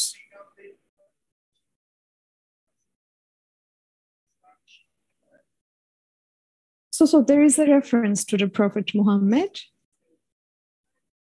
and the judicial authorities consider this as a blasphemy and as insulting the Prophet and the public denigration of the religious values of people. But is there any certain protection for any specific religion? No, we are talking about the protection of the religious values for the entire society. However, even though the provision makes no mention of any specific religion, it becomes a rule protecting Islam only.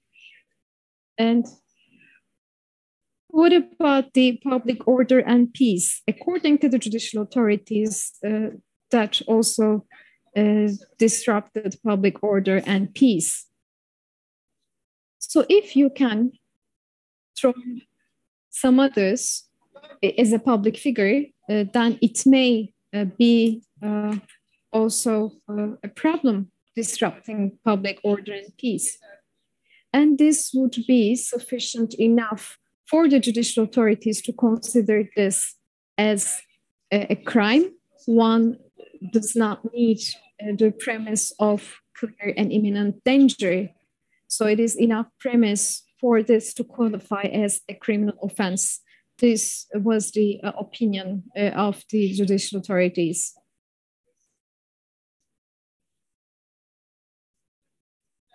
You may make a statement which may bother certain segments of the society, and your disturbing statement may be enough grounds for the authorities to investigate and prosecute you.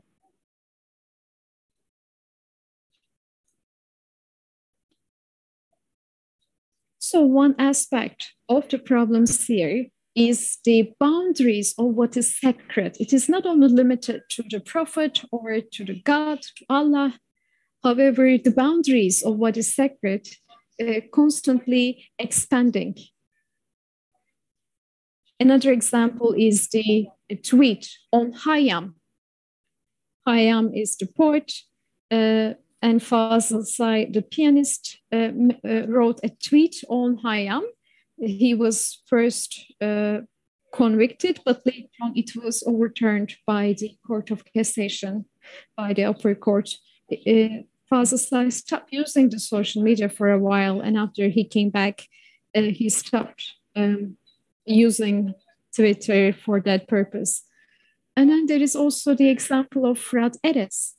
He was indeed put in detention.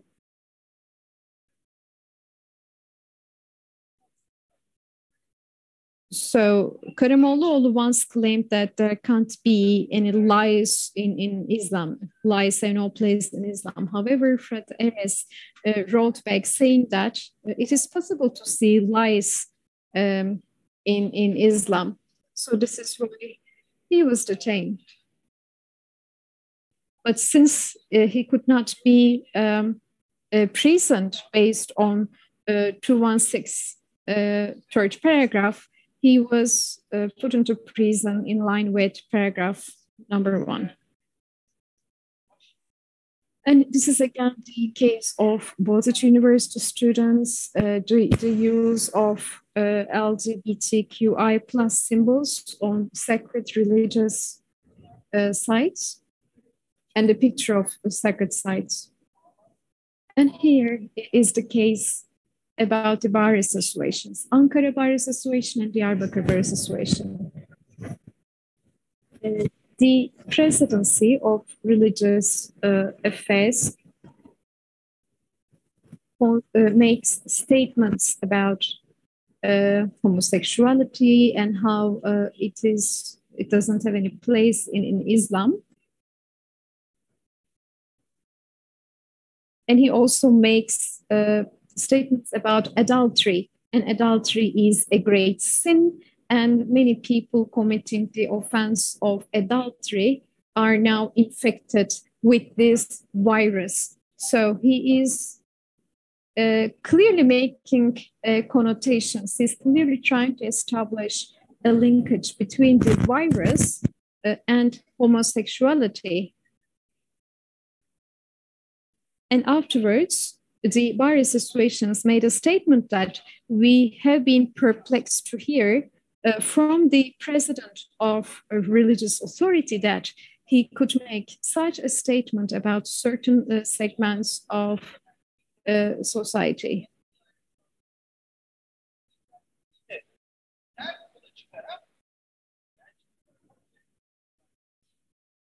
So eventually, they were prosecuted on publicly insulting a civil servant.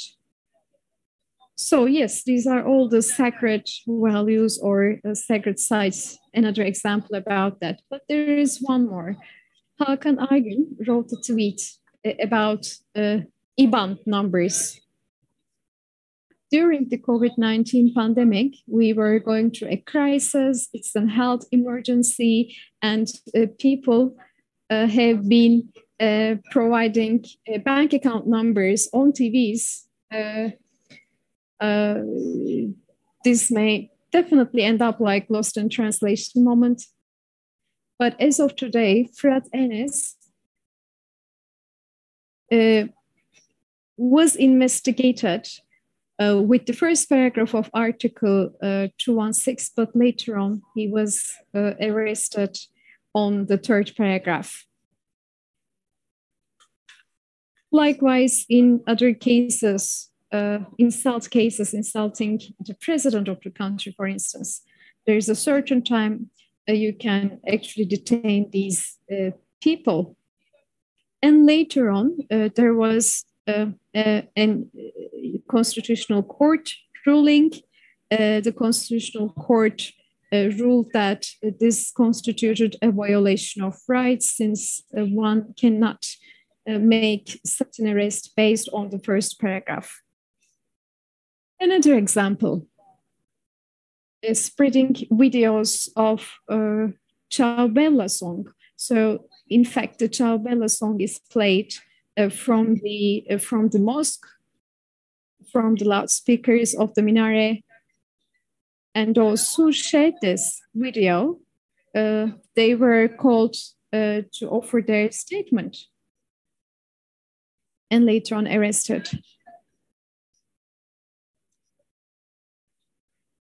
And it almost becomes like a pattern that once you see that someone captured the moment of Ciao Bella song being played from the loudspeakers of a mosque, and then the next sentence would immediately be that they are detained.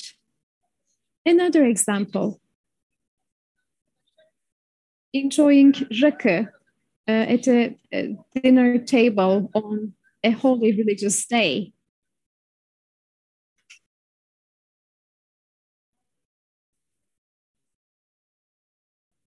And then when people saw that photo, there was a public indignation as to how come people on such a holiday can ever drink rakı.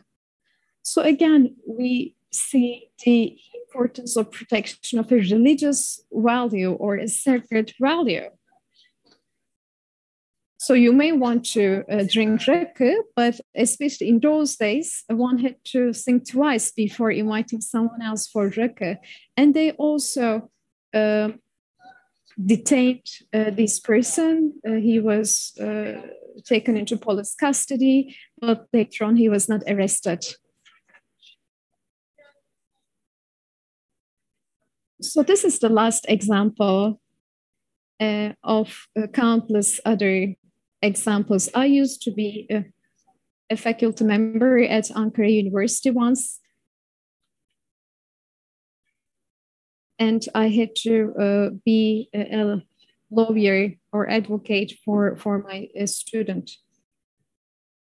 So this is a case about an imam. Imams would talk to students every time we have some religious feasts. But I'm again talking about this sacred space because its boundaries keep expanding. There is also a certain difference between an imam taking up the podium and speaking to university students, and also a person in religious attire doing the same.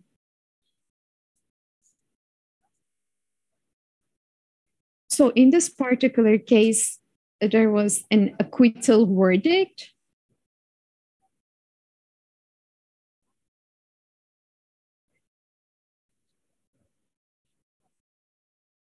However, students who have never ever been to this particular faculty of political sciences, they were immediately engaged in discussion. How come this person making a speech is role-playing an imam? And how can you imitate an imam in a university? And it is not acceptable to see an imam being portrayed in negative light. This is what we understand at the end of the day. So how certain things end up in hatred by sheer provocation. I don't know if you have seen this before. There is this Zara, the brand, and then there is this Zara, the singer. And Zara also married a conservative columnist. So I thought she was a conservative one. But in fact, this image, on the other hand, is an image from the Zara brand. But because they used a photo where a bread is being smashed by a shoe, they thought that this was done by Zara, the singer. Once they saw the name Zara, they started writing very angry messages against the artist.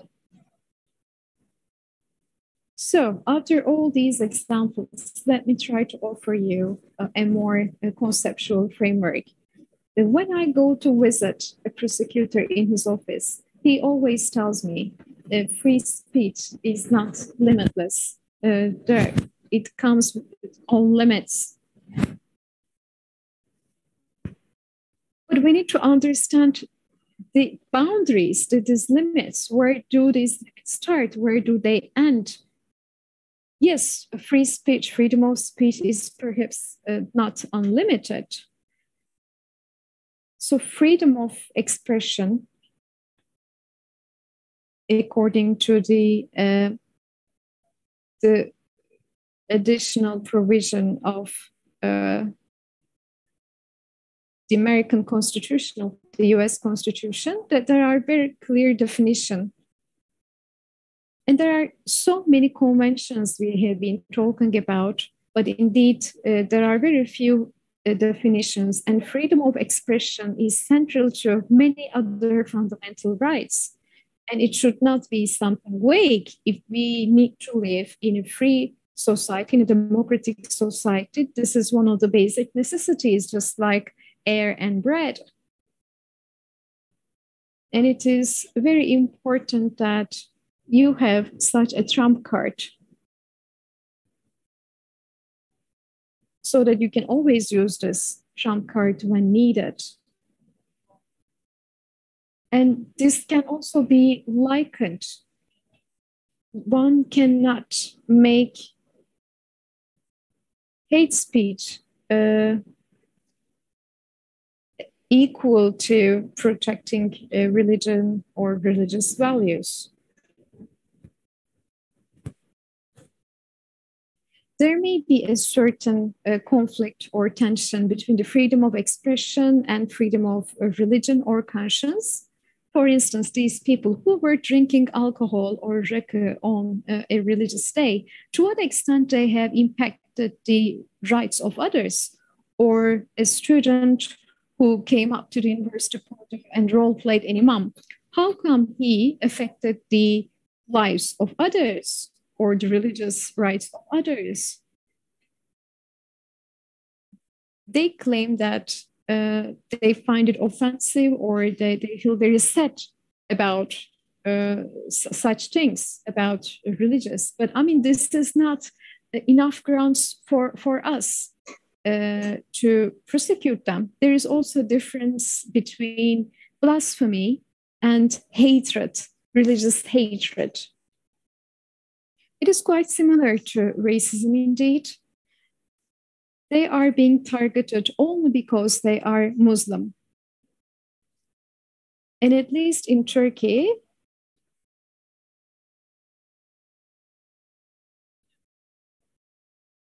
if we cannot really apply Article 216 in this country, that is the Sunni Muslims.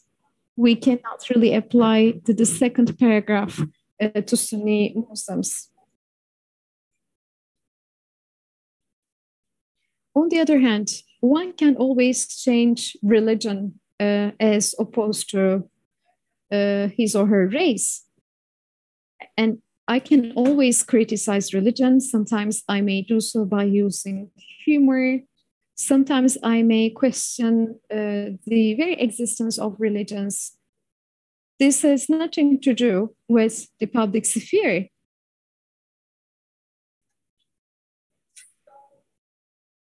If you build your power around religion, then of course we will see divisions as Sunnis and Alevis, and then it will become a political matter, a political debate. One cannot do this in race because one cannot change his or her race or skin color. Yet religion might be changed, as it seems, depending on the political debate. And the belief of the majority turns into an instrument for assimilation. We have mandatory religious classes in this country. And it's one of the apparatus of doing so. And Article 216 is also enforced in this light. I mean, you cannot even make a criticism, then you will be considered as questioning public morals. And then there is also the perspective of the victim and the issue of harm. Who is the victim? The victim is those who cannot enjoy their rights. But on the other hand, harm is done to either to Allah, to the state, and not really the people. It is not really realistic that 99% of a country is made up of Muslims. There may also be non-believers living in this society. So if we are to talk about hate speech, then we should talk about individuals who cannot exercise their right of religion or conscience. They can be the victims. On the other hand, yes, in other parts of the world, or even in Turkey, communities, society as such, or even the state may be a victim too, but this is not what we are talking about right now. And what about the harm? Where do we see the harm? As I said, hate speech can be used as a very strong trump card. And those who advocate using hate speech as a trump card sees a difference between a hate speech or an action. It is not possible to inflict pain or damage only through words. And that's why we talk about speech acts. There are times where only a speech can have its consequences and can be considered as a speech act. And it all relies on the public dignity and equality.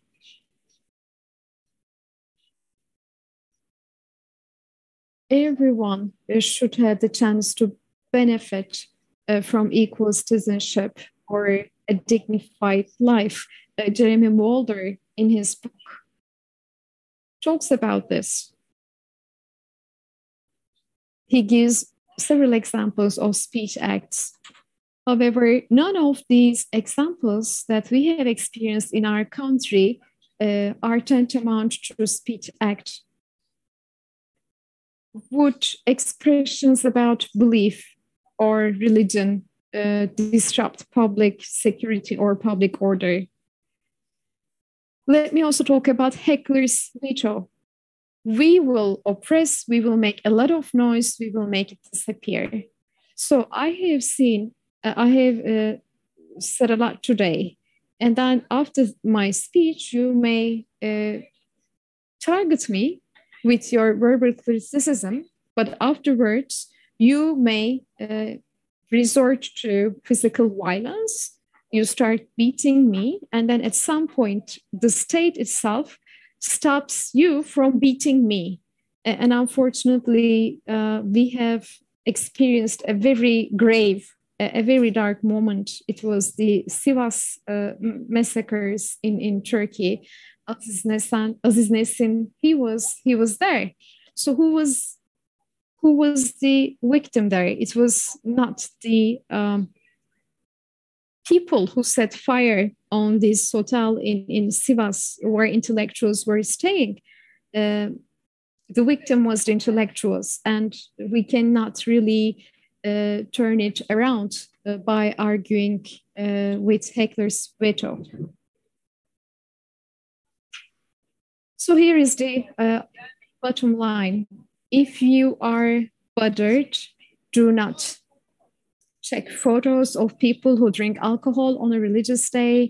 Do not watch their statements.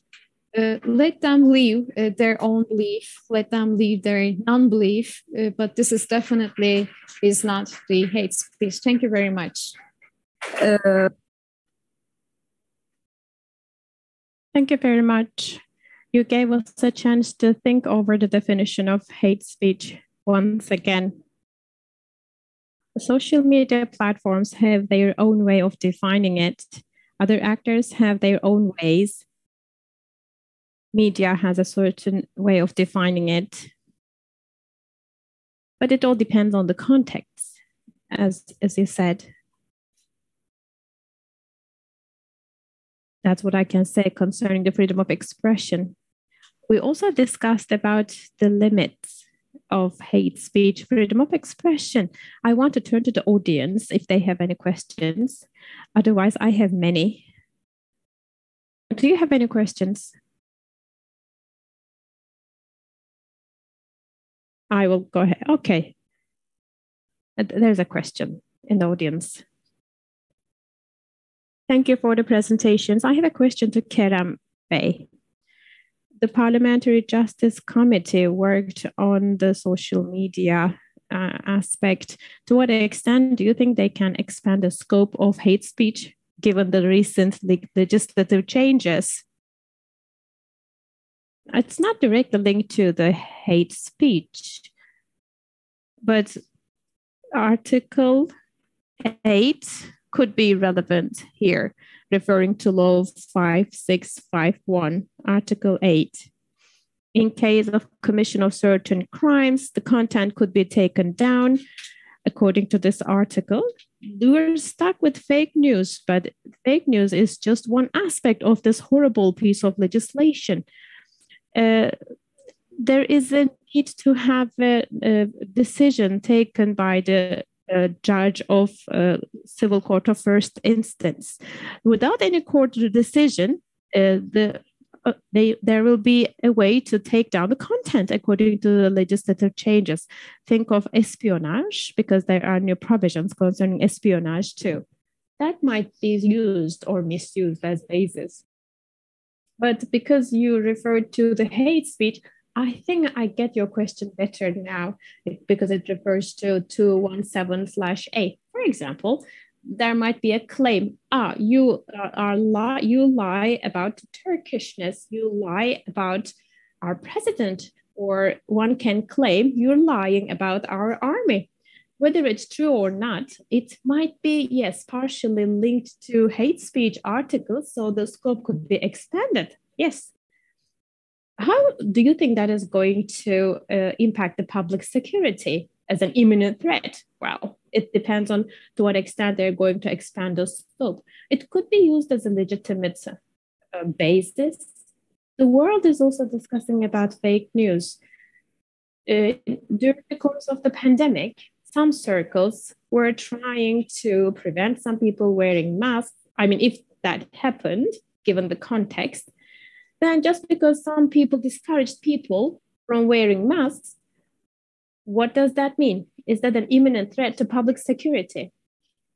You may want to stop that person making such expressions, but in our case, the basic concern in the legislation is whether you go beyond your intent, whether you create an influence beyond your intent or not. If you take down that content, you will just exceed the line. I think this refers to the expression saying, burning the entire library for the sake of destroying one single book. In Turkey, when you want to pass a legislative act, there is no proper consultation taking place among the stakeholders. Unfortunately, that's how legislation is made in Turkey. But actually, when one needs to make law, one needs to have a proper consultation, negotiation. There should be a solid basis. So freedom of expression is an important trump card there. And it should be used for very exceptional circumstances. It's not that in every round of the game you can pull up the trump card. No, you should resort to the trump card, which is freedom of expression, in very exceptional circumstances. But unfortunately, it's being abused. As you see in my presentation, other provisions are interpreted in such a broad way, especially that provision will certainly be interpreted in even a broader way. There is a legislative change concerning this information, and it refers to disruption of public security and peace. And it implies an authoritarian regime, and it significantly hinders freedom of expression. This is taking our country to a worse situation in the rankings.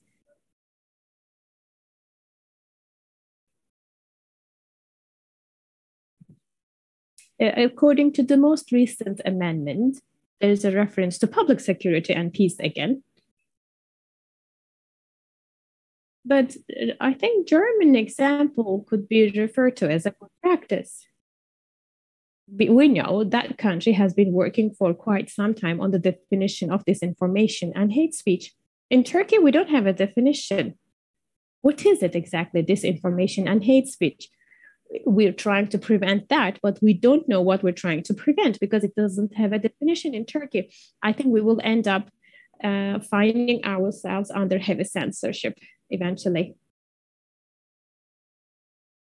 There are changes made in Article 56, 51. It, of course, influences freedom of speech. We follow the developments closely. The numbers are growing every year. I wonder what will happen next year. What is your take on that concerning next year? Probably the recent changes will result in self-censorship. There's a risk, says the speaker, not just in this aspect, in many aspects. While preparing this speech, I checked other country examples concerning blasphemy. For example, in the UK, this was repealed in 2008. But before 2008, in the UK, the most successful prosecution took place in 79. So very long time ago.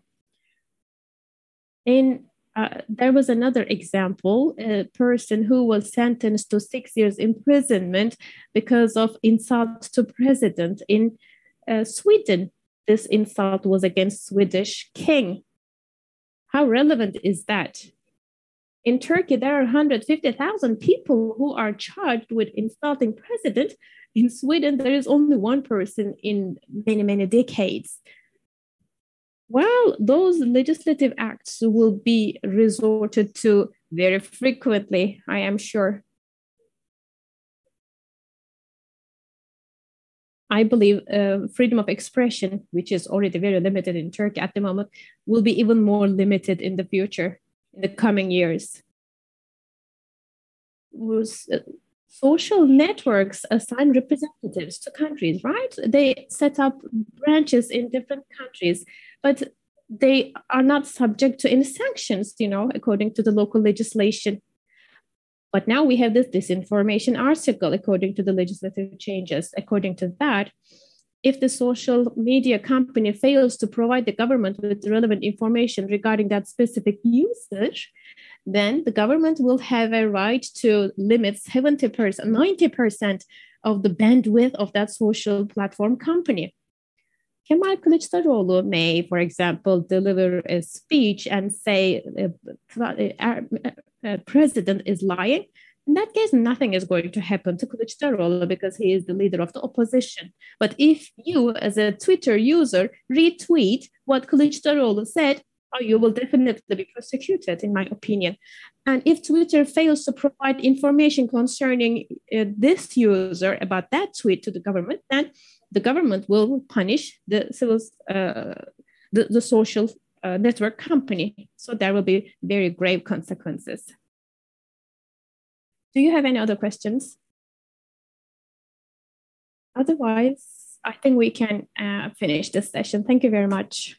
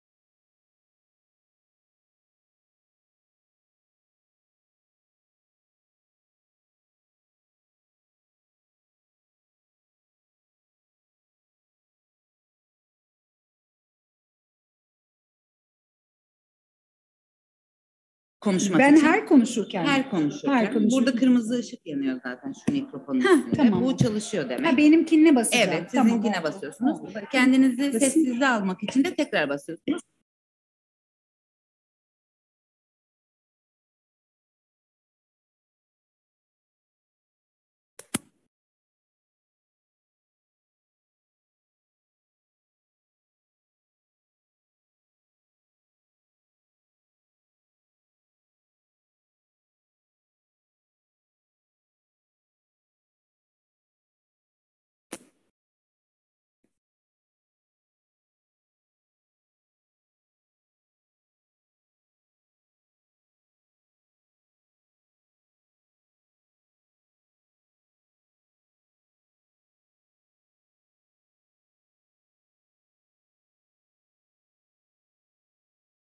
You will see the red light. It means okay. When you don't speak, you.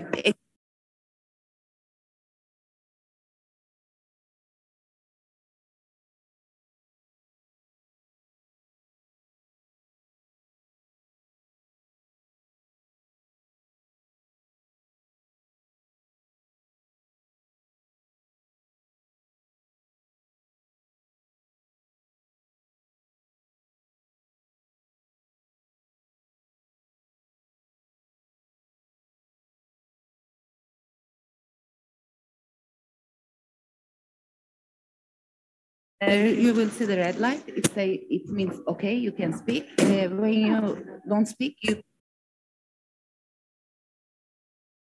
Okay, click it again. Okay. And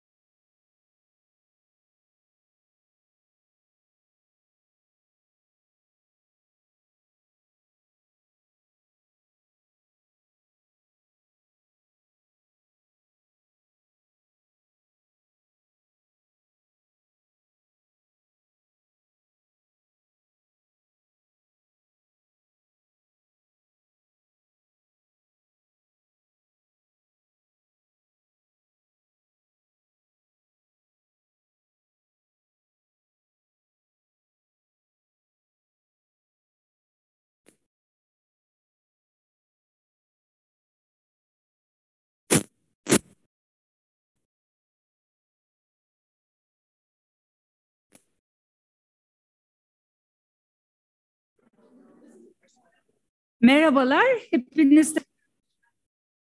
Welcome back. I know it's been a long day, and I know you want to be outdoors. The terrace is wonderful, and it's great to chat, drinking coffee, but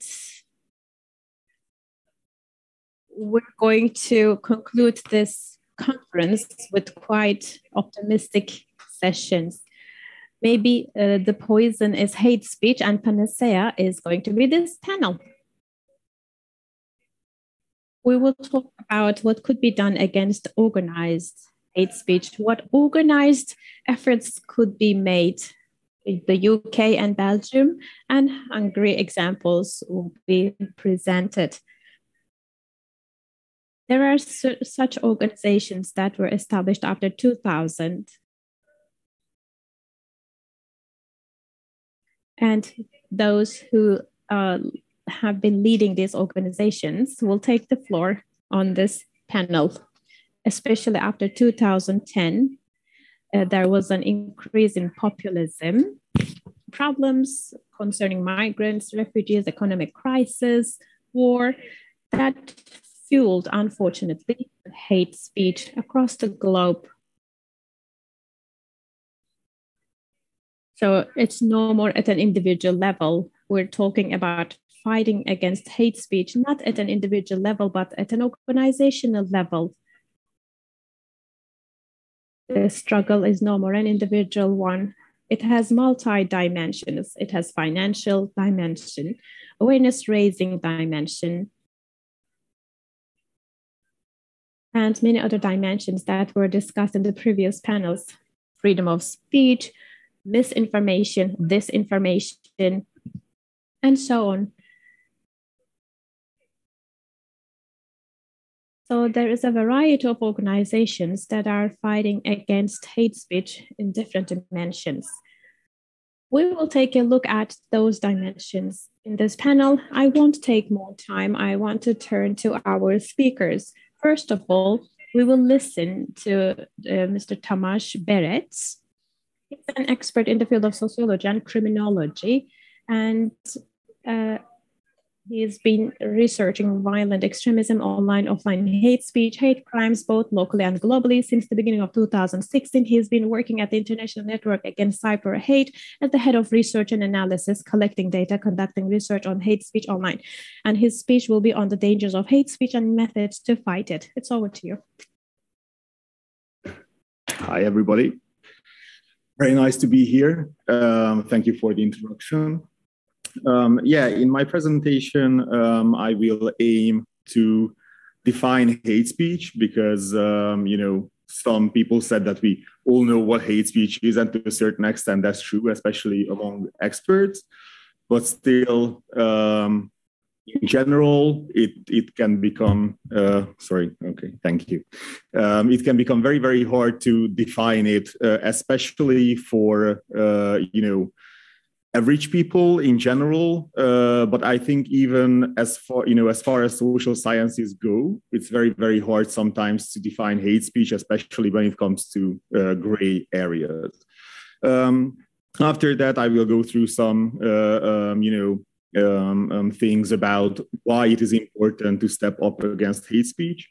We might know this, but in our work, a lot of times we are met with ridicule or this complete misunderstanding of hate speech and why it is dangerous. And people have this attitude usually, that sticks and stones may break my bones, but words can never hurt me type of situation, which is a complete misunderstanding of the issue on a social level, on a macro level. And at the end, I will go through some very rudimentary counter speech methods that can be used to counter hate speech. But I will speak some more. Hopefully, I will have time to do that about some other methods that can be used. Hopefully, I'm working for ENAH, as it was said in the introduction. And we are a network of NGOs. I work for the Secretariat, and we have 32 members now in 28 countries, mostly in the EU.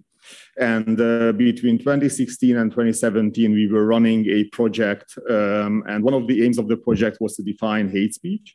And this is when this definition was developed that says that hate speech is intentional or unintentional public discriminatory and or defamatory statements, intentional incitement to hatred and or violence and or segregation based on a person's or group's real or perceived race, ethnicity, language, nationality, skin color, religious beliefs or lack thereof, gender, gender identity, sex, sexual orientation, political beliefs, social status, birth, age, mental health, disability, and disease.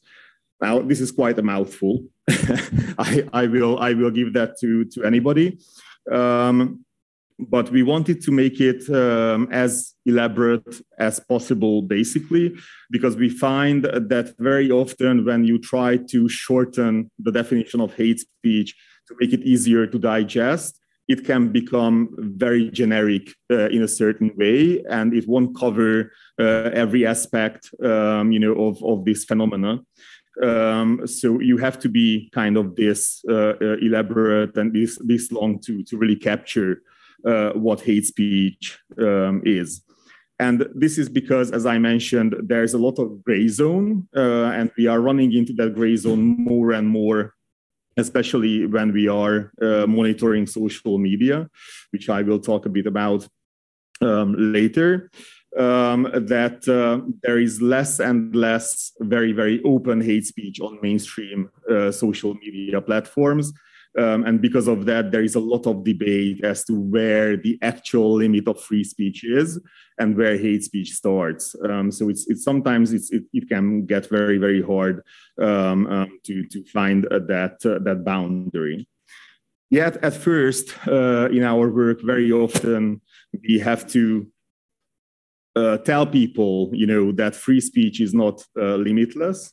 I know that this was mentioned in a previous presentation in a very different context, but it is true that it's not limitless. There are boundaries to free speech, and very often people don't even know that there is a lot of international, pieces of legislation, both on a global level, both on European levels.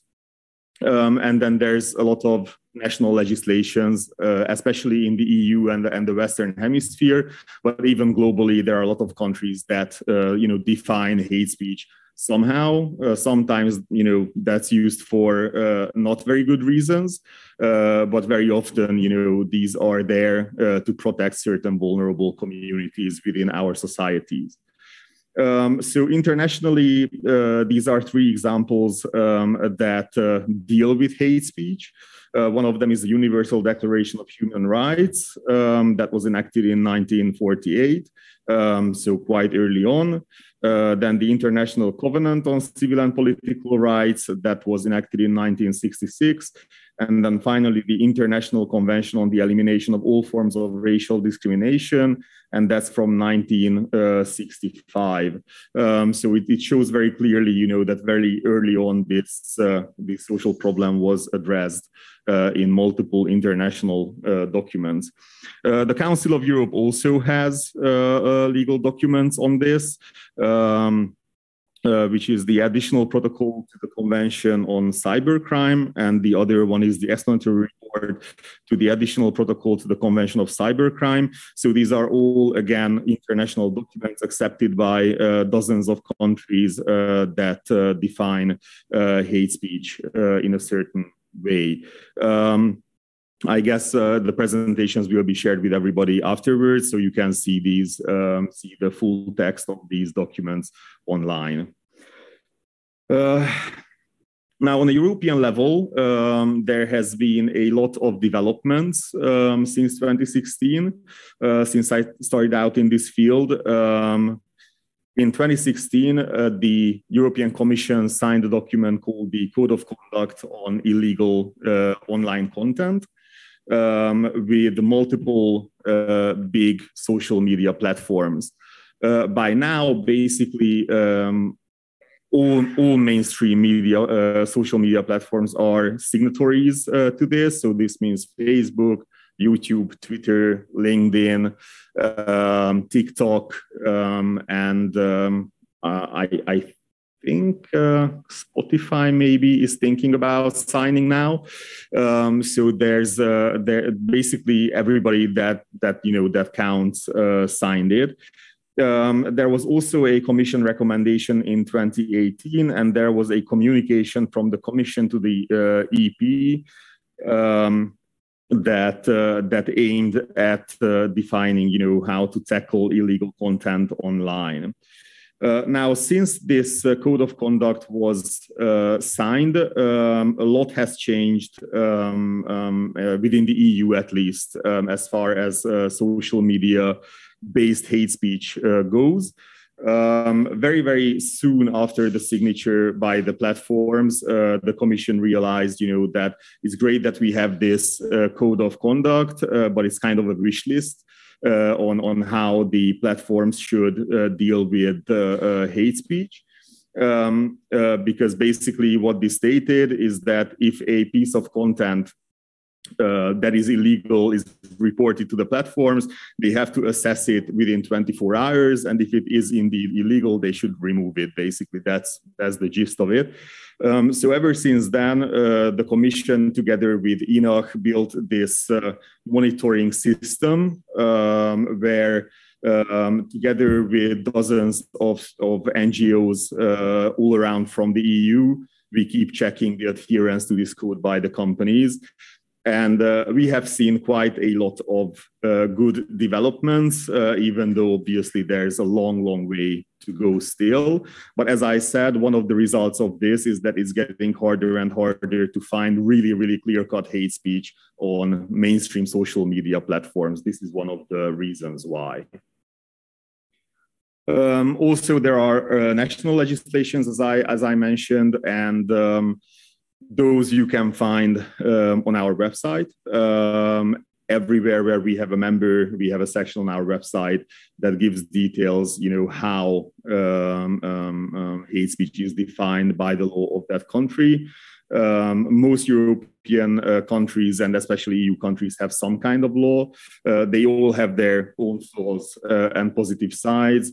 Many of them leave out certain protected characteristics. Many of them make it way too contextual for hate speech to be ever really properly prosecuted. But it's still interesting, to see how this issue is dealt with legally. Okay, so why do we think that hate speech is very, very important to be addressed, and why we feel that it poses a huge danger both to societies and both to democracy in general by now?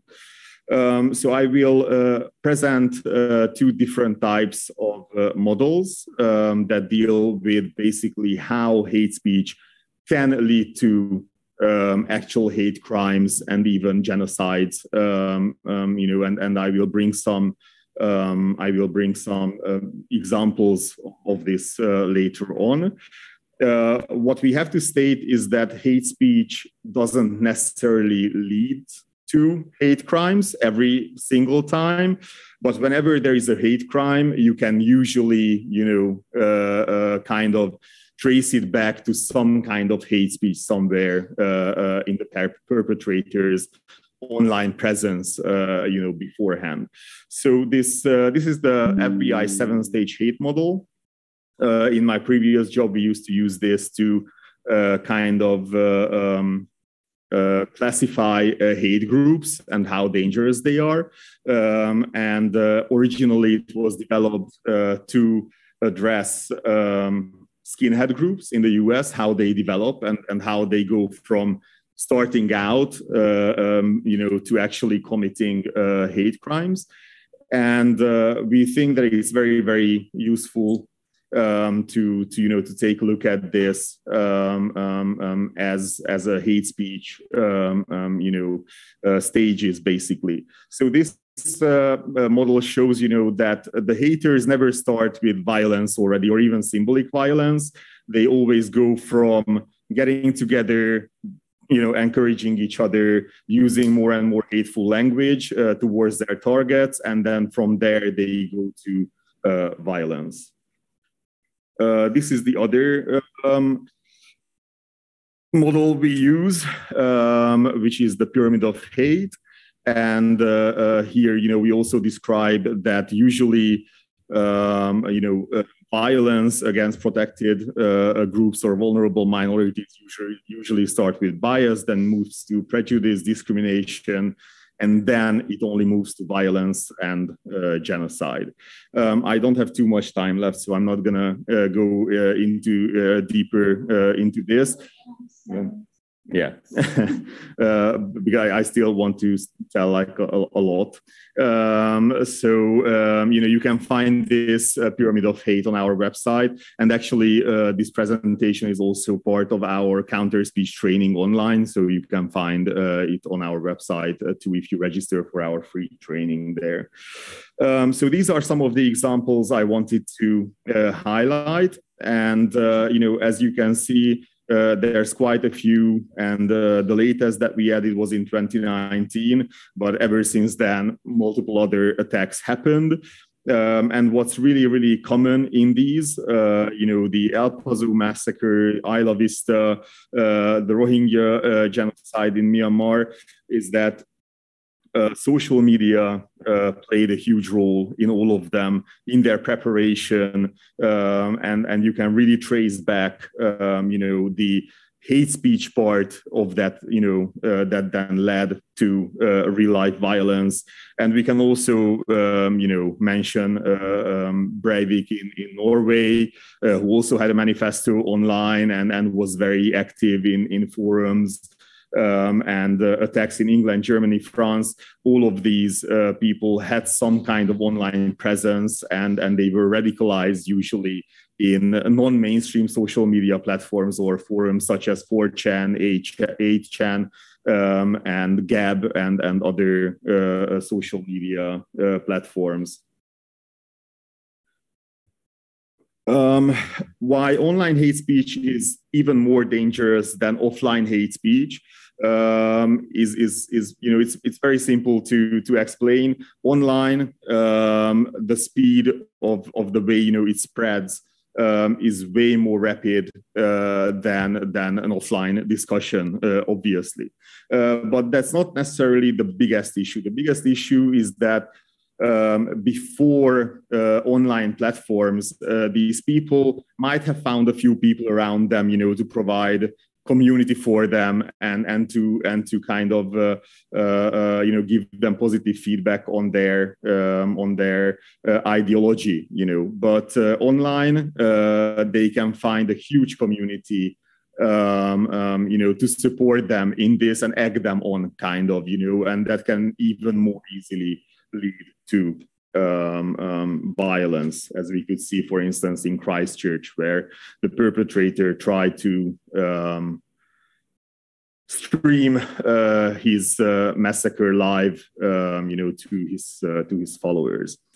Okay, so how to fight online hate speech? I mean, gosh, this is obviously a huge topic, and since I only have a few minutes left, sadly, I won't have time to go through all these counter speech methods, but I will still list them. I mean, this can range from giving a friendly warning to people that what they are posting and what they are doing is actually illegal and they can get into trouble. This can work quite well with non-dogmatic, not very, very radicalized people. Just your, average person who might have posted something that's quite hateful for some reason, without sometimes even realizing that it can be, interpreted as such. Then there is showing and evoking empathy, humanizing the attacked group. There's humor and satire, counter and alternative narratives that have been mentioned before. There's fact-checking and debunking that also have been mentioned before. And then there's monitoring and reporting that we are partially doing. But we also have to mention here that this is just really one really teeny tiny approach, that anybody can really engage with. Anybody can go online and try to have normal discussions with people about why they are posting what they are posting. And they can try these methods. These methods can be very, very successful in many times, but they also have their pitfalls. And since I'm running out of time, I will ask you to maybe, if you are interested in these, then register for our training, and you can go through it on your own time very quickly, and you can see way more about this with multiple examples and very, very great videos and everything, on these issues. So I guess what I want to end my presentation on is to kind of emphasize that hate speech, especially in the past couple of years, have become way more than just hateful speech. There's misinformation, disinformation, conspiracy theories, and all of this, goes into kind of the same place where a lot of these things online are rooted in very old school anti-Semitic tropes, or some other type of, historically very well embedded and culturally very well embedded issues. So obviously just counter speech or just one method cannot do much against it. So at ENAC, we really believe that we need to use a holistic approach against hate speech, where we monitor, we report, we have to do counter speech, but we have to do trainings, we have to train activists, and we really have to kind of have this approach to fire on all cylinders, so to speak. And education is also, must be a very, very big part of that. So sadly, now I need to jump through these. But as I said, you can find all this online. I was a bit ambitious, I think, in the scope. But some of you actually have heard a longer version of this in Budapest a few months ago. So hopefully, you found out a bit more about the methods there. Thank you. Thank you so much. Ben fark ettim ki biraz evvel well, I just realized that I immediately started, but I didn't want to take much of your time. I still have that brain fog from the COVID that I had last month. I forgot to introduce myself. So before I proceed with the next speaker, the microphone is off. We cannot hear. Her microphone is off. Üniversitesi'nde toplumsal cinsiyet çalışmaları. So I'm working on gender and cultural studies. I'm a medical anthropologist by background.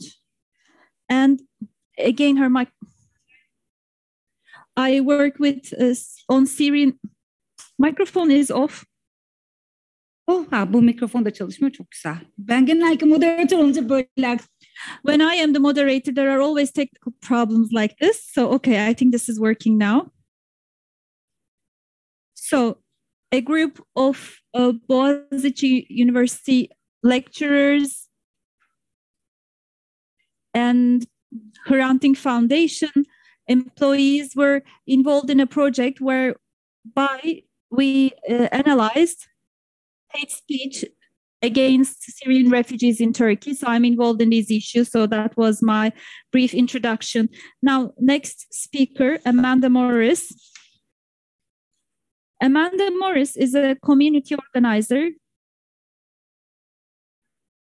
She is a community organizer for Stop Funding Hate in UK. It's a non-profit organization aiming at making hate unprofitable by persuading advertisers to withdraw their support from publications that spread hate and discrimination.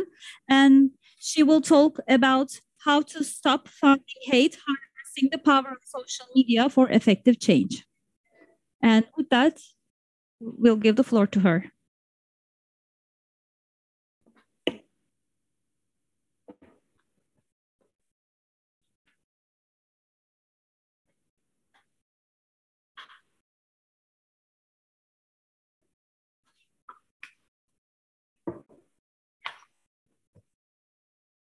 Okay, good afternoon, everyone. I hope you can all hear me. Yes. First of all, I'd like to say thank you very much to the organizers for inviting Stop Funding Hate to this conference. It's actually the first time I've done an international conference like this, so it's quite exciting to be here for me. So yes, I'm the community organizer at Stop Funding Hate. And I'm going to talk to you today. Basically, I'm going to talk through a presentation that I deliver to people who are interested in volunteering with our organization. There's quite a well-known solicitor on Twitter by the name of, oh gosh, I can't remember, Jolion, I can't remember his surname, but he refers to us as the small and mighty Stop Funding Hate because our staff numbers are 2, myself and the CEO. But we have a corpus of volunteers who are so dedicated and do such amazing work that it makes us look like we're this huge organization. So I'm going to start off by introducing our organization. As I said, we're very small. And our aim is essentially to make hate unprofitable. I'm going to preface this by saying that on a personal level, I do not believe that it is possible to eradicate hate. It's part of our human nature to hate what we don't know and to hate who is different from us. A sad fact. It's a very, very sad fact, but it's human nature. But what we can do is stop its proliferation and stop vulnerable people falling into the trap of hate. Stop Funding Hate focuses our efforts specifically on publications and media outlets that are using hate to drive sales. They are literally profiting off hateful rhetoric. We understand that advertisers are part of this business model of hate. And so we challenge advertisers to end this source of funding using the power of social media and working with other like-minded organizations in order to tackle hate online. Now, we are a community-driven human rights campaign. We're based on a philosophy of open, inclusive, and participatory campaigning. We are open to all. We don't close our doors to anybody. And our mission is to advance human rights. I'm going to keep saying this phrase, you're going to hear it from me so many times, by making hate unprofitable. Our core values are truth, campaigning effectiveness, and human rights, aligned with the principles and policies of the international human rights movement. We oppose all forms of discrimination without exception. And we strive to ensure that all of our activities are consistent with the principles outlined in the Universal Declaration of Human Rights. So that's a bit about us. Now, I'm going to be yet another person tell you all what hate speech is. But hate speech, it can come in many forms, as we all know. It's an umbrella term that covers a range of hateful behavior, from stirring up racism to actively promoting genocide and everything in between. And these types of hateful rhetoric are widely seen as problematic. So the following types are widely seen as problematic. The first one is demonization, presenting the target group in overwhelmingly negative terms, characterizing them as inherently malicious, dishonest, or threatening. Many of the people who have sat up here before me have talked about toxic misinformation, false stories linking the target group to violent, criminal, or morally corrupt behavior. And of course, disinformation as well, misinformation and disinformation. I need to add that in. Then we come to incitement. No, sorry. Where am I to? Oh, we're going up and down on the slide. Okay. Then we come to dehumanization, portraying the target group as subhuman, likening them to vermin, parasites, or diseases, as Katie Hopkins famously tweeted about cockroaches. Incitement to violence, which is when we actually see calls for the target group to be attacked or to be killed, either directly or in coded terms. We have incitement to discrimination, calling for members of the target group to be denied equal treatment simply because of their identity. And then we have accusation in a mirror, which is where the claims are made that the target group is conspiring to attack the wider population and poses an existential threat. So I'm sure we can all think of many, many examples that we have seen in the mainstream media that would fall under these categories, under these 6 categories of hate speech. So let's look at some examples. All of these are actual headlines that appeared in British newspapers in recent years. We have, for example, the swarm on our streets. The Prime Minister claiming that UK Muslims are helping jihadis. That's one of my favorites. Migrants, how many more can we take? Bearing in mind, this is in Britain, which is something like 80% empty land. How many more migrants can we take? Calls to end transgender experiment on children, claiming that the medical profession are pushing children and pushing parents to allow children to transition. We have the great migrant swindle, transgender jail sex fiend, wherein, women's very innate fears of being raped are played upon, talking about a transgender individual being put into a women's prison. And there are hundreds more examples, unfortunately. But these are some of the most egregious that have happened in recent years.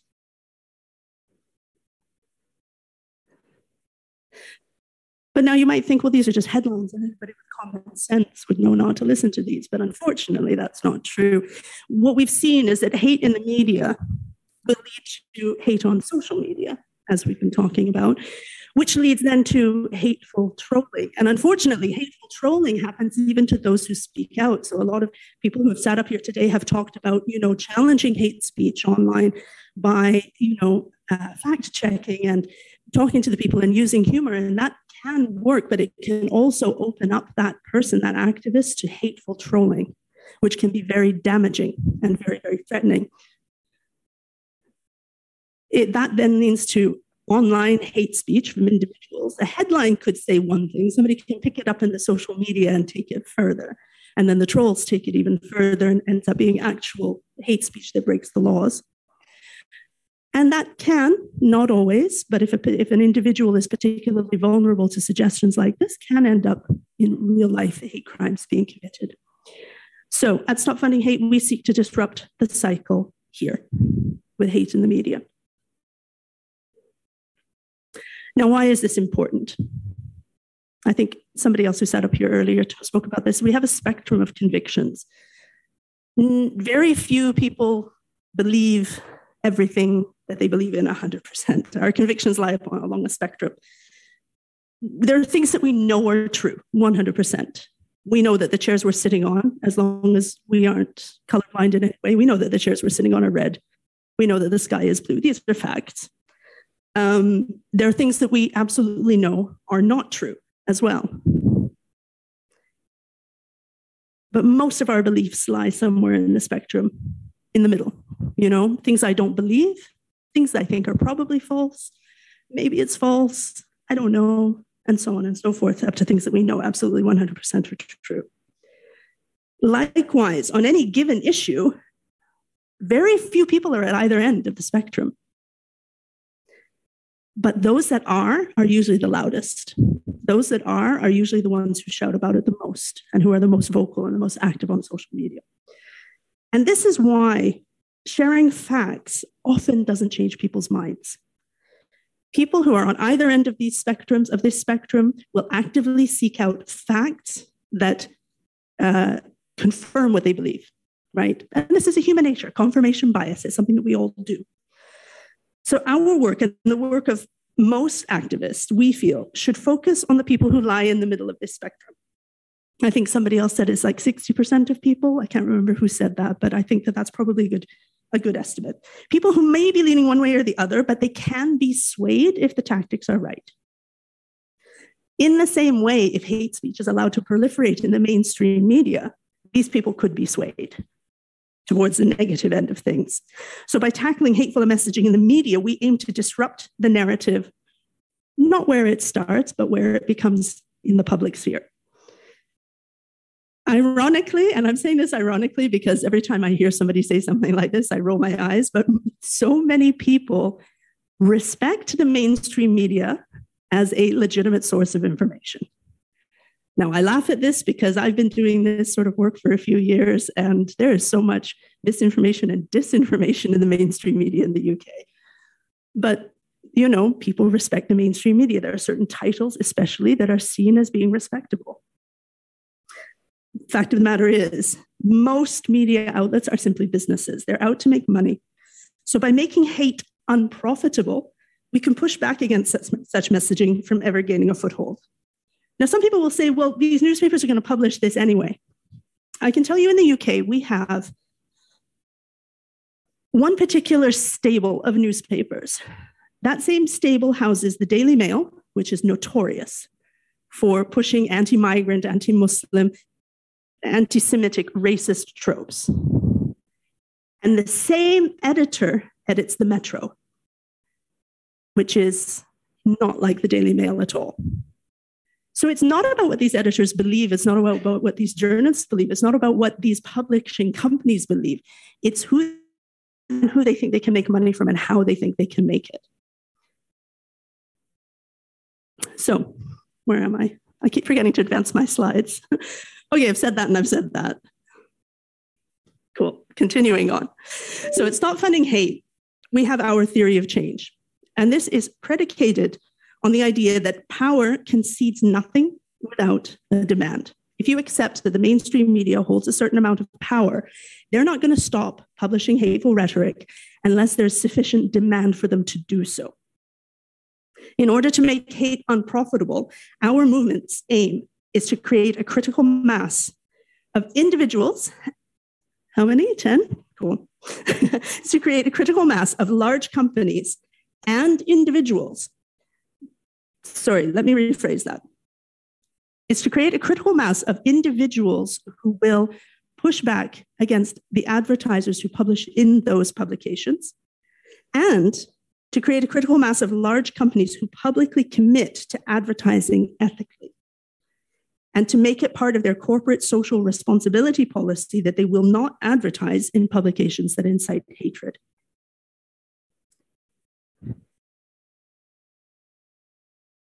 So, our strategy is this. I don't like having this mic here, but anyway.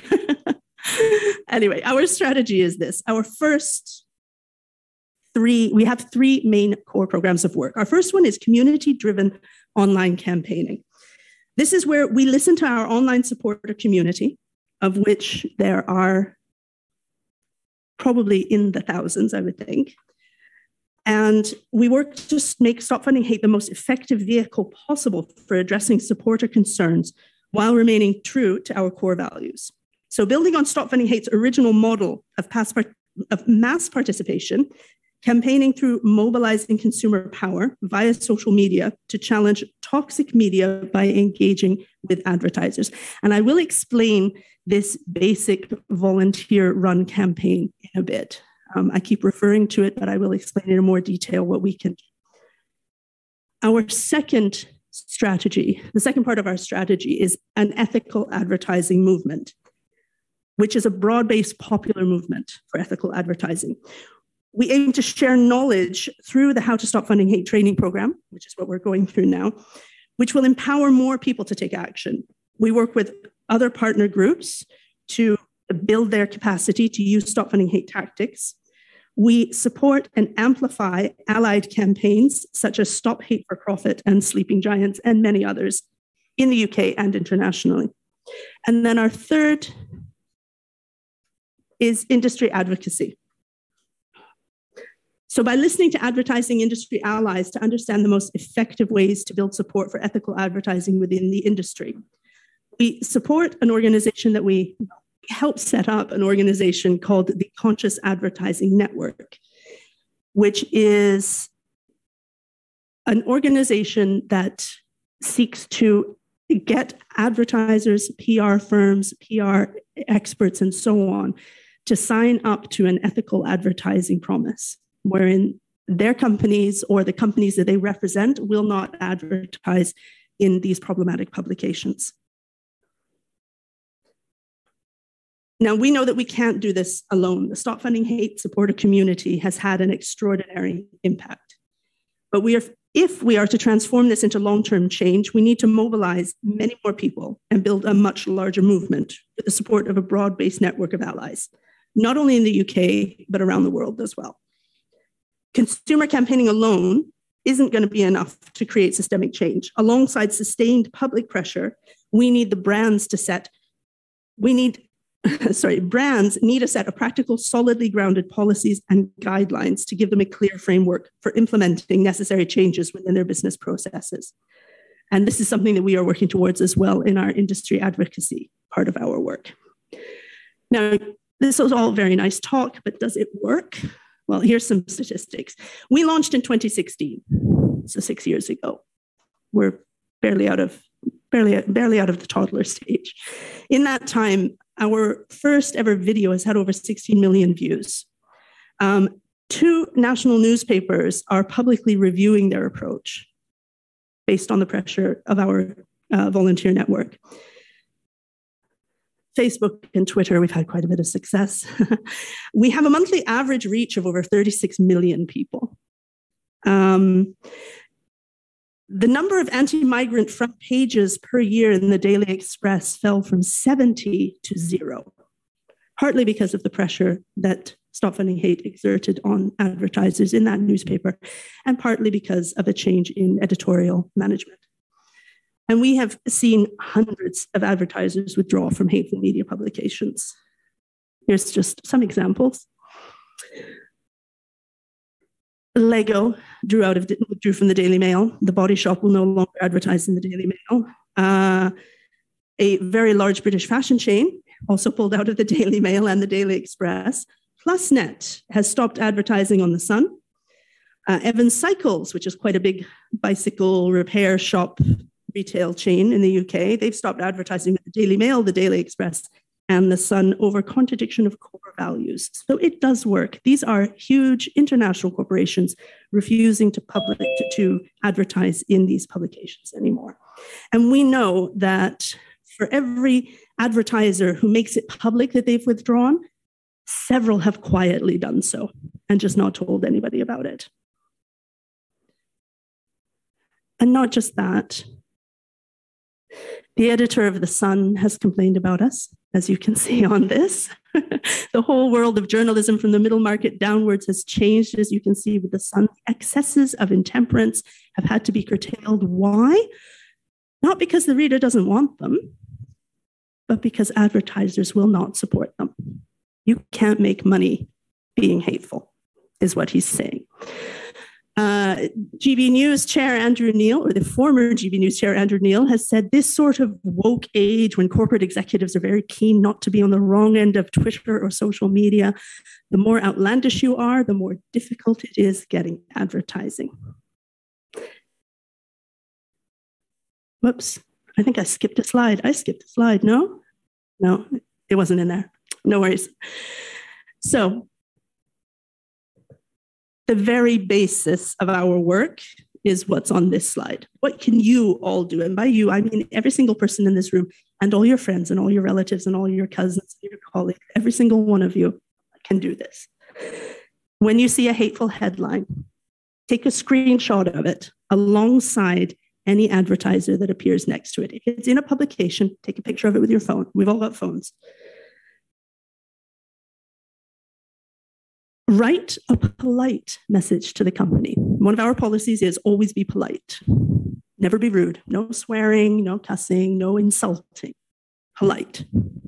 Catch more flies with honey than with vinegar, as they say.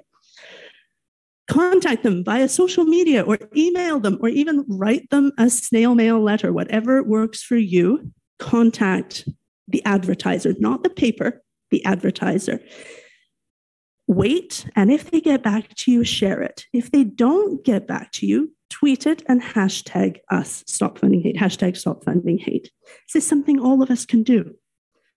We had one man, and all he did was write an email to Lego saying that my 6-year-old son loves playing with Lego. His favorite set is whatever his favorite set was. But I see that you're advertising in the Daily Mail, and so I can't buy him Lego anymore. And he's so disappointed, but he understands why. Is this your corporate ethos?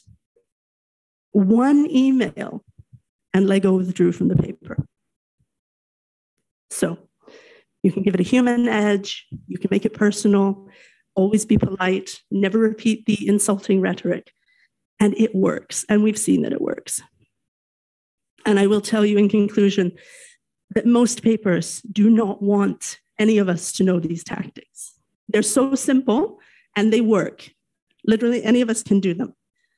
They don't require any special skills, don't require any special knowledge. All you have to do is understand what is and isn't hate speech, what is and isn't right and wrong, basically, when speaking about people.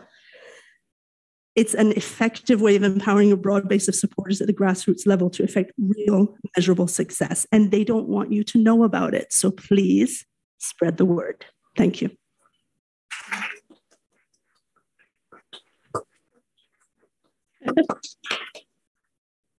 Teşekkürler bu etkileyici konuşma için. Gerçekten Thank you very much for this very impressive presentation. Indeed, we would need a step-by-step approach. And in this way, you could achieve to reach out to a giant company like Lego. We have another panelist with us who will be joining online, Melissa Sonino from the Facing Facts Network in Belgium. She is one of the founders and developers of the Facing Facts Network and currently the director. We have just talked about the funding or financing aspect of hate speech, and now we will be focusing on training about hate speech. The Facing Facts Network in Belgium carries out both online activities as well as physical training programs. And due to the pandemic, now they are mostly holding online training programs. The Facing Facts Online Action and Learning is the title of our presentation. Forward to you, Melissa. Yeah, thank you. Thank you, everyone. Thank you for the introduction and thank you for the invitation. I regret not being there with you in Istanbul, but only joining from remote. But I had some family logistic, very complicated, that impede me to be with you today. I hope that you hear me well. And I don't know if you see me, but I'm sure that you're seeing the presentation at this given moment. So I'm Melissa Sonino and I work for CEGI, a Jewish Contribution to an Inclusive Europe, which is a Brussels-based NGO working in the field of diversity education and anti-discrimination training. Since 2011, I manage and develop the Facing Facts initiative. And Facing Facts, which had different names over the years, is basically an initiative aiming to generate more effective responses to the problem of hate speech and hate crime in Europe and beyond. The purpose of my presentation today is to share with you a little bit about our experience in developing the Facing Facts initiative, but also on reflecting together on how we build a community of practice and how we build a network of organizations that are aiming to work on this issue with the shared value of securing fundamental rights for everyone. And all right. Yeah, so the coordinator of the Facing Facts initiative is CEGI, a Jewish Contribution to an Inclusive Europe, which has been around for more than 30 years now and is promoting social cohesion through training and education. We have been delivering anti-bias and anti-discrimination training since 1991.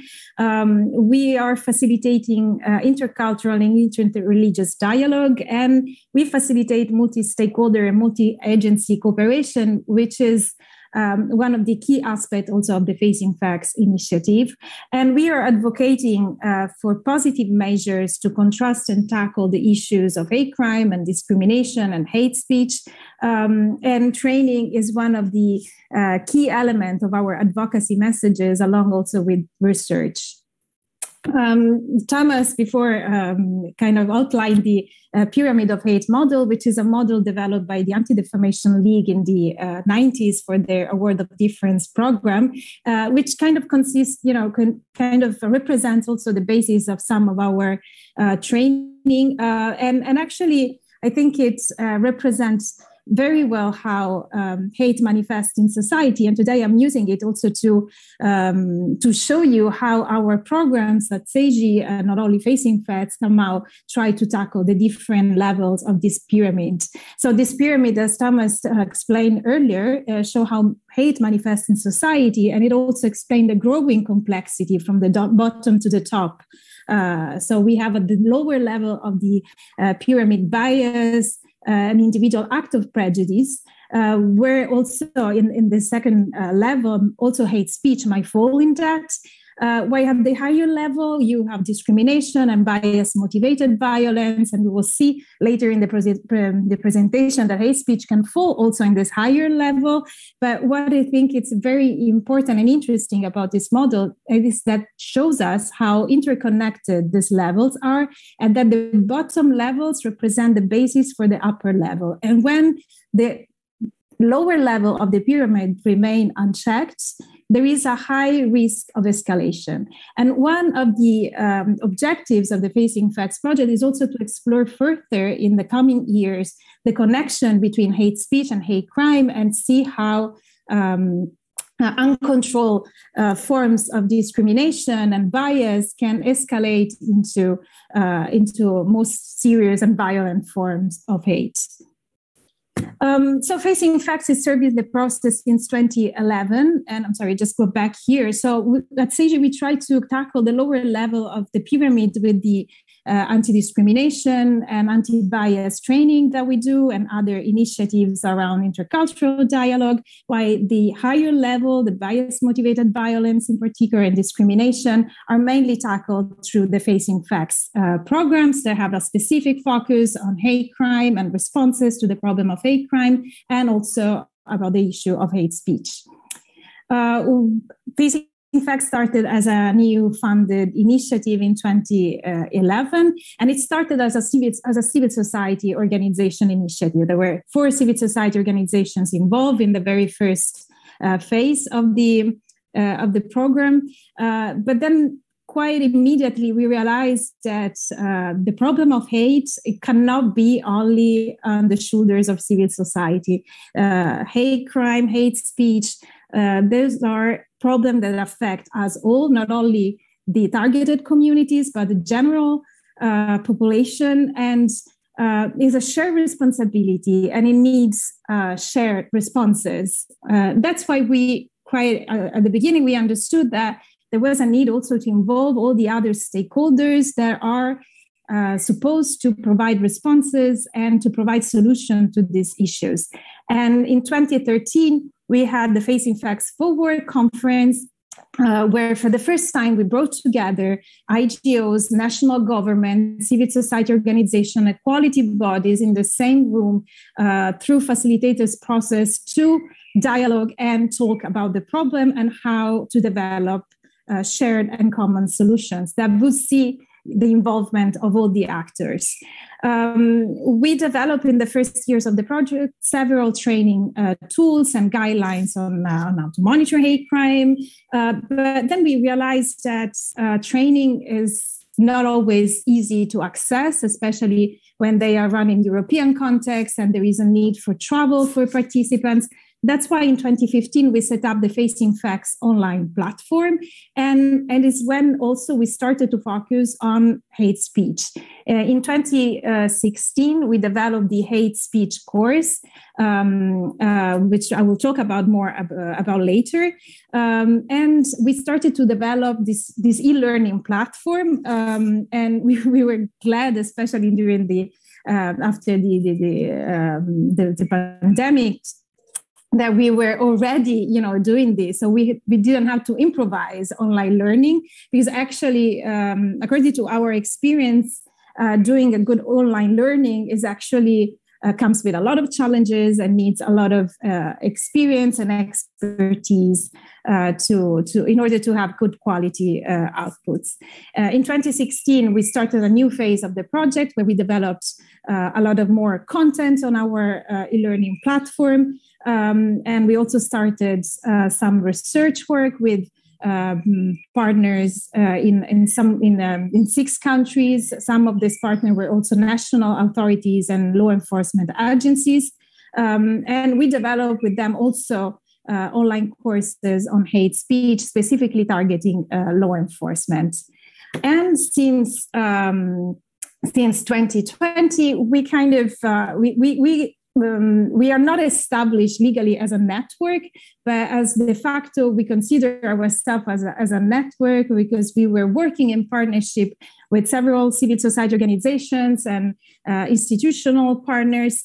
And we had the opportunity in 2021 to actually kind of formalize this network aspect of our work, thanks to the European Commission that has started to give us operating grants to sustain and support our activities for the next 4 years. So in 2020, at the beginning of 2022, we officially launched the Facing Facts Network, which is a new collaborative space for civil society organization, national authorities, law enforcement agencies, and all those that are concerned with the issue of hate crime and hate speech to come and to actually become an influential voice at EU level, because one of our objectives is actually to bring the experience and the voices of those who are at the forefront of combating hate crime and hate speech to be represented and to be heard at European level.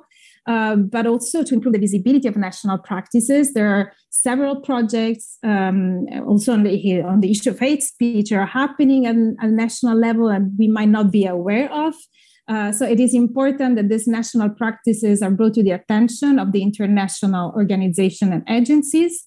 We have the objectives of supporting national training projects. We are working with our national members to develop training initiatives that are tailored and customized for the needs on the basis of the need of their context. So, for instance, now we are working with a German organization to develop standards on how to identify and monitor anti-Muslim racism. Other objectives are related to the policy work that we do. So our idea is really to work as to have a policy function where we are trying to explain and reflect on the implications of the policy development that are happening at the international level and their impacts to the national level. So we are, trying to serve our national members, trying to do this work of reflection and development of international standards. And finally, the overarching objective is the one of sustaining a multidisciplinary professional community. The activities of the network, of course, consist of the three main area of work that we have been working on in the last 10 years. Capacity building as, of course, a central role in that. And research and policy briefings are the other two main activities. These are not isolated activities. Each area of work, of course, inform each other. And we have been using a lot our research outcomes to develop online trainings. And we have been using our experience in training practitioners to actually inform our research work. And the policy briefing, the policy work that we are doing, this activity of reflecting and thinking about, what is happening at the European, international, and national level is actually also the result of our experience in working actually very close with our members in the context of the research and the capacity building that we have. As I said, in 2015, we set up the Facing Facts online platform, and it's the only one online platform specializing only on hate crime and hate speech. And it has several online courses that are available and open. But before going into the details on this and how we work with our online community and our training work, I'd like to present this framework of choices, which actually we developed with one of the founder of INAC, Ronald Engstens, that unfortunately passed away in 2021.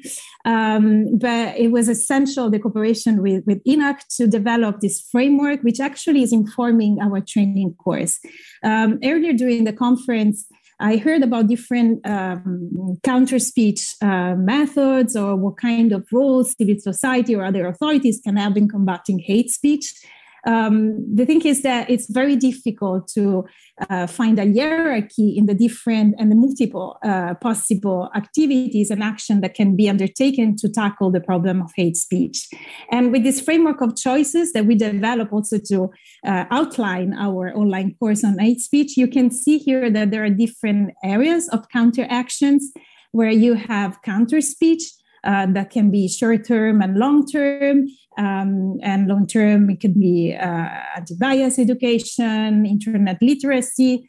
Short-term, earlier other presentation have outlined some of the possible actions that can be taken.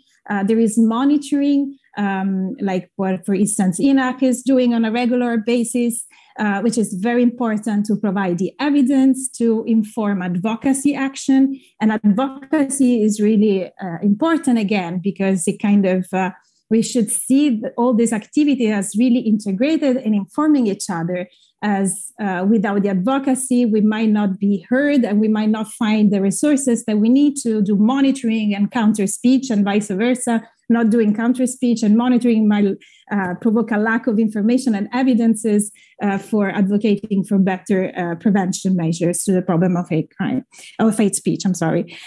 So the point that I want to make here is that there's no hierarchy of this action. They're all equally important and integrated. And not everyone has to do everything. One of the things that we really try to, kind of the message that we try to pass in our training course is that everyone has his own attitude, triggers, and not everyone, for instance, is okay with doing counter speech, or maybe not everyone is ready to do the monitoring work, because it comes with a lot of challenges and a lot of also emotional implication. So, I mean, just for you to say that, I mean, this is a framework. Of course, it's not exact, it's not complete, but it kind of gives an orientation of all the possible actions that can be taken to tackle the problem of hate speech. So we developed one master course on hate speech, which is really open to everyone, from individual activists to those who work for civil society organization with a more sophisticated structure behind them, but also for public authorities and law enforcement that wants to understand, what's the problem of hate speech. And from this master course, there are like other outgrown products that we develop for matching the needs of. Sorry, I just heard the echo of my voice. To match the needs of other target learners. The main structure of all our courses on hate speech. Well, first of all, there is a discussion forum where peer learning and peer exchange is deemed as very important and key for the learning experience on our platform. We also have the course is structured with a module on the nature and impact of hate speech. We try to take a victim-centered approach, and the reflection and learning about also the impact of hate speech and what can be the harm on victims and communities is central and very important throughout the whole course. We have an overarching module on safety for the reason that I mentioned earlier. Engaging with hate speech, we can come with challenges, with risks, and safety is one of the most important aspects that our participants need to take into consideration before engaging in a one-on-one discussion with a hater online. They need to understand what are the implications and make sure that they are safe along the way. Then we have specific modules on counter speech, monitoring, and advocacy, where we try to provide information on basically how these activities should be carried on, and what are, again, the implications, challenges, advantages, disadvantages.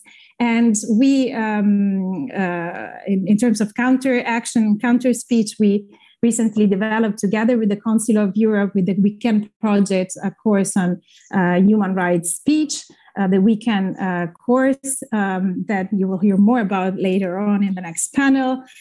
We have been working with INAC to developing some of the content of the monitoring module in the framework of another EU-funded project where we were partnered together. So just to say that we work on a regular basis with experts in the field, and our course are complemented by interviews with practitioners, and there is a large space given to peer learning and exchange, which is fundamental for a number of reasons, but I think it's really crucial when it comes to the key questions and issues around hate speech. We have been mentioning today during the conference the problem of giving a definition of hate speech, for instance, and we know how difficult it is to get to a commonly agreed definition of hate speech across member states or across different regions of the world. And this is totally understandable, it's normal. And the process of peer learning and review, the discussion around different national contexts that is happening on our discussion forum is part of the learning journey of our participants that have an opportunity to understand why certain legislations are in place in a country, and the differences between one and another. And the active tutoring is another important component of our training course, where there is a facilitated discussion. There is facilitated discussion and opportunity to have live sessions facilitated by a tutor, where all these questions can be further unpacked. And there is not only, the definition is one of them, but also there are important discussion happening around the harm of hate speech, which is really and strictly connected to the issue of freedom of speech and how different participants from different parts of the world see that. And this is an enriching exchange. And it also one of the aspects which is the most engaging for participants on our platform. I would say, as I said before, we have this master course on hate speech, but there are other outgrown products, and we have online resources which are open on our platform and available upon registrations. But we also work with kind of customers or clients, so-called, to develop tailor-made training. For instance, we are working also with the Council of Europe in developing an in-person training on hate speech for the Ombuds Office staff of Kosovo. And we run regularly online cohorts, both national and European. And we are trying to actually have a view of what is happening out there. And with the Facing Facts Network, we are planning this year to do a mapping of what exists in terms of hate speech project and what are the research gaps, so that for the first 4 years, we can plan further research on hate speech. And one of the issues might be maybe the interconnection between hate crime and hate speech, or maybe a model of governance and how further standards on hate speech, international standards on hate speech need to be developed or understood. And last thing, and then I leave you. We develop a series of online courses on specific bias motivation. It's true that you see here hate crime written here, but each of these courses actually go through the specificity and manifestation of each bias motivation. And this is extremely important also in the context of hate speech, because recognizing how hate manifests and how specific forms of hate manifest, not only in terms of hate-motivated violence, but also in terms of hate speech and as bias indicators when it comes to most serious cases, it's really crucial. And when we are monitoring or we are out there, we need this information also on the context and background of these communities and how diverse and complex they are in order to detect hate speech online. And I mean, this is a call for, joining the network. Is really open to all organizations committed to combating and tackling hate crime and hate speech. It's not only limited to Europe. We have been working with members also outside the EU. As today, we have 24 members in 15 countries, and they comprise civil society organizations and also public authorities, Ministry of Interiors, law enforcement agencies. And you have here my contacts, and thank you for the space.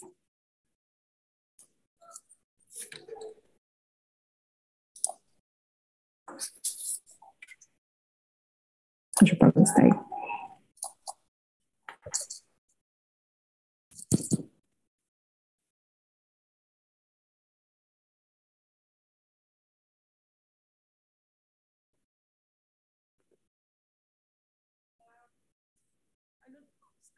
Okay. There will be two comments, not questions, but upon a reflection.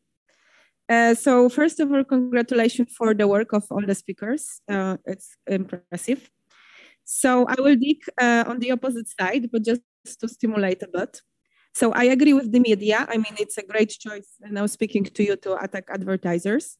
However, in some countries, media are polarized. And in that case, that won't work completely, because that means that you have left and right or whatever division you want, and they usually have being backed by the same schedule of the economy and political wing. So if you write an email, don't do it because I want to read you. You will probably not read them anyway, and they will tell you we don't want you to read us because our readers are supporting us.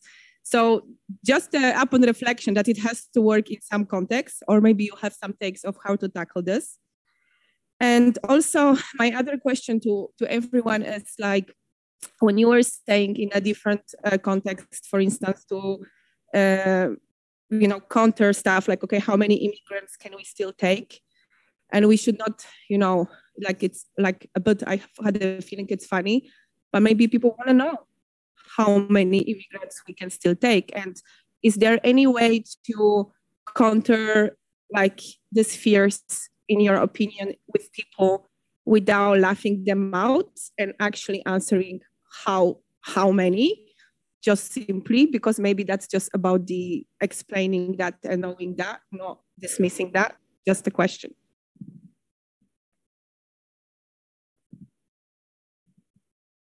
And those are actually both really good points. I'll address the first one. Your comment about how in some countries the media is polarized. I think this is true in most countries, that the media is polarized. What we have recognized is that in some countries, the media is not just polarized, it's government-backed, and it doesn't have advertisers. So how do we counter that?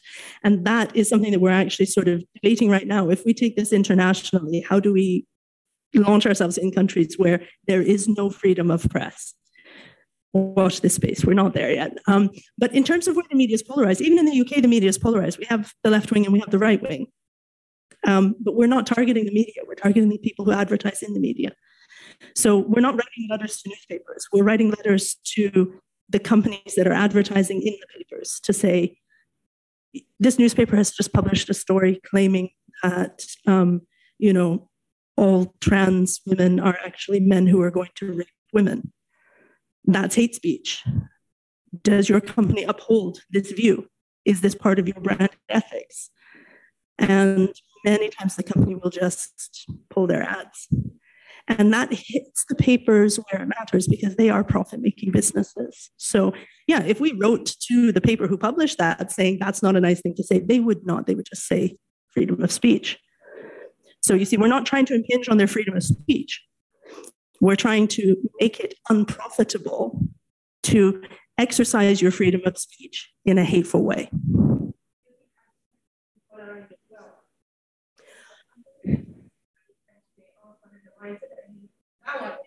The business always supports ideology. Sorry, not ideology, but one way or another. I mean, you could see that when the company supported, Ukraine the war. I mean, immediately day after, almost every company that was supportive changing colors. Companies are also segments, and they also have opinion and stand behind us. So you'd speak about the companies that should be neutral. So for instance, for them, the buyer of the goods is either that side or that side, right? Yeah. But the question is like, do you feel like the sector itself, the business itself has a chance to polarize or is polarized in some country accordingly? I'm sure that does happen. And I'll give you an example for an example of a project that we're working on currently. If you've all heard of this new TV channel, GB News, that is launched in the UK, which is a very right-wing broadcaster, very problematic. We have a team of volunteers who basically watch recordings of all of GB News broadcasts to see who's advertising in it, and then contact those advertisers to say, your advertising spot showed up in a time when this topic was being discussed, and this is very problematic. Are you supporting this view? Now, well, if that company is supporting that view, okay, we can't stop them. We can't stop them. But the vast majority are not supporting that view and are not even aware of where their advertising money is going. Why? Because they're not directly advertising with the channel. They're advertising through brokers. And we found nowadays with GB News, actually, the campaign has had such a strong impact that the only advertisers that we can still find are tiny little companies. Like there's one cremation service. There's another one. Weirdly enough, they're all based in Wales, and I'm from Wales. I'm sort of wondering what the problem with Welsh people is. But a lot of them are like these tiny little companies that are in areas that have no diversity whatsoever, so they don't see the problem, right? And they don't have a huge amount of advertising money either. They are advertising through Sky. Sky is buying the spots on the channel. People buy advertising through Sky. Sky just puts their adverts wherever they're needed. And because nobody wants to advertise on GB News, they're just putting whoever's left.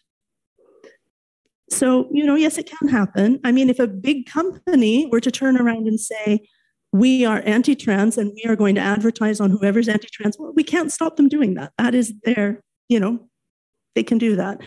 The second question that you asked, which I didn't get to yet.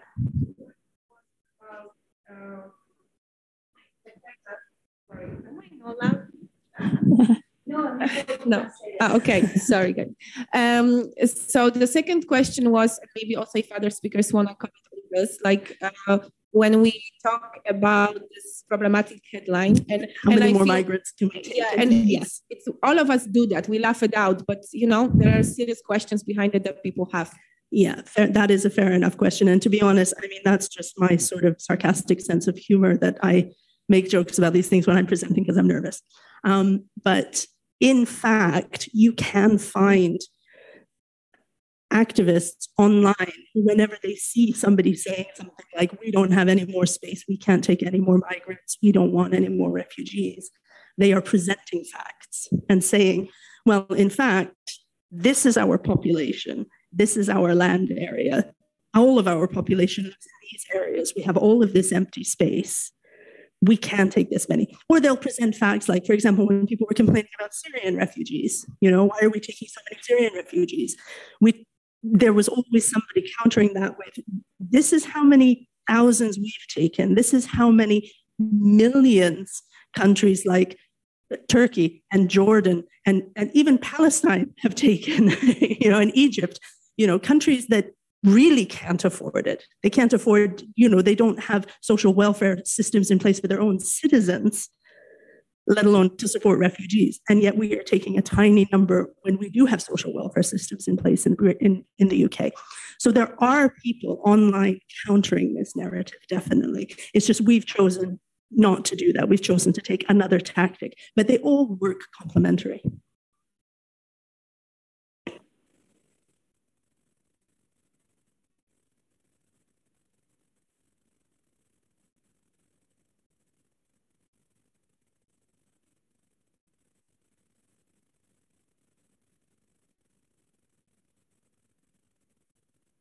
Any one of you will.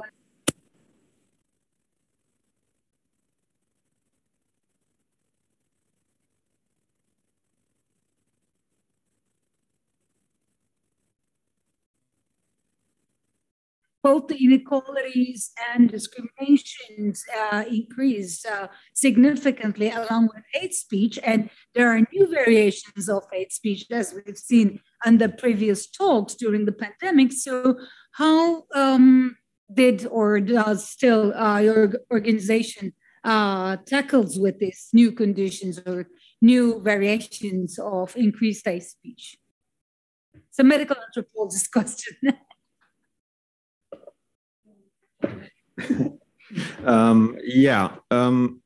As I mentioned during my presentation too, it's definitely there's been a change in hate speech in general, and the COVID pandemic really acted as a catalyst for otherwise not very engaged people in this, hate speech sphere to be drawn in by COVID restrictions, economic hardships, and be filled with these conspiracy theories that are very often based on different hate speech tropes. Now, basically, we haven't really come up with anything new approach-wise against it. It's just something that everybody is realizing now, that there always have been conspiracy theories in the past, but they were usually either just kooky things that people believed in, or they were very subculture based, basically. I mean, the Zionist-controlled global government and stuff like that, that's been there for decades, basically. But usually that was among neo-Nazis. And they talked about it on Stormfront, and a couple of thousand people saw it, basically. And that's what's really changed lately. So what I see among our members is that a lot more attention is going to this, and a lot more research is going into this. And basically, just generally speaking about this, shifting towards this, is definitely happening, and even social media is very much realizing the level of disinformation that's happening on their platforms related to these issues. So everybody's kind of right now, I think, in a state where, okay, this is really developing, and it's actually not just endangers minorities necessarily anymore, but even the very foundations of our societies and our democracies, because if we can't agree on very basic facts, then basically the foundation collapses after a while, and that really scares people. But I think the approaches are still the same. It's just that that there are new things that we need to target with them, the methods, basically.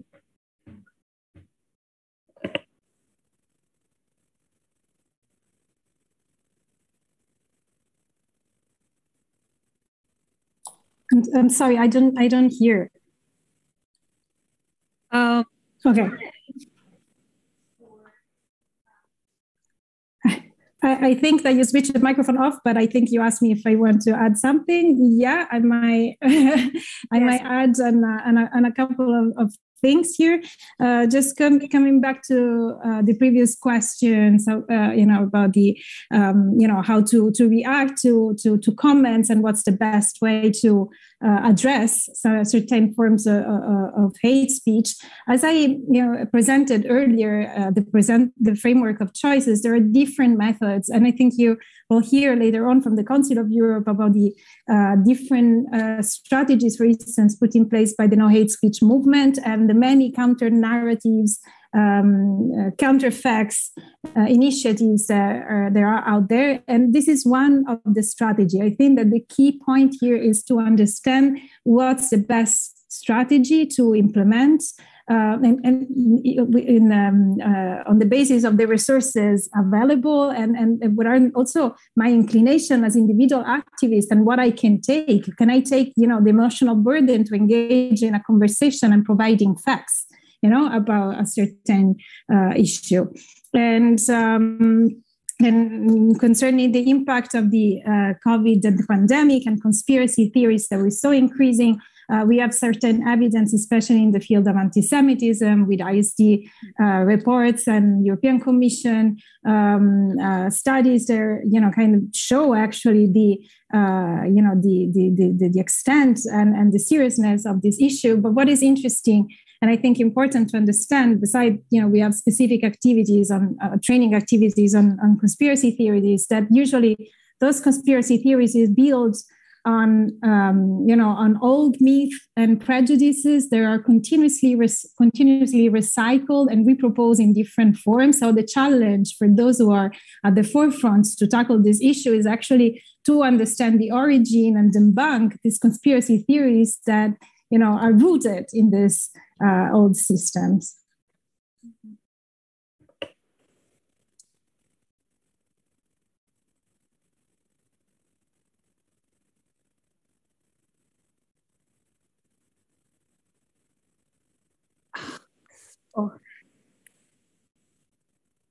Soru yoksa kahve aramıza geçebiliriz.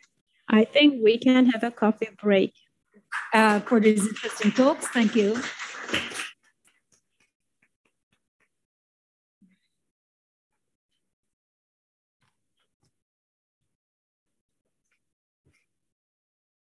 I never figure out this microphone.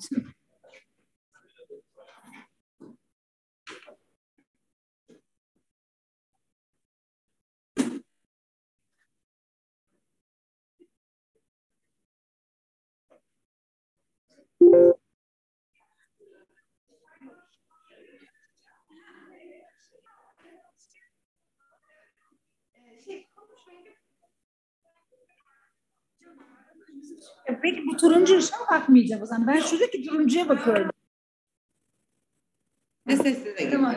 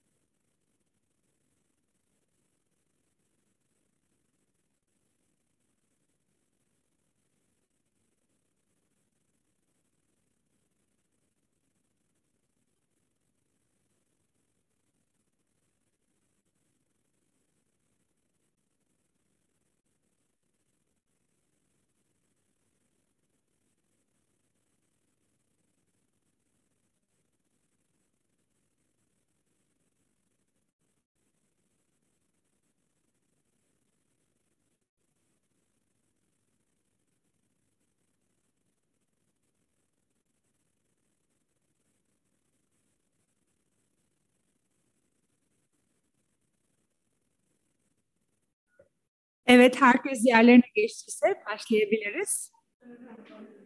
Tekrardan. I think we can get started. Thank you for bearing with us. This is the last panel of our conference today. The first speaker is from Hrant Dink Foundation. She is Ebru Özdeş. She is a project coordinator at the Hrant Dink Foundation. She also worked as a researcher and project specialist in the development sector. She earned a bachelor's degree in politics. And she will talk about hate speech and inclusive language. Thank you. Thank you very much. I feel like I am the host here, so I'd like to welcome you to our building. This presentation will be in English. Thank you for coming all today. We are really excited to have you here at the foundation. It's one of the first events and a hybrid one. It's kind of difficult, but I think we are handling it. And also, thank you very much. This is the last panel. Just bear with us for a couple of more minutes, and then I think we will all have a lovely evening together. And today I'm going to talk about Hrant Dink Foundation work in hate speech studies and media, and also how we came up with a combat mechanism, as we call inclusive language workshop. I'm not going to repeat all the steps like identifying hate speech, how it is important online and print media.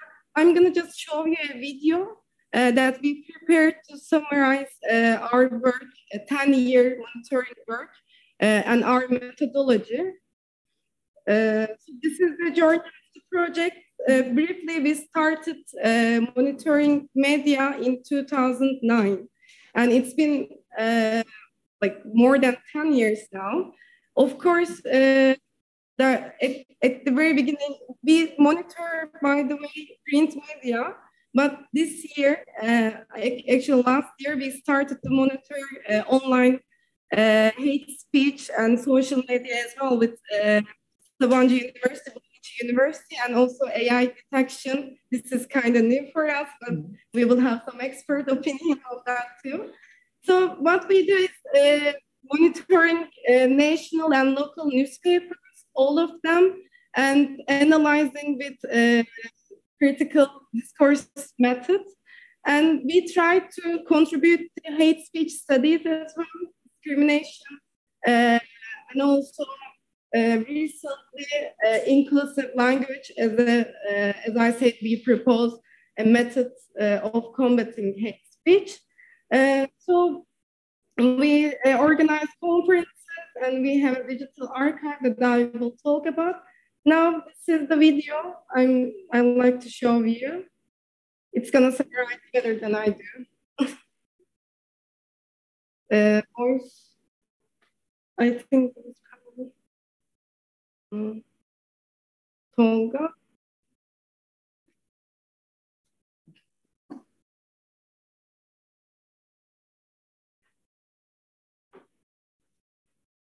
Seste bir problem var ama ekran paylaşımında. I will try to share screen so you can hear the video.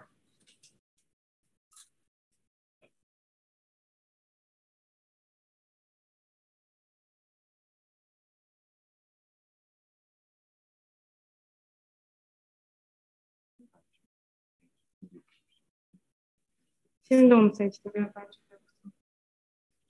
Aynen. Şimdi olur yani. Ya hepsi aslında ya. Şeyin sunum içinde. Şurada. Evet, sunum gösteriyoruz.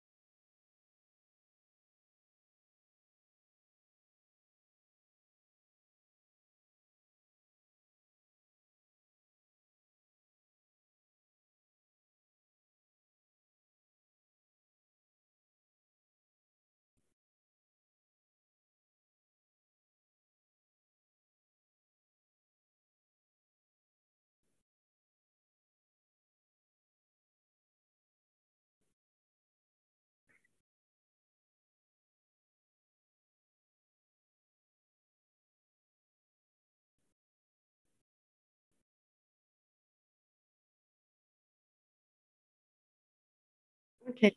Yeah. I think this is a good summary of it.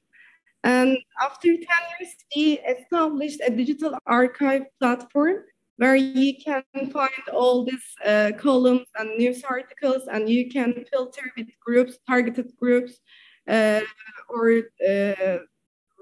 or geographical location or newspaper name. So this is so we have this 10-year data, which we tagged as a civil society organization working in this field. So I think this is kind of a clear data, and it's very valuable. That's why actually we were thinking into the developing, detecting hate speech with AI, machine learning, because it's not sustainable to do it, especially if you're adding online hate speech and social media. It's not sustainable with human labor.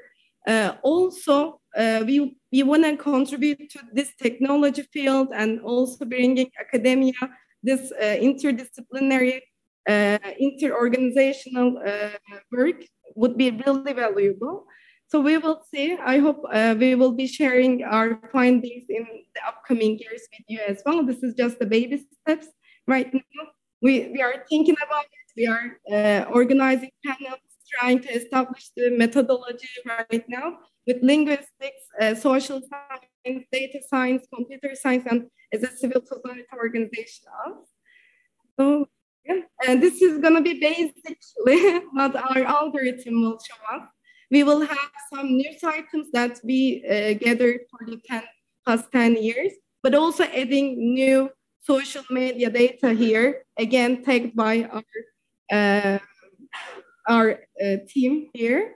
And this algorithm hopefully make it visible and offer some solutions to hate speech, online hate speech. Also, this project will include this information as well. So this is going to be new for us, but we know it's very much interrelated. So what we are trying to do is, Hrant Dink Foundation, we are trying to break this vicious cycle. Like we all talked about stereotyping, generalization, prejudice, discrimination, inequality, how it leads to violence. So we are trying to break this in our work. This is a discourse study because we are experts in discourse and language. So underlying causes of hate speech is mainly prejudices and stereotypes. So we are dealing with that part of it. So what we came up with this 10-year monitoring work, and after seeing how hate speech is being produced in Turkish print media, how is the context, and who are the targeted groups. So we kind of understood how it is being produced here in Turkey. So we can offer something new, something to change this discourse. Yes, we make it visible, we report it, we monitor it, but we have to put something else in order to change this language so that we can ensure some fundamental rights of the targeted groups. So we came up with this content, workshop content, and it consists of 3 modules. First one, of course, discrimination and related concepts. And we talked about hate speech, second module. And then third module shows us some methods, approaches, how we can come up with something new, rights-based, pluralistic discourse rather than only opposing or refuting hate speech, how we can make a strategy for communication, sort of.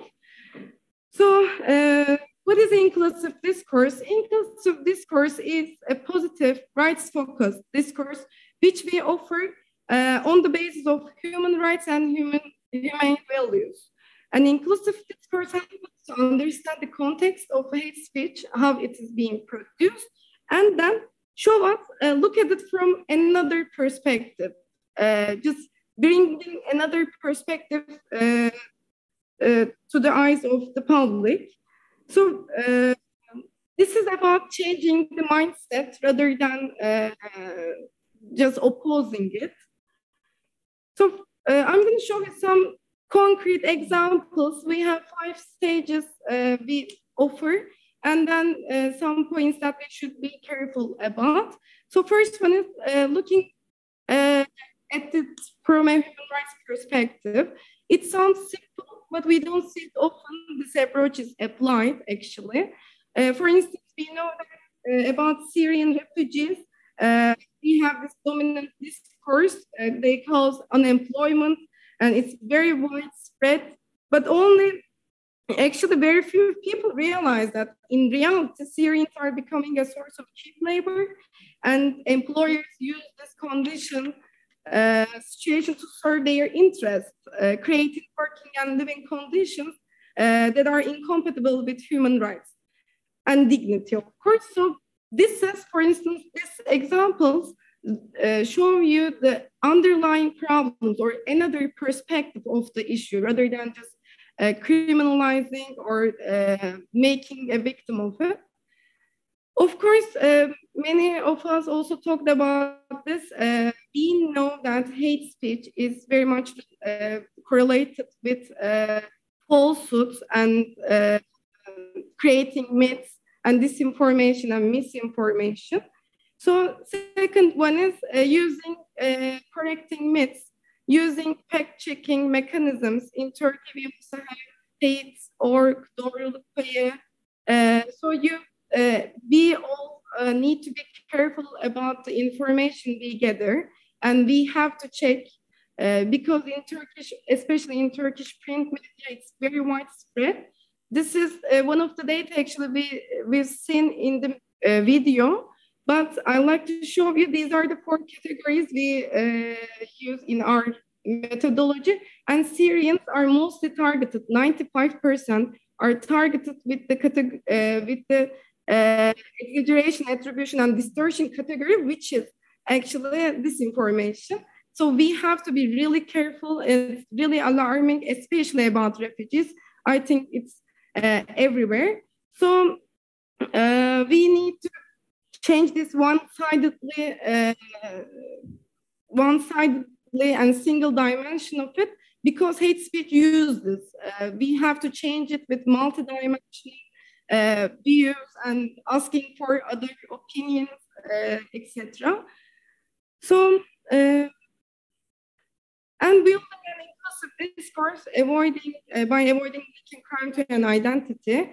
So this example, for instance, following the army attack in New Zealand, targeting 2 mosques and killing 50 people. After Prime Minister Jacinda Ardern, she set an example for everybody how you can approach an issue.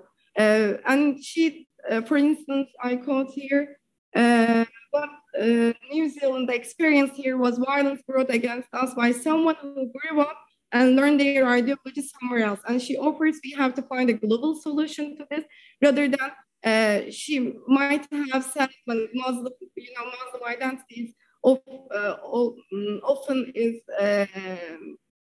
identified with terrorism, for instance, but she doesn't do that. So it's possible that you can adopt this language, and she prioritizes the rights of Muslim community and offering an inclusive approach.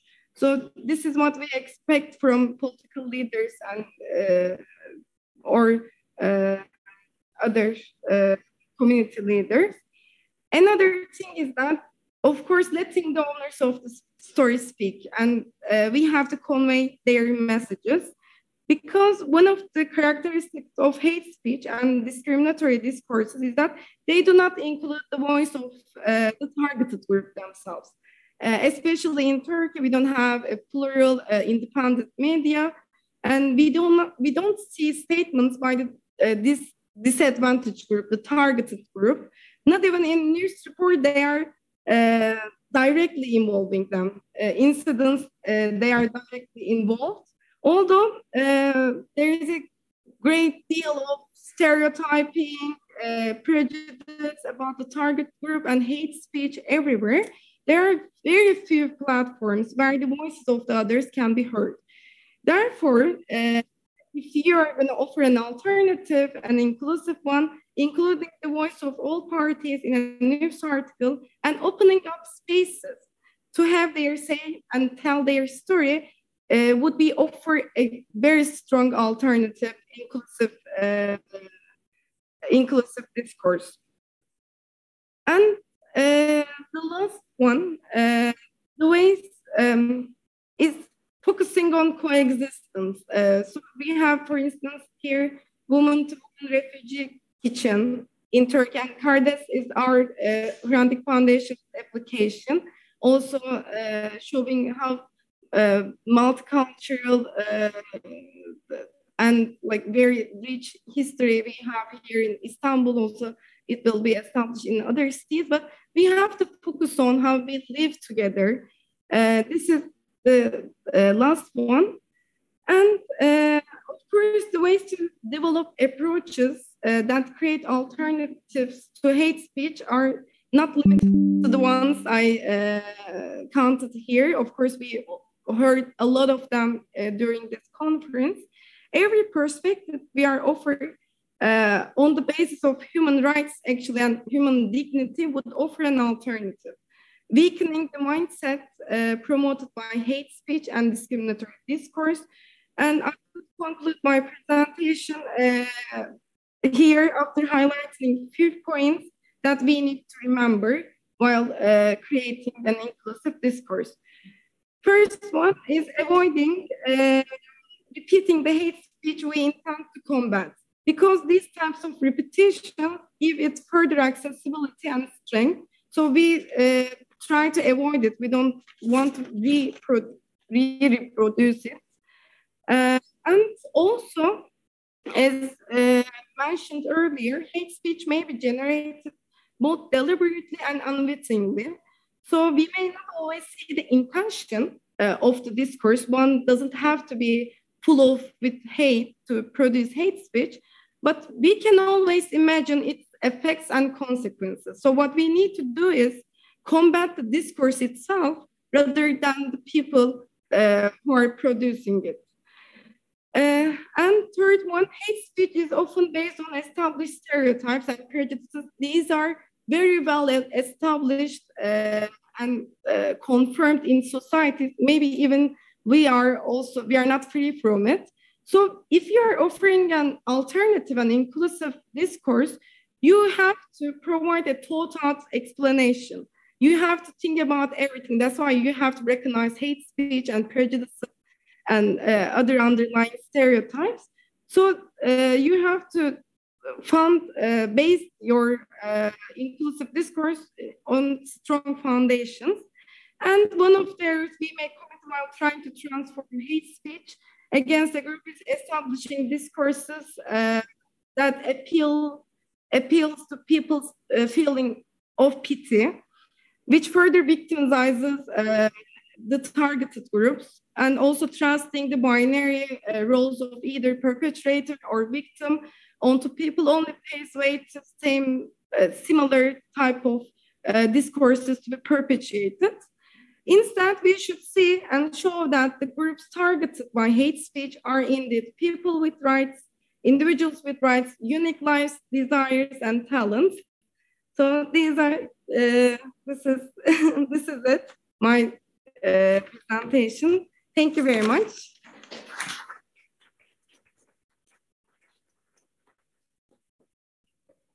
Okay. Çok teşekkürler Ebru. Sıradaki konuşmacımız Menno Etema. Thank you, Ebru. Next speaker is Menno Etema. Menno Etema is a program manager at the No Hate Speech and Anti-Discrimination Cooperation Unit, Anti-Discrimination Department of the Council of Europe. Also co-secretariat to the experts committee that drafted the Committee of Ministers' recommendation on combating hate speech. And he brings organizations together to work on combating hate speech and discrimination. And he will talk about Council of Europe comprehensive approach to combating hate speech. Thank you very much, and thank you for having me. I also apologize for not being able to be there in person, but I'm very happy that technically it's possible to be with you and also to respond to questions that you might have later. I know we're behind schedule, so I will skip the formalities and go straight to a PowerPoint presentation, which will cover the recommendation that has recently been adopted. And I really hope that it's a very useful tool for you and your work to actually advance pushing back against hate speech and also promoting counter narratives as one of the tools in the toolbox to address hate speech. And I'll elaborate a little bit on that when I speak. Now, the technicalities, of course. Okay, I can't share.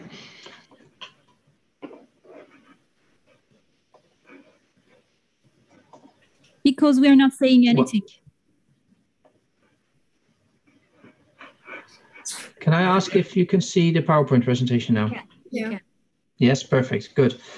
So the new, I'll cover the new recommendation on combating hate speech and also elaborate a bit further how our department is working on combating hate speech and preventing it through various cooperation programs with the member states and civil society, which hopefully is an inspiration for work going forward. For those who don't know, I just want to recap shortly the Council of Europe, which is the intergovernmental body in Europe that promotes human rights, democracy, and the rule of law, and has 46 member states. I think the key is here, its three instruments, which is standard setting, among others, for example, the recommendation, and of course, most importantly, the European Convention on Human Rights. The second part is monitoring. So you have the European Court of Human Rights, which where you can file individual complaints against violations of the European Convention. But you also have monitoring bodies like the European Commission Against Racism and Tolerance, which does a country-by-country monitoring process, which I think is a very important source of information when working on anti-discrimination and combating hate speech and hate crime. And the third pillar is cooperation work. So we work directly with member states and their agencies, law enforcement, judiciary, equality bodies, ombuds offices, but also civil society partners and many others on actually implementing in practice the standards of the Council of Europe, and also to follow up on rulings of the court or findings of the monitoring bodies like ECRI. Maybe to recall that the Council of Europe has been working on hate speech for a long time, most prominently through the monitoring work of ECRI, and I think it's worthwhile to look at the monitoring reports of each country, which have covered in the last two cycles already hate speech, and it really shows a trend. And we have the annual reports as well, and I think it really points out the trend of year after year notable increase of hate speech, particularly online. And it also points out which groups are particularly affected. For example, last year with COVID, certain migrant groups, but also in the longer run, we see a lot of persons from the Muslim faith and also Jewish persons being particularly targeted by hate speech, among others. Of course, we have the case law of the Court of the Human Rights, and I think this is very important because the court develops understanding of the implementation or the application of the European Convention on Human Rights. And in that sense, I think what's very important is that it's outlines that when it comes to hate speech, it's not only about the question of freedom of expression. You have the first cases against around hate speech really focusing on the perpetrator of the hate, claiming that his or her right to freedom of expression was violated, and then the court assessed that this was not the case because the speech was so violent that it undermined human rights as such, which is Article 17. But you have more and more cases that are brought under Article 8, which is from the perspective of the victim who believes that his right to private life and personal integrity has been violated and the state has to take action. So you see that there's this balancing of rights, and the court has really developed its case law in that regard, which is really guiding in the work on hate speech, and particularly to find a balance between various human rights considerations. And therefore, this recommendation that I'll talk about really tries to frame put the whole discussion about combating hate speech in a human rights framework. And I think that's very important. I already mentioned ECRI's work, and this also leads to general policy recommendations, which are not non-binding, but still very indicative for member states and others on how to work. And in this context, I also want to mention that there's 2 new general policy recommendations of ECRI, one on renewed, I should say, one on anti-Semitism and one on anti-Muslim racism, which are both also addressing the online aspect of racism, and very worthwhile for you to review. And of course, we have the No Hate Speech Movement youth campaign, which was launched in 2012. It finished in 2018, but we still have very many active youth movements across Europe, and actually beyond, also in Morocco and Quebec and Mexico, that are dealing with hate speech and using the materials of the campaign. I'll go to the recommendation. First of all, to mention that working on a recommendation, which is kind of a soft law instrument for member states, was a very complex process. It took us more than 2 years. And we had many key stakeholders taking part. So we had over 50 people taking part in our discussions while working on this text. Nearly all member states, many intergovernmental organizations, the EU, UN, OSCE, and also many civil society organizations from a wide range of backgrounds. And because this is such a complex topic, which we worked with 2 steering committees, one who specialized in dealing with anti-discrimination, and the other one specialized with media and information societies. So also here we brought various perspectives together in one room to work on this important topic. The links to the recommendation and all the work of this expert committee that I was secretariat of can be found on the link, and I believe you'll get the PowerPoint at the end of the conference. About the recommendation, it's true, it's only a recommendation, it's soft law, it's not binding.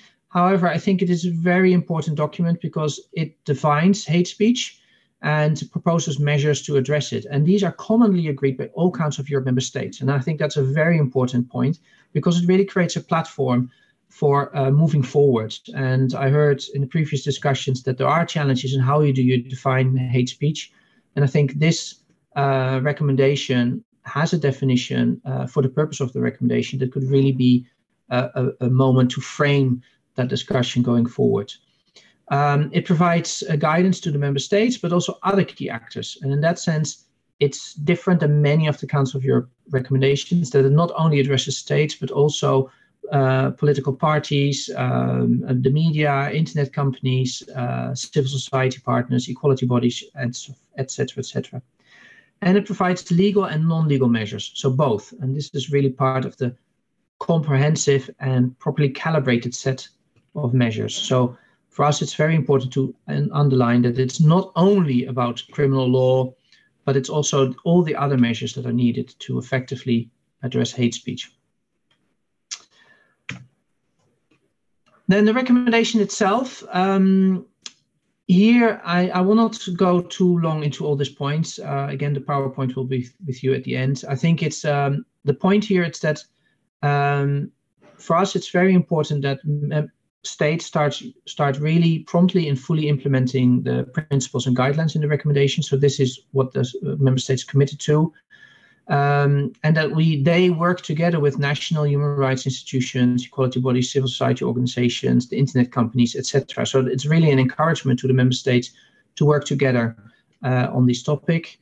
It's about protecting human rights, fundamental freedoms, to have this dialogue and cooperation. And what I really like is number 5, that's also to translate this to national, regional, minority languages and disseminate it widely as possible. And this is really a message that those who are particularly affected by hate speech are often from a minority background, and therefore we also need to reach out to them to get them on board in addressing the issue of hate speech collectively.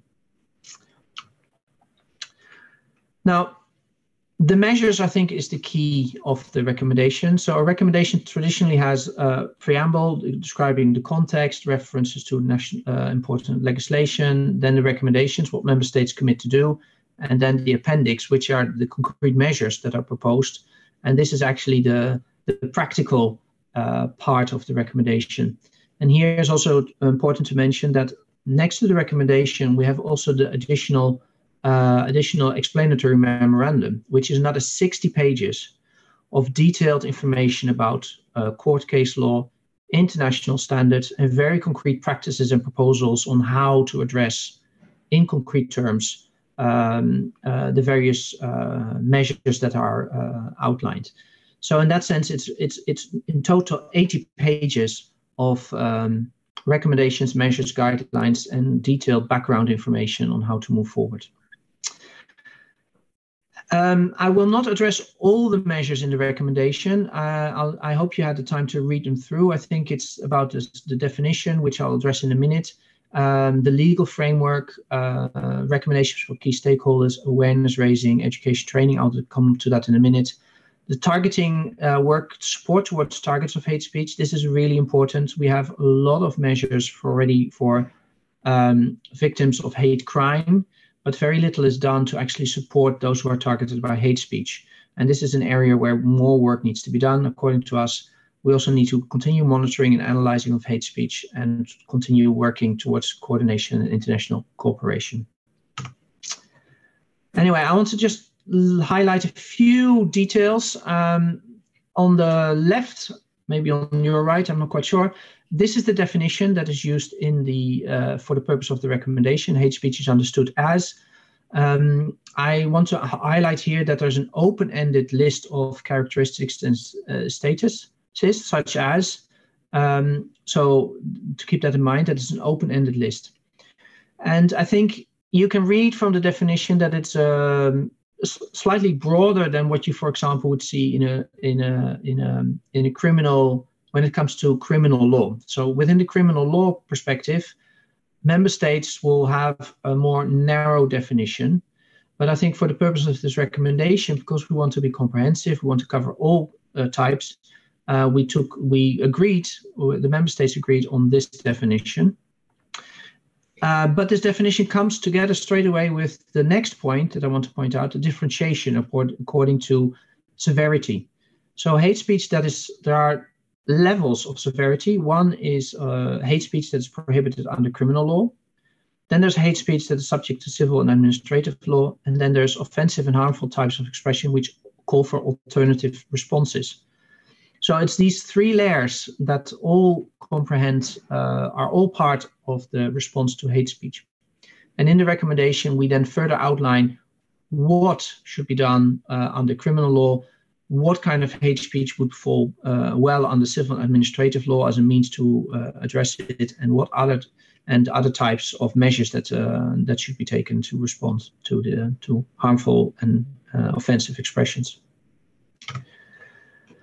Now, when it comes to awareness raising, education and training, I think here it's really about very concrete measures to raise awareness, to do education, capacity building training, and we really focused on training of law enforcement, judiciary, and things like that. So the state institutional setup, but also to work on, for example, with the media, to work with cultural institutions, to look into the non-formal learning space, or youth work or other forms of civil society engagement.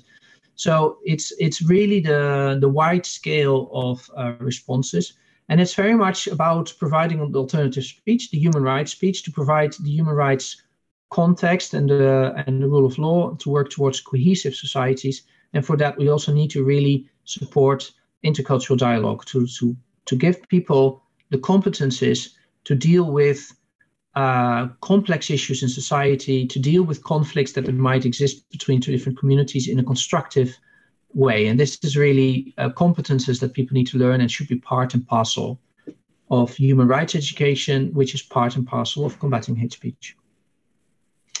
I already mentioned the support for targets of hate speech. For us, it's psychological, medical, and legal assistance, but also raising awareness about their rights and available redress mechanisms, and therefore also for them to encourage reporting. Now, the recommendation is adopted, so now it comes to implementation. From my perspective as secretariat to the expert committee, I also work for the European Commission Committee Against Anti-Discrimination on Anti-Discrimination, Diversity and Inclusion. And together with the other steering committee, we have committed ourselves to monitor the implementation. So by 2025, there will be a monitoring report where the member states will report on what they've done on this recommendation. But until that time, we would also like to have a series of seminars, workshops, reports, etc., to review promising practices at national level regarding the implementation of relevant aspects of the recommendation. So if you come up with ideas of actually organizing a seminar or a review of promising practices on one of the areas of the recommendation, I would welcome to be in touch, and we can pick that up. And we will continue working with member states and civil society, etc., to promote activities and engage in advocacy efforts to continue implementing the recommendation. What do we do among us, among others, to work on the recommendation? So one of the tools that we have, which we're slowly implementing in different countries, is a systemic mapping of national approaches to combating hate speech. You can find all the various projects on the link at the bottom of the slide. Systemic mapping is basically where we bring all stakeholders together at national level and to actually assess, okay, how is hate speech perpetrated and developing in this national context? Who does it affect and how do those who are affected actually engage in redress? So if they go into the system, how do they walk and what are the final outcomes of that? Do they have a redress? Is it addressed legally or through non-legal measures, etc.? So this is a very good starting point to actually identify entry points for follow-up and concrete efforts in policy or practice at national level. We also have an online course on hate speech and hate crime for law enforcement and legal professionals, but it is equally important and relevant for civil society, and it's open for you to follow. We have in preparation a manual on law enforcement on policing hate, including, for example, on hate based on social grounds, but also other grounds, and hate speech and hate crime both. And various other tools and on effective awareness raising and educational initiatives. And I'll go a little bit more into that before I wrap up. The most well-known, you might already know these, are the human rights education manuals, bookmarks, which is really using human rights education as a way to raise awareness and inform youth particularly, but it can be used in other contexts. For example, in Macedonia, it's used with the police, and in Portugal with school teachers. So that's a manual with very concrete 25 activities that you could run in a context. And the second one is the manual on taking action through counter and alternative narratives, which is really set up in a very constructive way of how to analyze hate speech and to understand the underlying hate narratives, and then to further from there and from building from that to develop counter and alternative narratives. These are already translated in many different languages, so please have a look online and see if your national language is there. Another tool recently launched, and Melissa in the previous session referred to this, is the Weekend for Human Rights Speech. Building on the previous manual, we now have an online tool which consists of three tools. The hate speech calculator, which helps to assess the severity of hate speech incident and actually see if it has potential to spread online. And then it recommends, it's basically a series of questions that you go through, and at the end there's recommendations of you should report it, ignore it, or start taking action in other ways, and then what that could be. So it's a very simple tool to help people assess the severity of hate speech and understand the background. So it's a very educational tool in that sense. The Human Rights Narrative Builder, this is the most complex one. It's basically a 4-step, but then each step has many sub-activities you could do onto developing your own human rights arguments on a particular topic. So for me, I've seen a lot of young people say, oh, this is hate speech, I don't like it. And then they say, I hate you, or I disagree, and you are, this is counter-constructive, this is not constructive. So you really need to engage from your human rights perspective of what is the alternative, or why is what the other is saying problematic, and how can we work together towards a different way of seeing an issue, engaging in that public debate. So that's as the human rights narratives. It really helps you to look into the emotional elements and have set your own narrative and then deduce it from there, the messaging that you could use. And again, lots of checks and balances to make sure that your own messaging doesn't become hateful by itself accidentally. And the last one is a communication strategic toolbox. It's basically many different tools on how to develop a communication strategy. And there's very concrete tips and tricks on how to use online tools, particularly measure outreach, identify how you can go behind your own bubble. So we're hoping that it's very useful. Everything is available. It's already in 5 different languages, and it's open for translation. So if you would like to volunteer to translate, we are welcoming that. A concrete example is the Block the Hatred, Share the Love, which is now ongoing in the Western Balkans. I think it has a fact sheets which provide statistical information, which is very useful. It has, and this is very interesting, it works with no hate speech ambassadors. So we have prominent public figures from the Western Balkans, sports, athletes, including people from a disability background, Olympians, for example, Paralympics. Can you? I need to stop. No, sorry to interrupt, but maybe one more minute or 2 minutes. Yeah, that's fine. I'm done. So it's what's strong here is using the ambassadors, and I think for me what's very strong is that we are working in the Western Balkans because the historical culture, the historical conflict there, it's really strong that it's regional and that we have ambassadors from different countries working together. And I think the key here is to have online and offline campaigns. Not everybody's is online, and to also do things in the community like graffiti here, and meanwhile also report on it online, strengthens the message between the online and offline, and also creates the reality that young people realize the impact of the online and the offline and online on each other. And with that, I want to conclude and thank you, and I'll stay here for questions at the end. Apologies for being long. Thank you.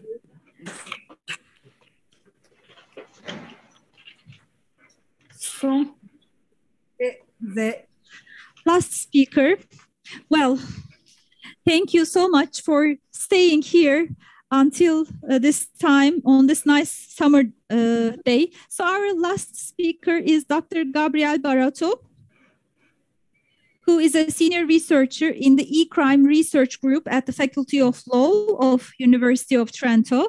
And he also is involved in the hatemeter.eu project. So his research focuses on the links between crime, deviance, and the digital society. And his speech is entitled An ICT Tool for Monitoring, Analyzing, and Tackling Online Hate Speech, the Experience of the Hate Meter Project. Okay, thank you very much. My presentation will last for 40 minutes. No, I'm joking. I will be very, very quick. Do not worry. I will touch only the most important point. The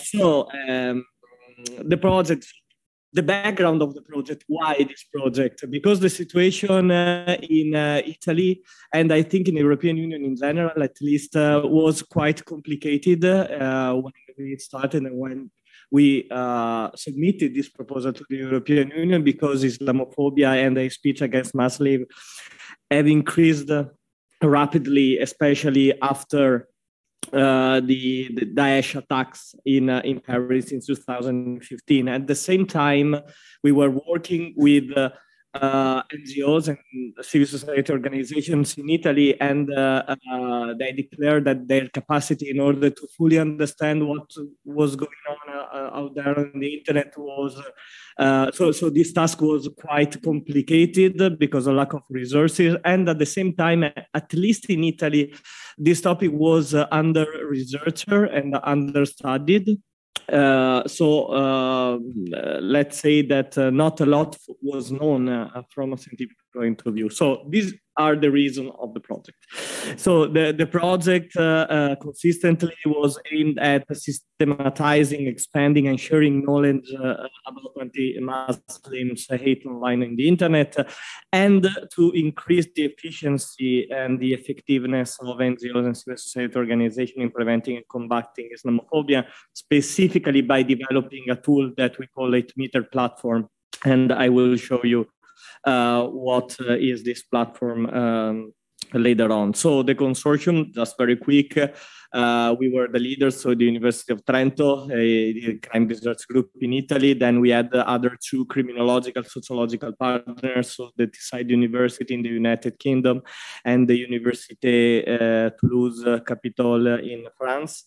FBK was our ICT partner, then 3 civil society organizations, Amnesty International in Italy, Stop Hate UK in the UK, and CCIF in France at the time was still operating. Of course, the project was quite complicated, but just to sum up, it was divided in 4 main phases. So phase 1 was to understand the needs of the civil society organization involved in our project. So we met, so criminologists and social scientists and ICT experts at meetings with the 3 civil society organizations involved in the project.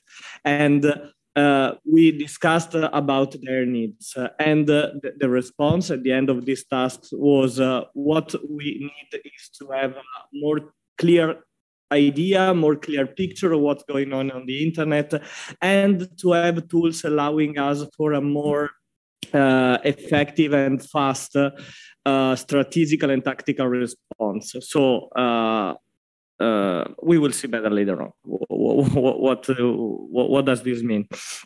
Then we conducted an in-depth understanding of the problem in the 3 member states. So we had in-depth interviews, virtual ethnography, case studies, analysis, and so on and so forth. So a more scientific part from the criminological research in order to understand the problem in the specific state. Because as you know, there are some problems, some issues that are equal, horizontal in all the member states, and other problems, other issues, other narratives that are vertical, so that are specifically linked to one member state.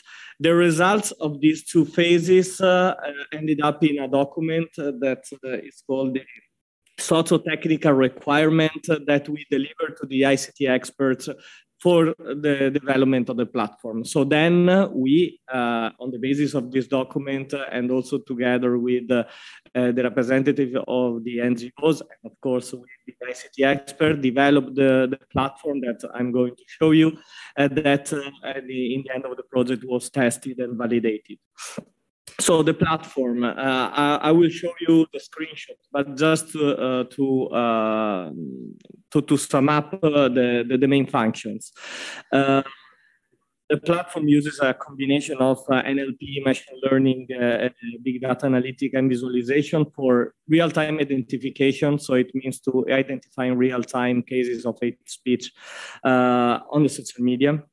In-depth understanding, so not just to have the items or the hate speech, but to cross-reference all the findings in order to try to elaborate a little bit more. Tactical and strategical response, so that is basically the strategical responses on the basis of the in-depth understanding, and the tactical response that we call the counter-narrative production. That actually was not counter-narrative, but counter-speech creation.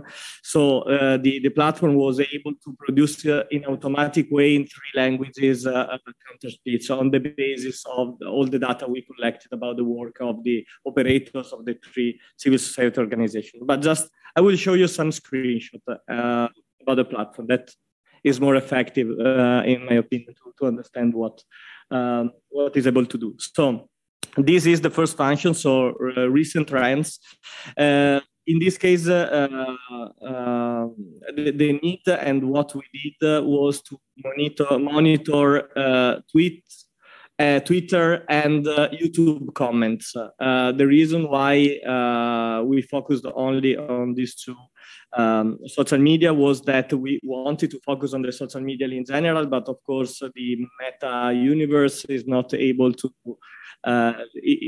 it is not possible to have API. It is not possible to automatically monitor, as you know, what is going on Facebook and on Instagram. And so we stopped on Twitter and on YouTube accounts.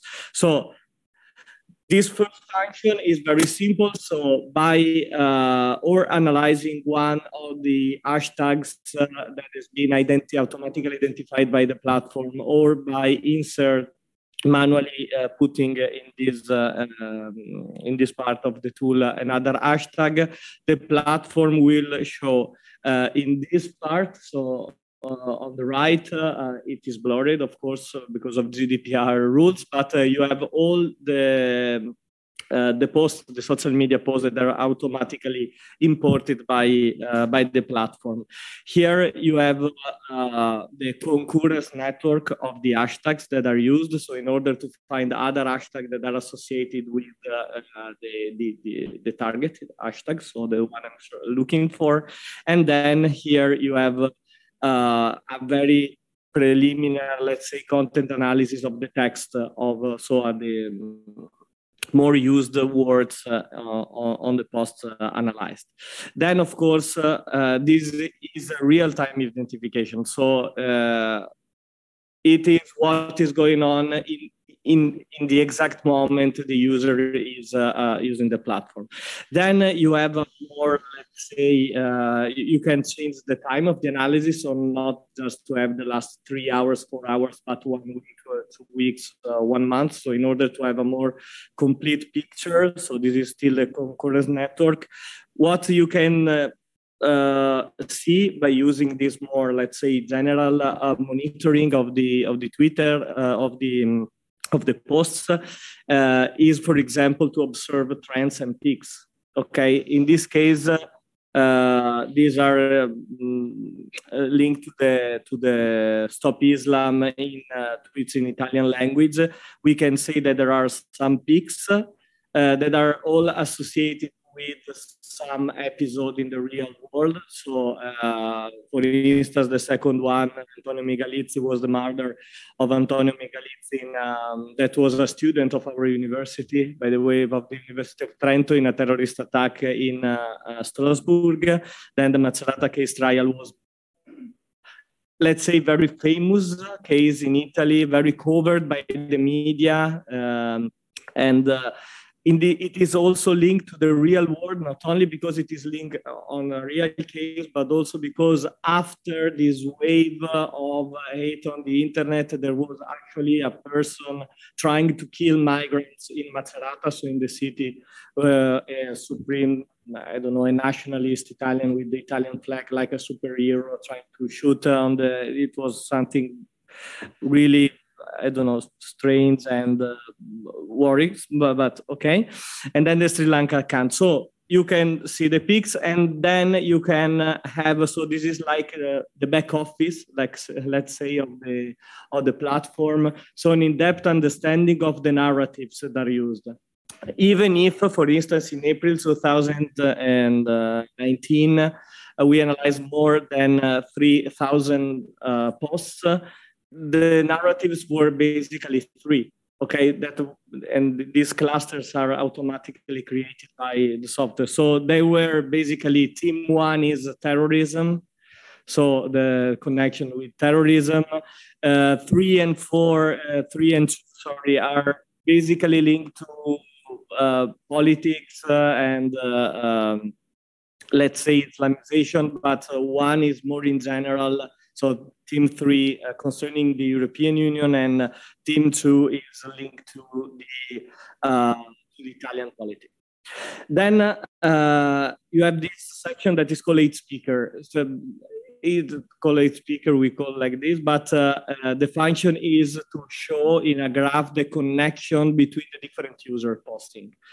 So as you can see, there are several user posting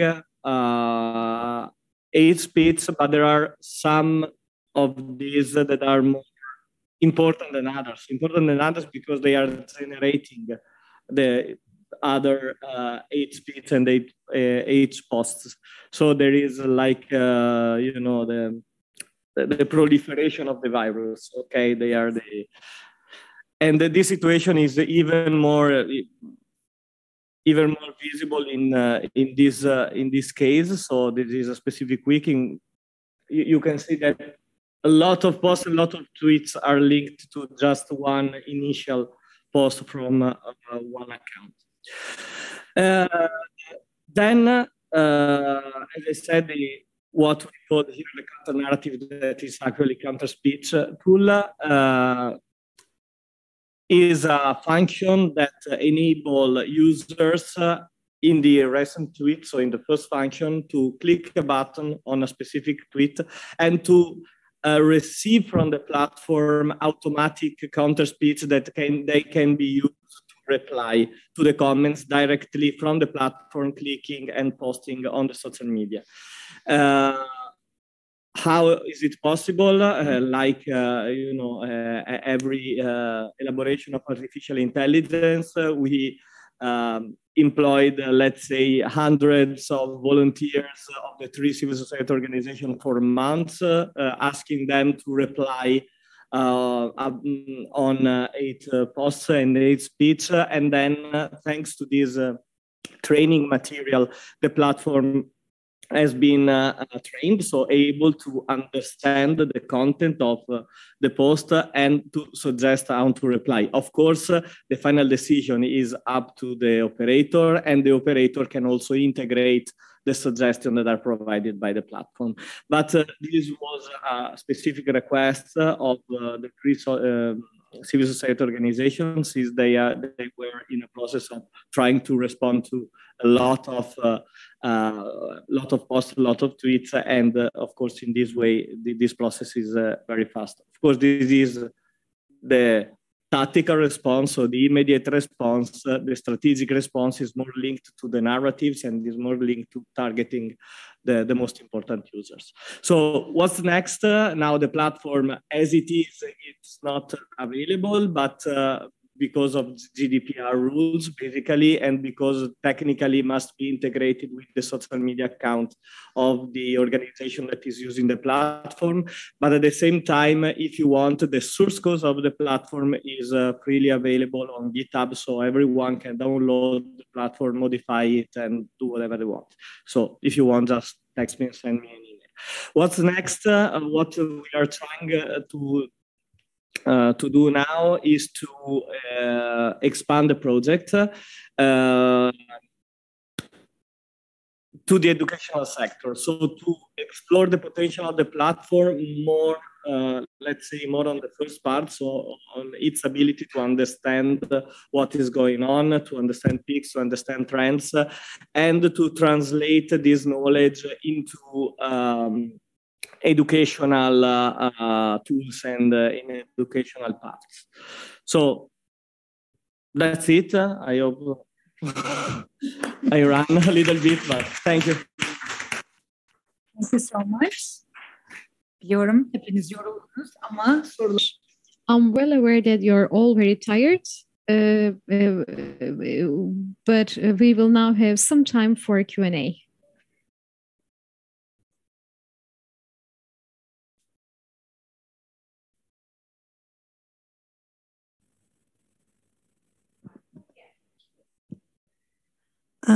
Yeah, thank you very much for those presentations. That was really very interesting. I'd like to ask a question to the gentleman who spoke last. The 3 civil society organizations that you cooperated with, how were they chosen? And I noticed that CCIF was one of them. I'm just wondering why their sort of UK equivalent wasn't included in that work.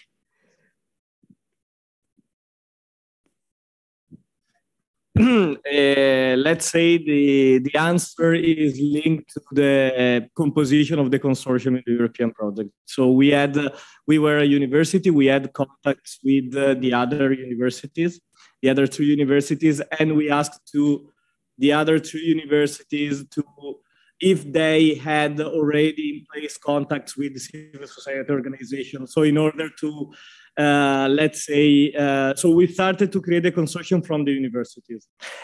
And was just for, practically, it was just for contacts and networks already existing. That's it.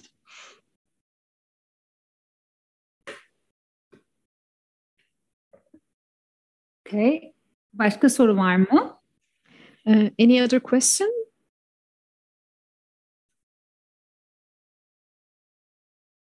Let's also check if our online attendees have shared any questions with us.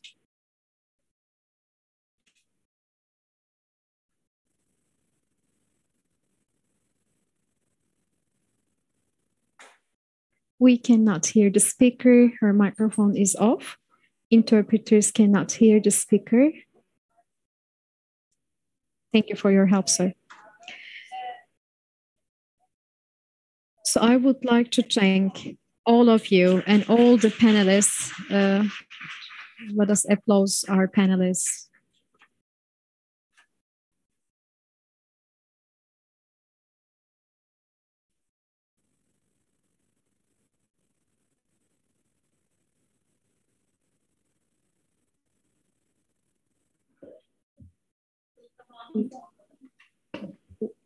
Okay, I'm invited the boss here. Patron çağırıyorum. Ben bilmem, patron bilir şeklinde. Konferans.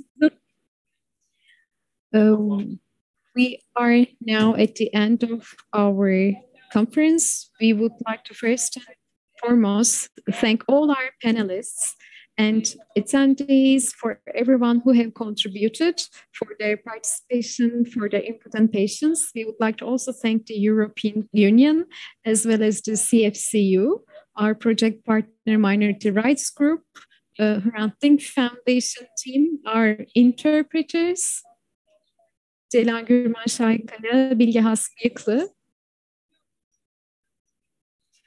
We do hope that all the exchange of experience and information we have witnessed during this conference will help us cooperate further in countering hate speech.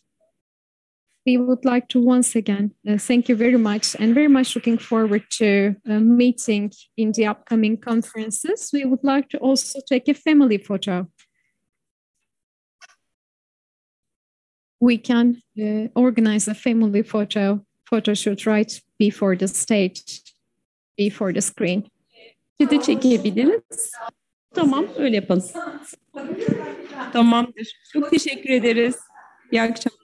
Thank you very much. Have a good night.